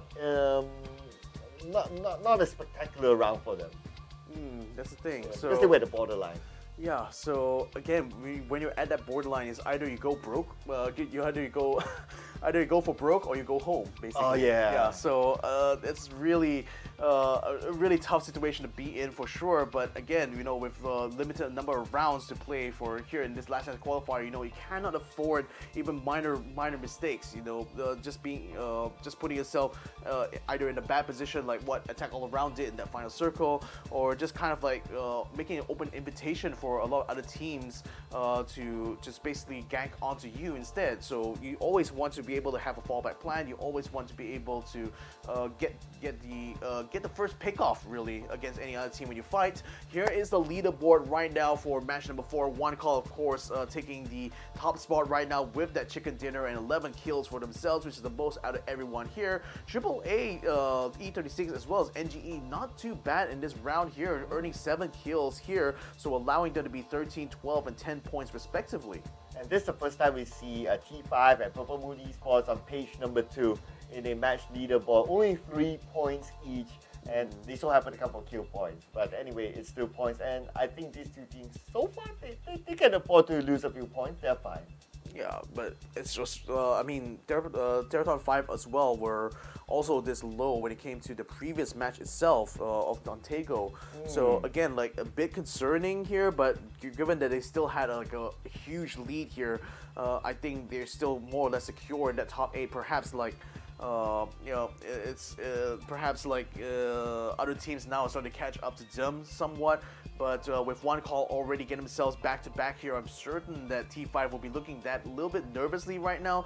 Hopefully they'll be able to come back a lot stronger in the next EARENA round here. I'm also very surprised to see that Redsea and number 1 also underperformed massively here, even because they were still involved in a few fights, but I think Redsea themselves got completely wiped though in that encounter. So we'll see how they're going to try to continue on, because as of right now, Redsea has been pushed off of the top 8 here. Exo Clan also on that borderline a little bit. Deadly Strike has been able to upgrade themselves into a first class ticket here. So has Unicorn Venom as well. So joining still up, the one call has already reduced that gap between themselves and T5 down to 3 points. So like I said, if I was in T5's position, I would be a little bit worried. Okay, now that we get to look at the overall, it does make sense as well.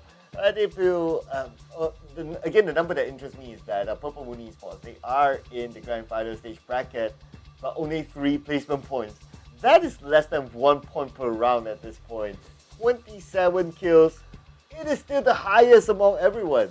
I mean, Exo Clan also has like a similar sort of ratio going on, 4 placement points to 15 kill points. Now, it's still going to be on that borderline, but you know, the vast majority of other teams are still quite consistent in collecting both kill points as well as placement points as well. But for the most part, these are teams that were very much involved in late game fights, very much able to survive through the typically very chaotic mid phase. So I think it's more about being able to survive that middle portion of the map is a lot more important should they still want to be able to keep up with the top 8 teams. But you know who has to keep up? There's a break time for us, ladies and gentlemen. So we'll be taking a short break here, ladies and gentlemen. Don't go anywhere. We'll be seeing you for the last game of today in ArkAngel after this break. Welcome to the update 23.2, where you can now revive your teammates, transport knocked out allies onto vehicles, and engage in a new social feature, the clan system. Let's dive right in. First on the menu is the brand new revival system. To reduce frustration during squad play and promote diverse strategies in normal matches, you will now be able to revive your fallen teammates. Just retrieve the blue chip from their death boxes and register it at one of the transmission towers scattered across the map, or through a wireless transmitter item obtained through farming. They can then rejoin the match via a respawn plane that flies once per phase. Note that this feature is available only in normal and custom matches on ArkAngel, Miramar, and Jester. Next, we're introducing a new DBNO feature, allowing you to carry knocked out teammates and place them inside vehicles. This addition provides players with an alternative way to evade danger without having to only abandon or revive your teammates. We are also finally ready to unveil our new clan system. Create or join a clan, play matches, and earn XP to level up your clan. As your clan levels up, you will be able to upgrade your clan tags. Not only that, but you can also earn a BP boost by playing with your clanmates. Definitely worth. And as always, make sure to check out the patch notes for all the details. Update 23.2 has plenty more in store this month, including a DBNO rebalance, general lobby UX UI improvements, a slight buff to the Ace 32, and more. Starting with this update, prepare to become your team's hero, transport teammates to safety, and establish your own PUBG Battlegrounds clan for double the excitement. And we'll see you on the Battlegrounds.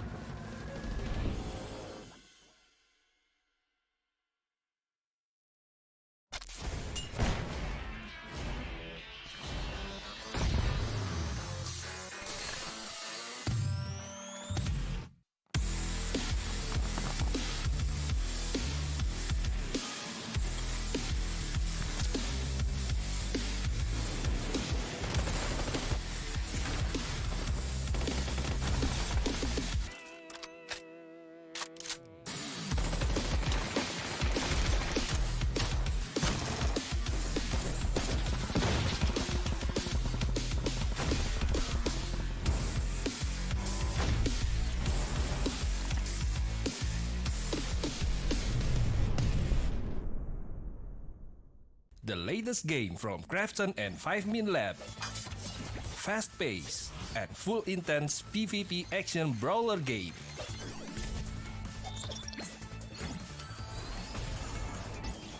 Use your best combo to send your opponent to the lobby.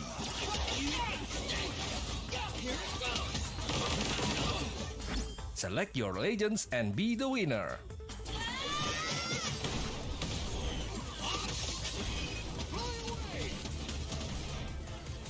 Pick the mode that suits your fighting style, from 1v1, 2v2 to Battle Royale. Available to download and play free on Play Store, App Store, and Steam.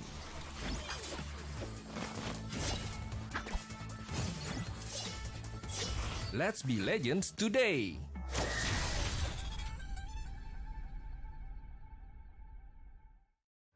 Welcome to the update 23.2, where you can now revive your teammates, transport knocked out allies onto vehicles, and engage in a new social feature, the clan system. Let's dive right in. First on the menu is the brand new revival system. To reduce frustration during squad play and promote diverse strategies in normal matches, you will now be able to revive your fallen teammates.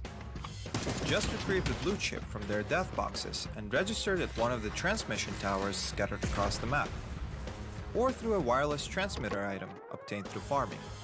They can then rejoin the match via a respawn plane that flies once per phase. Note that this feature is available only in normal and custom matches on ArkAngel, Miramar, and Jester. Next, we're introducing a new DBNO feature, allowing you to carry knocked out teammates and place them inside vehicles. This addition provides players with an alternative way to evade danger without having to only abandon or revive your teammates. We are also finally ready to unveil our new clan system. Create or join a clan, play matches, and earn XP to level up your clan. As your clan levels up, you will be able to upgrade your clan tags. Not only that, but you can also earn a BP boost by playing with your clanmates. Definitely worth. And as always, make sure to check out the patch notes for all the details. Update 23.2 has plenty more in store this month, including a DBNO rebalance, general lobby UX UI improvements, a slight buff to the Ace 32, and more. Starting with this update, prepare to become your team's hero, transport teammates to safety, and establish your own PUBG Battlegrounds clan for double the excitement. And we'll see you on the Battlegrounds.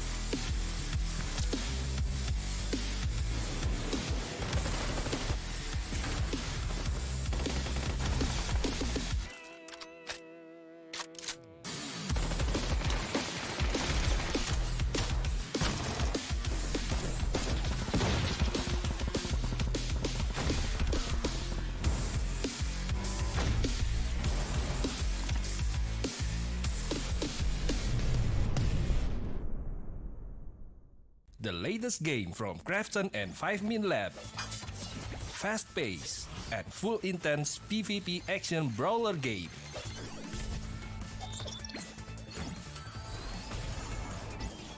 Use your best combo to send your opponent to the lobby.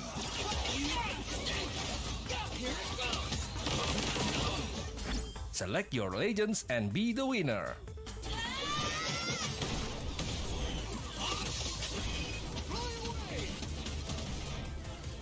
Pick the mode that suits your fighting style, from 1v1, 2v2 to Battle Royale. Available to download and play free on Play Store, App Store, and Steam.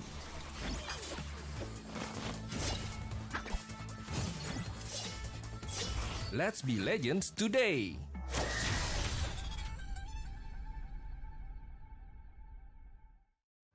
Welcome to the Update 23.2, where you can now revive your teammates, transport knocked out allies onto vehicles, and engage in a new social feature, the clan system. Let's dive right in.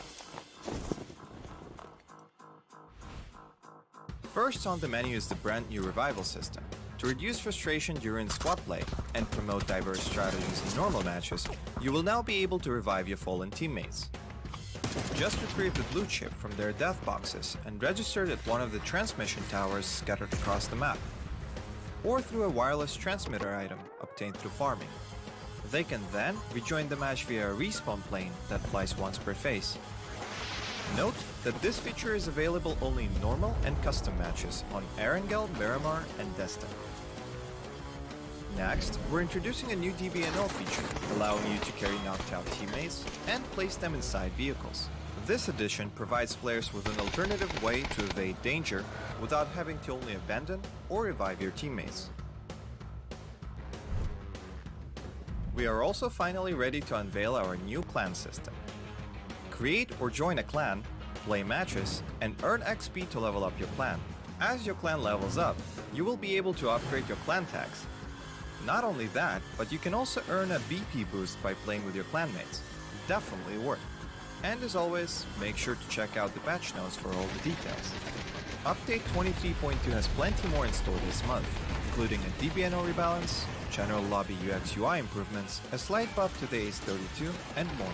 Starting with this update, prepare to become your team's hero, transport teammates to safety, and establish your own PUBG Battlegrounds clan for double the excitement. And we'll see you on the Battlegrounds.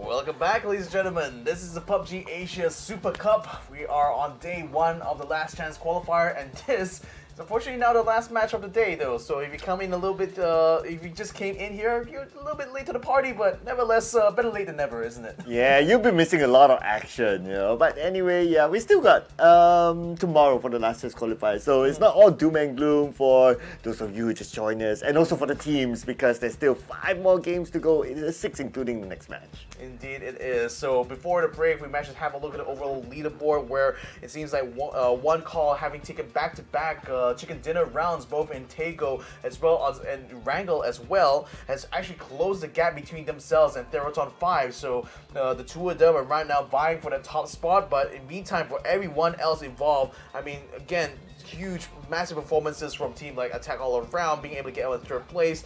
Enter Force 36 managed to boost themselves up a couple of places now, so they are currently sitting in 4th overall. Then you got, but then you look at the further down there, you got Redsea Esports dropped out of that top 8 for now. ExoClan also a little bit on that borderline. Deadly Strike actually had a brilliant run in that last Wrangle round, so they're now up in the top 8 as well, to be able to mix it up with the rest here. And you know, with this final Wrangle match going to be coming up soon here, I think there's going to be a lot of things to keep track of, you know. Yeah, it's going to be a lot, because we're still at the first 5 games, so a lot of shuffling will happen. Maybe some of the teams up there would have sealed it in the top 8 by the end of today at least, but because of like the past 2 games, some of the top teams start to drop a little bit. Well, the position could be in taking flight now in our final match of today here. The path is going to be taken from northwest all the way to southeast, so that will cut towards Koznovka Island, but it also offers plenty of opportunities for teams to jump out early to take control over the northern side of this map here. But what do you think? Would you rather take the jump early? Would you rather take it a little bit late, or would you just be right around the middle where it's just nice? Well, my favorite drop spot is school, like personally. So I would jump to somewhere in the middle, and with this kind of flat path, you can reach onto school directly. So yeah, I have a liking for that. Yeah, I mean, I can see like the decision why to want to do so, because you know you're going to be in the most maneuverable position to get to wherever side of the map that the circle decides to spawn. But then again, like some teams, you know, they knowing that you know the center tends to be a lot hotter compared to the edges, will try to use the coastline actually as a way to prevent themselves from getting backdoored, especially during the early phase where it comes to doing farms, or you know the only kind of encounters you usually get during the first phase anyway will be hot drops.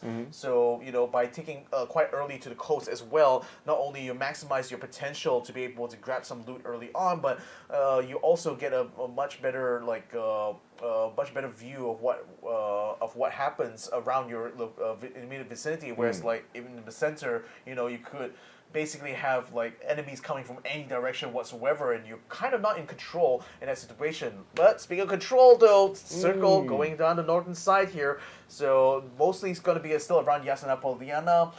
You still also have the shooting range also in play here, so maybe it might be a repeat again of what happened last circle. But nevertheless, you know, school is also in that mix, and you always see 310 Rascal Jester is already there taking position. Yeah, it kind of has the previous round sort of feel sort of circle. It's just that this time it's like a little bit towards the right side. So the same theory applies. Whether you want to, you kind of like need to gamble whether you want to be on the shooting range part of the circle or you want to be on the raw sort part of the circle, and that really depends like how far the circle would go as well. If it's like 50-50 towards the fourth or fifth stage of circle, then it's going to be really, really tough. But if it's like, oh, by phase 2, then you can kind of see obviously the circle will go towards one side, then you're still okay. There's still a fair amount of like water involved in this circle here, I think, especially given the top of the lake, or the lake that the river flows out to.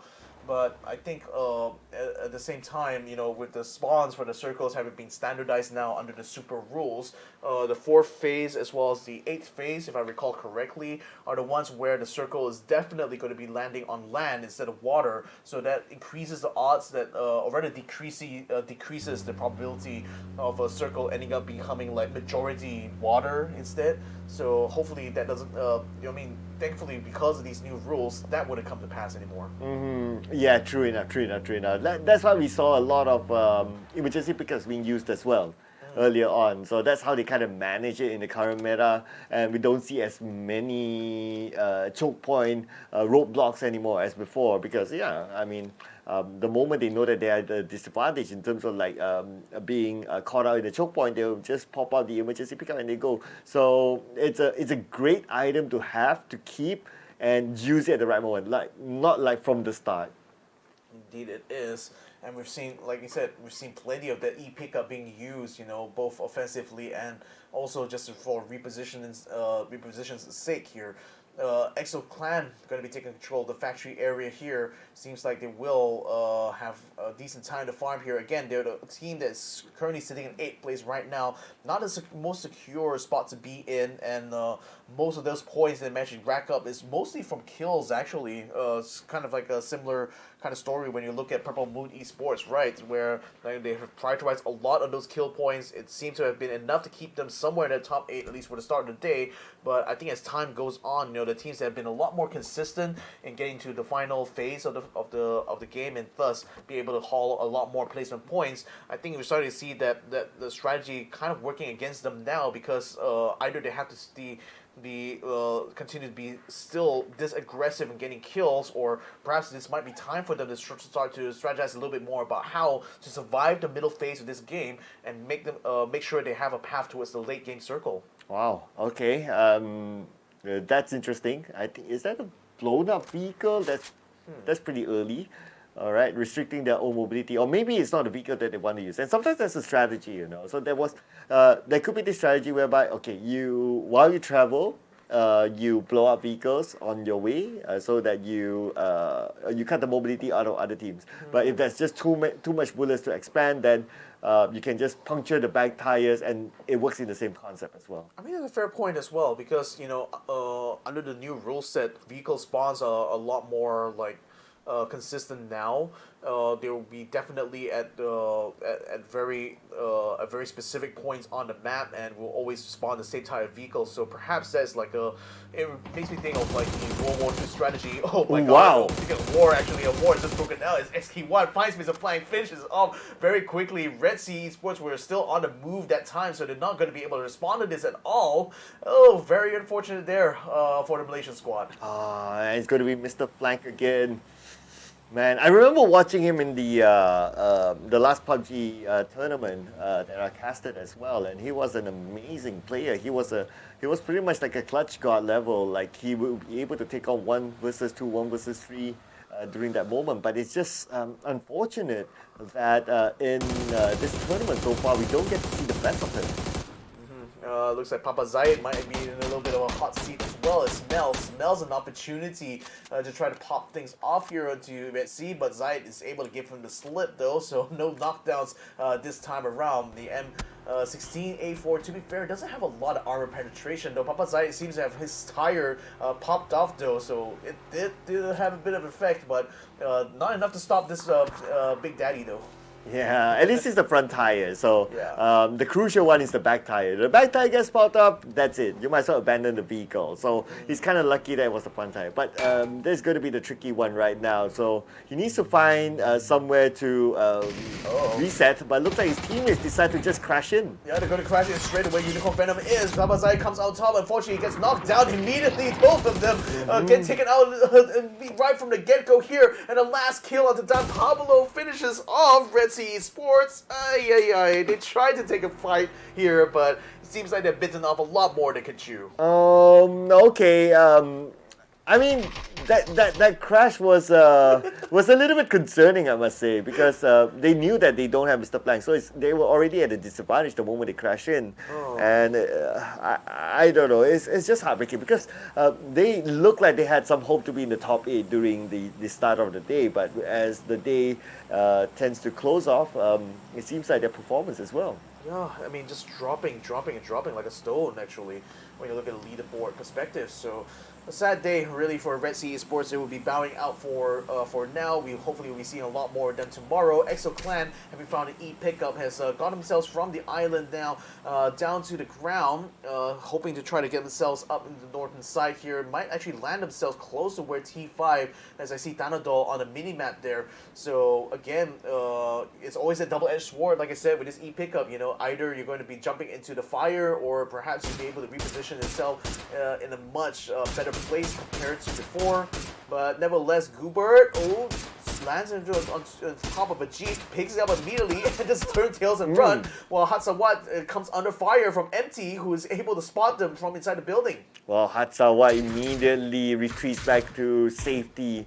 Luckily, he wasn't knocked down. If not, it would take a little bit more work for his teammates to pick him up. But anyway, T5 right now, yes, they are at the top of the leaderboard, but they got to be careful, because there's still enough games for them to be caught onto, so they cannot be complacent with where they are. Indeed, they can't. Exo Clan, though, they have managed to secure a building here, so at least they have a base now, should they decide to try to continue to receive fire from Theerathon 5. But it seems like Theerathon is also a bit on the move. I see Hawat already getting himself on a car, attack all around on a convoy as well, moving up into the island now. So they've just joined in with the rest of the squad on this northern side, just follow along where this river is flowing at the moment. Jankuwov just scanning around the side, I suppose. I don't know if they actually have picked up any strays on their side here. Equilucia is going to pop up a little bit here. I'm not sure exactly towards whom, though. Can't quite see anyone on distance there. There's certainly Purple Mood being on the other side, though, so that's something they have to watch out for sure. PMA got to watch out as well, because like what you always say, this is a double-edged sword depending on where they land. So far, based on the minimap, okay, we can see that there's one team, but we're unsure yet where they drop.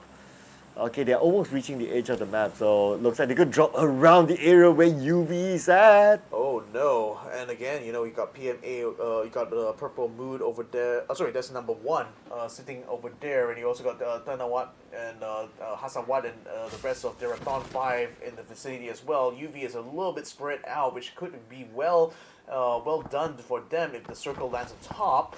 But could be potentially trouble if the circle starts to go away from them. PMA under fire right now, coming from the opposite side. I think that's going to be from UV's end, though, because I see a couple of members of them still on the view here for the drone cam. SST as well, moving up in a position where NGE is set up in back.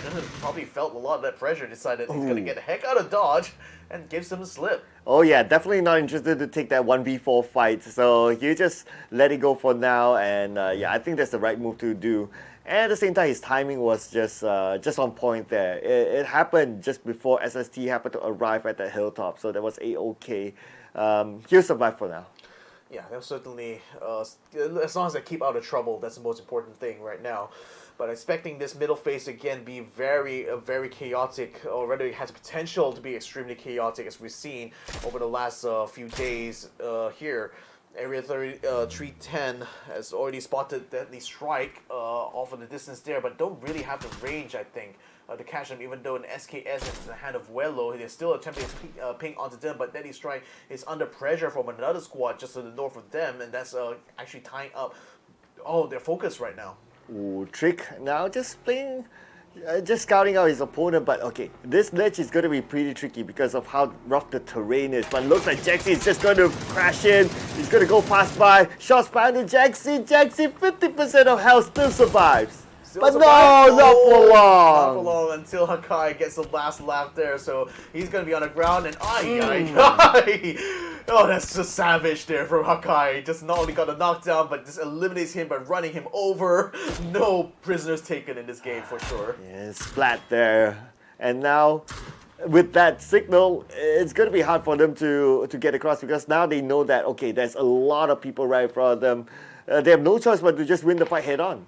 Okay, so it was number one that was keeping SST under siege here, but Feven is already out in front, so is Imhak as well. Runex is actually caught on the outside, so Tay9 is going to try to go for the revive. Imhak got caught around the side as well, so Feven is going to be a little bit alone on this approach in front. In fact, he's going to be knocked down as well as Exo Chimpy actually picks them off from a distance there, so a bit of a third-party situation, and oh no! Tay9 getting picked off as well while he was going for the revive, so SST gets stopped before they could even make any maneuvers there, and Cats probably just laughing all the way to the kill point bank. Wow, this is arguably the fastest round so far. I mean, like, teams are dropping out like flies. We lost 2 teams and we're only on phase number 2. And team number 1 winning that fight, but only 1 kill that they managed to get. I believe it was a long range coming in from their opponent that actually stole it away. Yeah, so Exo Clan, for now, this next circle is going to be closing in. UV still hold up in their positions here. Lucky for them, that circle still lands on top, so they can still afford to hold their own. The problem is that other teams are already racking up kill points around them pretty much, so they may be itching for a little bit of action. And speaking of action, PLM getting gate kept a little bit by AAA because most of their squad is still on the other side of the river here. So hopefully they're looking, in order for them to get past, they still need to try to take the fight to AAA first. In order to do so, Deadly Strike repositioning themselves, getting into a firefight right now with Gex. It looks like one of the members is down. Lucky J is going to go ahead and try to get a revive here, closing all the doors, all the windows, making sure there's no chance for Gex to send some grenades through. So I think Jason should be back up to speed. Yeah, lucky for him. Lucky G is just around the corner to pick him up. So now they can reset. And since both teams are within the circle, I don't think there's any big reason for GEX to really crash into this compound. It's more of like just warning shots to tell them that, hey, we're in front of you, there's someone there, so don't try anything funny. Yeah, don't try anything funny indeed. Because, like, again, one simple mistake here in this last chance and you're done, really. You know, you cannot afford to be taken out too early on here because the last phase of these fights are usually where you're going to be able to get those placement points, since they still can be so important in differentiating, you know, the men from the boys, as it were. Now, number 1, PMA, Exo Clan, and T5 now crowding around this top side of the circle, and it's looking like a town that's not big enough to hold all of them at once for sure. So I think a little bit of a culling might be in play for here. Looks like the E-Pika is being used by a team as well to try to position themselves over the circle, perhaps more towards the northern side, as it were. That blue from NGE in the meantime, not really under pressure right now. It looks like it was one call that was using that E pickup. Now they're going to be dropping themselves straight into the middle of this fire, on the middle of this 2 squads here, but do find themselves a shack to at least work out of. Yeah, the moment they land, okay, they're being shot at from multiple areas. Just look at this. All of them in this small shack. They have nowhere else to go. The moment they step out, multiple angles can shoot them. I mean, it's a room that's big enough for a tea party, actually. Well, oh yeah, true. But I don't know if they brought the hot water or the kettle, though. They certainly got plenty of guns, so I guess they're definitely well equipped for that, for sure. Well, they can try to warm up the water with gunpowder. That's the best bet right now. Like, is that even efficient, though? I mean, how much gunpowder do you need to boil water? I've never boiled water with gunpowder before, so I don't know. You're probably going to ask someone with experience with that, though. But yeah, nevertheless, they're going to be held up in that shack for quite a bit. A new generation spotting over the hills there. Looks like PLM's Thunder, Fluky, Borbos, and Thunder What managed to get across the hill there. Across the river. So now, having to be able to bypass AAA, this next circle still lands on top of where UV is. wow, these guys have really found themselves in a good spot. Unicorn Venom now using this opportunity to get some shots on the T5 as they attempted to try to get a bit of a maneuver to try to head them off in his next circle. They also are spying upon the shack that one call was holed up in as well. So Unicorn Venom now, they have the prime spot, been in the position really to try to keep control of this circle for the last few phases. But I think now it's going to be high time for them to regroup a little bit because there's a lot of targets coming out on ground here that they can even cover. Well, you mentioned about how lucky UV is. It does look like there's a chance that the next circle might not favor them, so they need to plan ahead right now where they want to go, how they're going to manage it, because there's so many teams inside the circle thanks to the emergency pickup item. And look at this, more teams are coming to the circle. Unicorn Venom tries to get another one, but not able to get knocked down to number one. Not able to get a knockdown, also they will be able to slip on by. PMA is also moving in onto Unicorn Venom's position here, but number one tries to collapse onto Theerathon 5 here, so it looks like they are under siege as well. And in fact, they are also getting hit upon by one call as well. So it's a bit of a three-way fight here. Theerathon 5 attempting to use this opportunity here to get some pot shots in, but it seems like they're not able to wipe out most of them. T5 now down to 2 people, which is Thanator and Pantapong right now, so they're not exactly looking in the best of health here, but one call in the meantime, also having lost 2 members as well, are also in the same kind of quandary that T5 is in. Here we go. Oh, look at this. We got like a siege down here onto UV. Finally, UV is really being challenged, but this time by PMA. Yeah, Sapawo is already down. We already have Teddy setting up, trying to get a frag grenade in. Chimpy in the meantime picking up one on the DAY1, and then Gex also getting a good frag grenade on the PLM, so PLM might be a bit of trouble there, getting into a counter right at this point. And Unicorn Venom still hold up inside the warehouse here, but PMA is surrounded them on all sides. Mel sends out a smoke grenade. He still has a couple more in his pack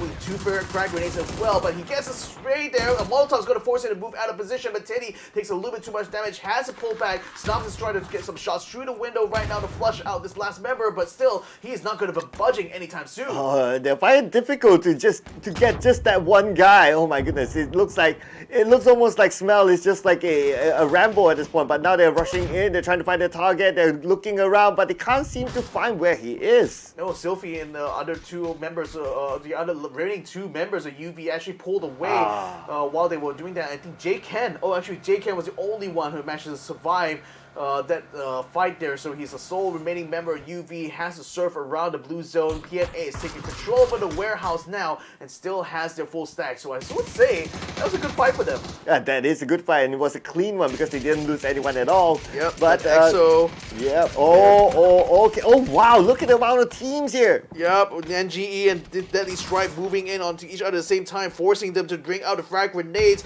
Goni able to get onto E36, and it looks like they lost 2 members there. E36 has Akai with a double frag there, will be able to take down 2 members of Deadly Strike. This is looking bad for DEST because right now they need to get a return fire. They do find one in the form of Bang that blue taking some shots as well, and the frag grenade is already down to less than half his health. Another frag grenade is when he headed his way. NGE still has Hakai on the back line there, but he needs to come in for the support. Oh, Hakai tries to spot out his opponent. Oh, that's very, very close there for Lucky G.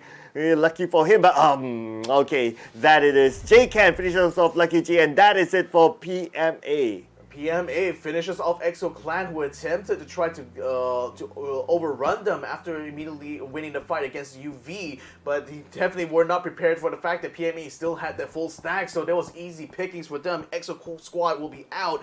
EXO Clan will be out in 10th place now for sure. So J-Can in the meantime just holding by the edge of the circle right now, getting some shots on the Mio Yu, who is alone in that shack right now. The last remaining main member, I think, from number 1, and certainly not in the best position there because you got PMA breathing down his neck just behind him as well, so he's under immense amount of pressure. Oh, by Global Esports, Xsset has been eliminated at number 9, unfortunately. Been taken out by Ken. And now the northern side, Mio Yu, they know exactly where he is now because shots fire onto the shack. So that gives them a clue that someone's there. And right now, if they can land the molly into the shack, that's it. If they could, then yeah, that's going to be it here. But PMA is in the prime position now to control the northern side. They just need to watch out for Miou, who could potentially be an interloper, but then that last frag has already put him down very low. Teddy's going to be setting a Molotov in. Oh, just misses him a little bit. Still going to be spreading fire around the outside. Teddy actually lost one to fire there. What is he doing? What is he doing? Miou finishes off with a frag grenade popping on the top. There's the Teddy. Ends up actually on the ground instead of the other member of team number 1. Well, I understood he was blinded by the stun grenade, but then again, if you're blinded, I don't know, man. Maybe it was kind of like an anticipation and all that, but yeah, kind of like nerves, but yeah, that just happened at the end of the day. But we gotta give credit to Miou, who did that. He blinded, he had the molly, he tossed a nade, and he got that knockdown. Well, Lundun is trying to get his attention while he's letting his teammate move up in front, hopefully to try to get a revive. And Teddy has a good ping onto Miou as well. Fight still breaking out here as Tree 10 under fire from NHE. Wesker is already down. Goni is already down. Dat Blue is attempting to be a third party as well, setting some frag grenades. Frags are going to coming out from NHE, and that actually knocks off Wello, and they will be able to eliminate the entirety of that Japanese team. So Rascal Jesters are already out in 8th place now. New House Esports not quite done yet because they still want to try to take this fight to NGE. And Circle moved away. So these two teams that we can see on screen right now, we need to find their way into the circle. New House Esports going up against their opponent, but looks like they have a split here. 2v4. 2v4 indeed, and Hawaii is going to try to get himself within the smoke now, keeping up the pressure onto NGE down by the south side. But you already got AAA getting themselves to the border of this next safe zone, so they will potentially be the ones trying to gatekeep the rest of them after this fight is already wrapped up. Lundun for PMA continuing to take some shots against Long K right now. It doesn't look like PMA is doing quite well. In fact, Lundun is the last remaining member, so it seems like Miou is just absolutely killing it out there right now. Attack all around under fire from frag grenade. Another grenade just blowing up cars around him, but somehow J-Dye still survives. Oh, that was a close one there for J-Dye. And now J-Dye, they still have the high ground advantage. Hakai tossing out utilities, tossing out the smoke just to block the vision of AAA. But then again, AAA, they are by the edge of the circle. They have a little bit more advantage. Vehicle will be used by Hakai and Co. They're going to go in on the AAA. And then New House Esports actually wrapped around the side there. So now AAA is the one that's being gate-kept a little bit. And with only the shack here and no vehicles left, they cannot get out of the zone. But NGE attempts to try to get through the gauntlet here. One knockdown. Dat Blue is also being taken out by Jack Wall. So Attack All Around still has the last laugh. Oh, there it is. And now we're down to the top 6 teams. Long range coming in from Lundun. He's the last member of PMA. He has been holding on to the shack for the longest time. He has the right weapon. The MK12 can help him with those long range taps. Yeah, and with a 6x scope, you'd think that he'll be able to catch a lot of kills, but so far, PMA has only been able to do 5. London hasn't got a single one yet. His flankers have already been taken out. Maybe by that fight from Miou, we can't quite tell because it happened a little bit off screen. But AAA right now under fire from everyone else here. NHE is keeping them gate kept. T5 as well, just firing onto the shack. And with no vehicles at all, I don't know what Team AAA can do right now except, accept the fate. Maybe. Yeah, I mean, hold on to this circle as long as possible. But even so, it's like it's not going to be long. It's going to be hard for them to get out. Just look at the amount of vehicles they had. Those vehicles, but all of them have been blown up. So there's no choice. The only choice is that they pop out the smoke. They try to get across, but even so, the chances are slim. J-Dye still has 2 frag grenades though, so that could be an option for him if he can throw long enough to catch Long K as well as Tridoi on the other side and hopefully can get rid of the vehicles. Jack Guab is also using the tree for cover right now and has to spend the last of his health kits to stay alive in this fight. Hwan is just keeping them trained. Jack Guab is finally been pinged down though as UV also collapses onto AAA, finishes off Jack Guab as well. T5 Panthabong is also keeping an eye out. This next circle gets a little bit closer and NHE has actually found themselves in the prime position now. All PMA's Lundun, number 1's Miou, and J Ken, the only solo remaining members of their respective teams now, are just left outside the circle here. Well, it does look like AAA, they are just going to deny themselves to the blue. Playing a little bit of a healing game there, but he knows. If he goes out, he's going to be free point to another team, so he might as well just wait it out, use as many utilities as possible, and give himself up to the blue, and this will be the moment that they will be eliminated. Yeah, so unfortunate. I mean, that frag grenade has completely ruined any chance for attack all around to get out of the spot. And NHE, so smart from them as well to wrap around from the western side, because that effectively allowed them to cut off AAA. J-Ken tried to go for a run across, but T5's Pantapong actually finds him and stops him in his tracks. So that's going to be them out in 5th place. So 4 teams still remaining now. Newhouse Esports, T5, Theerathon 5, positive mental altitude, as well as team number 1 are still in the running. Only NHE, Newhouse Esports, has the full stack. Ooh, and has the circle as well, so a good advantage to them for now. But can they defend this area? But looking at everything else, right, it is favoring them to get the chicken dinner.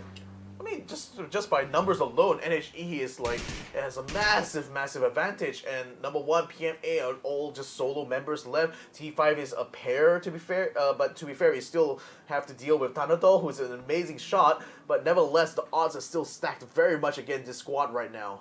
I guess right now it's more about waiting for the circle until the circle really forces them to move. But Patapong, he tries. Can he get it? It's going to be a clear shot right now. He just needs to control the recoil. All right, steady, and no clear sight yet. No clear sight yet. He's going to reload instead. Try to pop up the tires of that buggy there to prevent him going out. But that's drawing a lot of fire from Newhouse Esports. As Chudoi is using this opportunity to try to catch one of Pantapong. Will not be able to do so though, as they have already dug themselves a little bit deeper in. 1706 is going to be moving up as well to try to head off where Miou is. Lun Lun still crawling on the ground right now. The blue zone closing in around him. He's already within the safe zone though, but you still have to move, no doubt, in the next part. The team number 1, Hoan, gets the kill to Miou now. So his long run so far in that shack has finally come to an end. Well, phase 8 it is, ladies and gentlemen. The circle moves towards the middle. And Newhouse Esports still have absolute control of the circle. But it seems like they don't know that Lunan's behind them.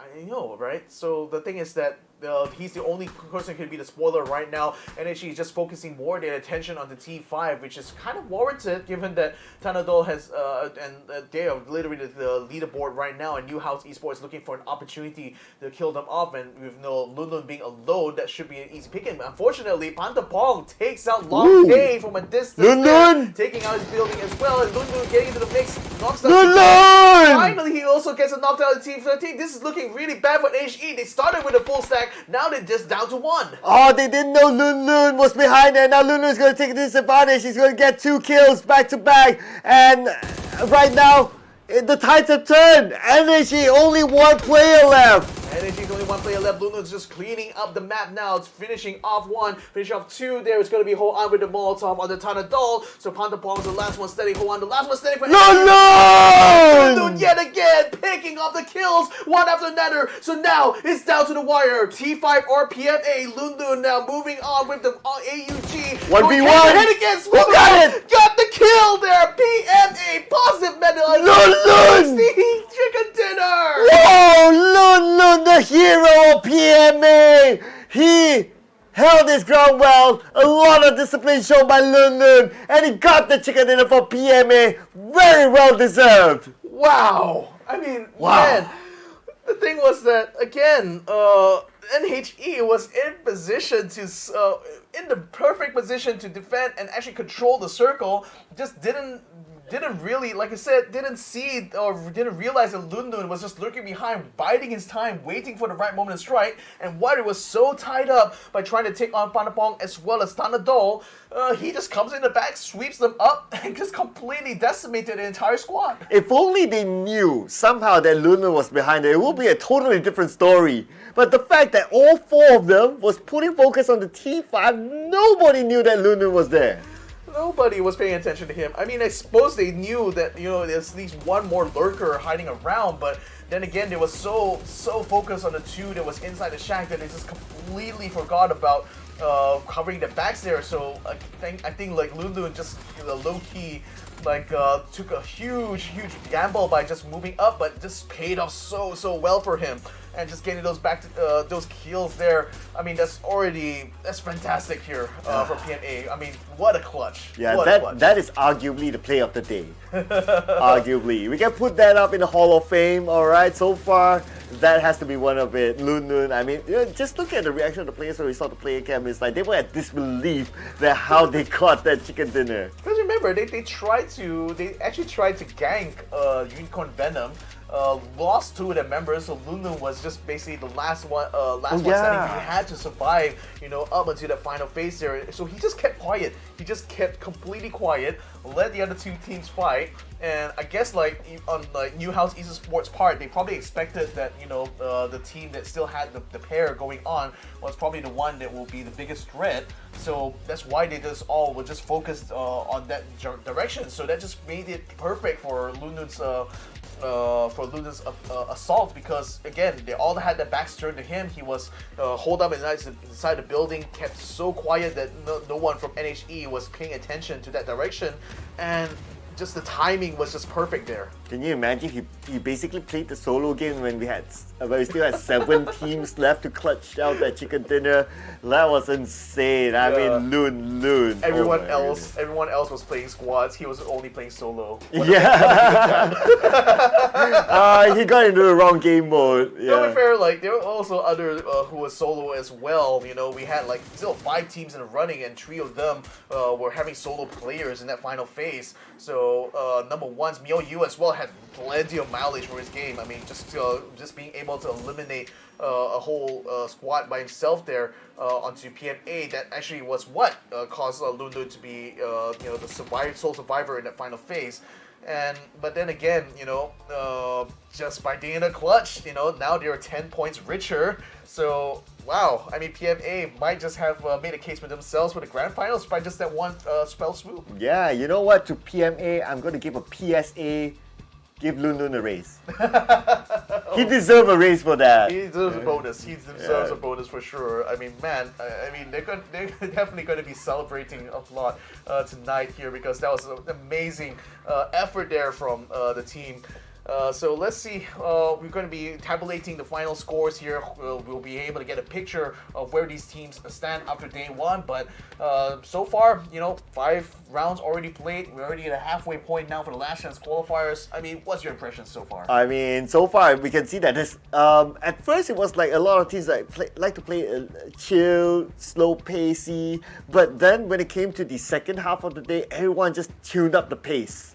It was really messy fights all around. Especially when it came to the fourth phase of the circle, you still see a lot of players still alive, and that's where everyone was just bang, bang, bang. Everyone was just crashing into each other. Yeah, it seemed a little bit less about. I think the games in general have been less about securing high tier loot compared to everyone else, but just more about positioning and maneuvering. And you can see even with attack all around, having lost all the vehicles, how critical it is to have the option to maneuver around even in the final phase. And I think a lot of teams now are starting to make full use of utilities like the emergency pickup, actually doing a lot of more tactical movements, like NHE from the southwestern side just literally wrapped around and actually got themselves in a prime position to control the circle. It's just a shame that they only managed to do 3rd place there, having tied in points with T5, because PMA, even with only 9 kills, but the 10 placement points tells all of the story here. Yeah, that's London Esports for you, ladies and gentlemen. He single-handedly carried the team to get that 10 points, alright? He deserves a rename for this graphic. Oh man. NHE as well, like I said, in 3rd place, T5 in 2nd. Unicorn Venom also get themselves in the mix here. 7 kills in total, allowing them, plus the 3 placement points, to be in 10th, which gives them 4th place overall. New Generation Esports in 5th right now. Vietnam looking a little bit stronger on this specific match here, because even number 1 as well were able to recover themselves back up to number 6 here. So certainly looking like things can still be quite unpredictable even for tomorrow. Oh yeah, I mean, in this one we had a good switch. Okay, PLM did amazing the entire day. But this time is the first time they got a 0 point. So no kills at all. It's not a PLM that we know, but you know that's the fun of it, right? It keeps us guessing who will be the top 8 until the last game.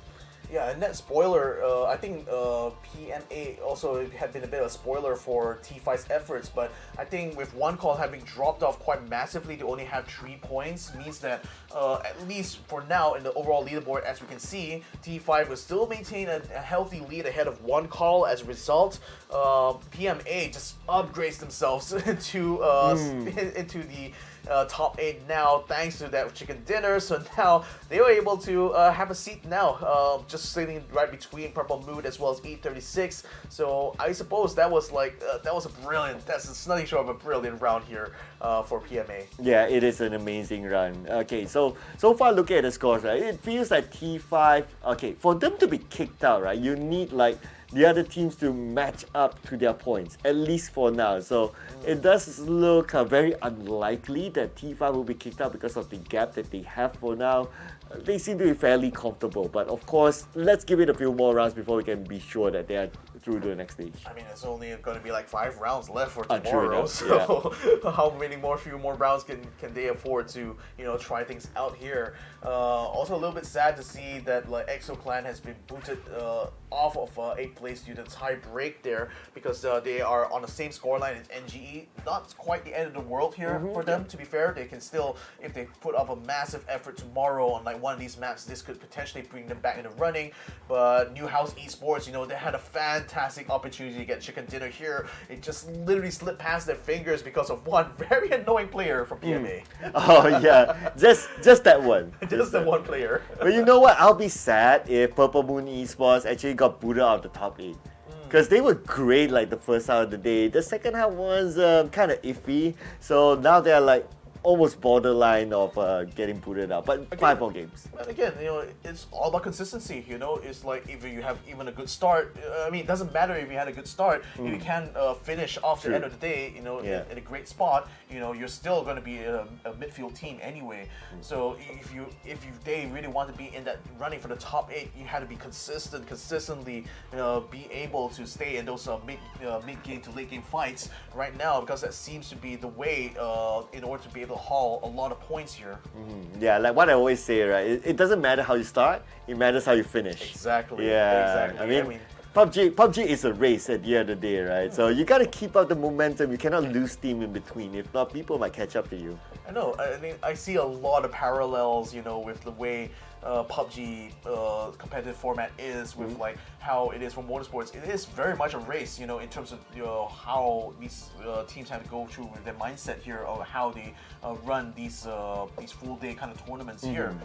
So Lewis Hamilton, who is the 7-time world champion for Formula 1, has once said, this is not a sprint, it's a marathon. So the consistency is what we're all looking for here, and the full package for a top tier team, I feel, is like one that's not only able to contest for the kill points, but also consistently able to collect placement points round after round after round to ensure that you're on par with the very best in the competition. Yes, absolutely right. I have to totally agree with that, because like in a battle royale format like that, as compared to a lot of other games, it's not like, okay, you play like a best of 3, for example, and then you're done. You have to play like every single round, and that will last like 4-5 hours, pretty much non-stop. So that's why the mental marathon has to be there. Yeah, so ladies and gentlemen, thanks for joining us on this journey, but all good things must come to an end here, and sadly, we're gonna have to leave you off for now, but don't worry, tomorrow we still have more PUBG PC action. The last day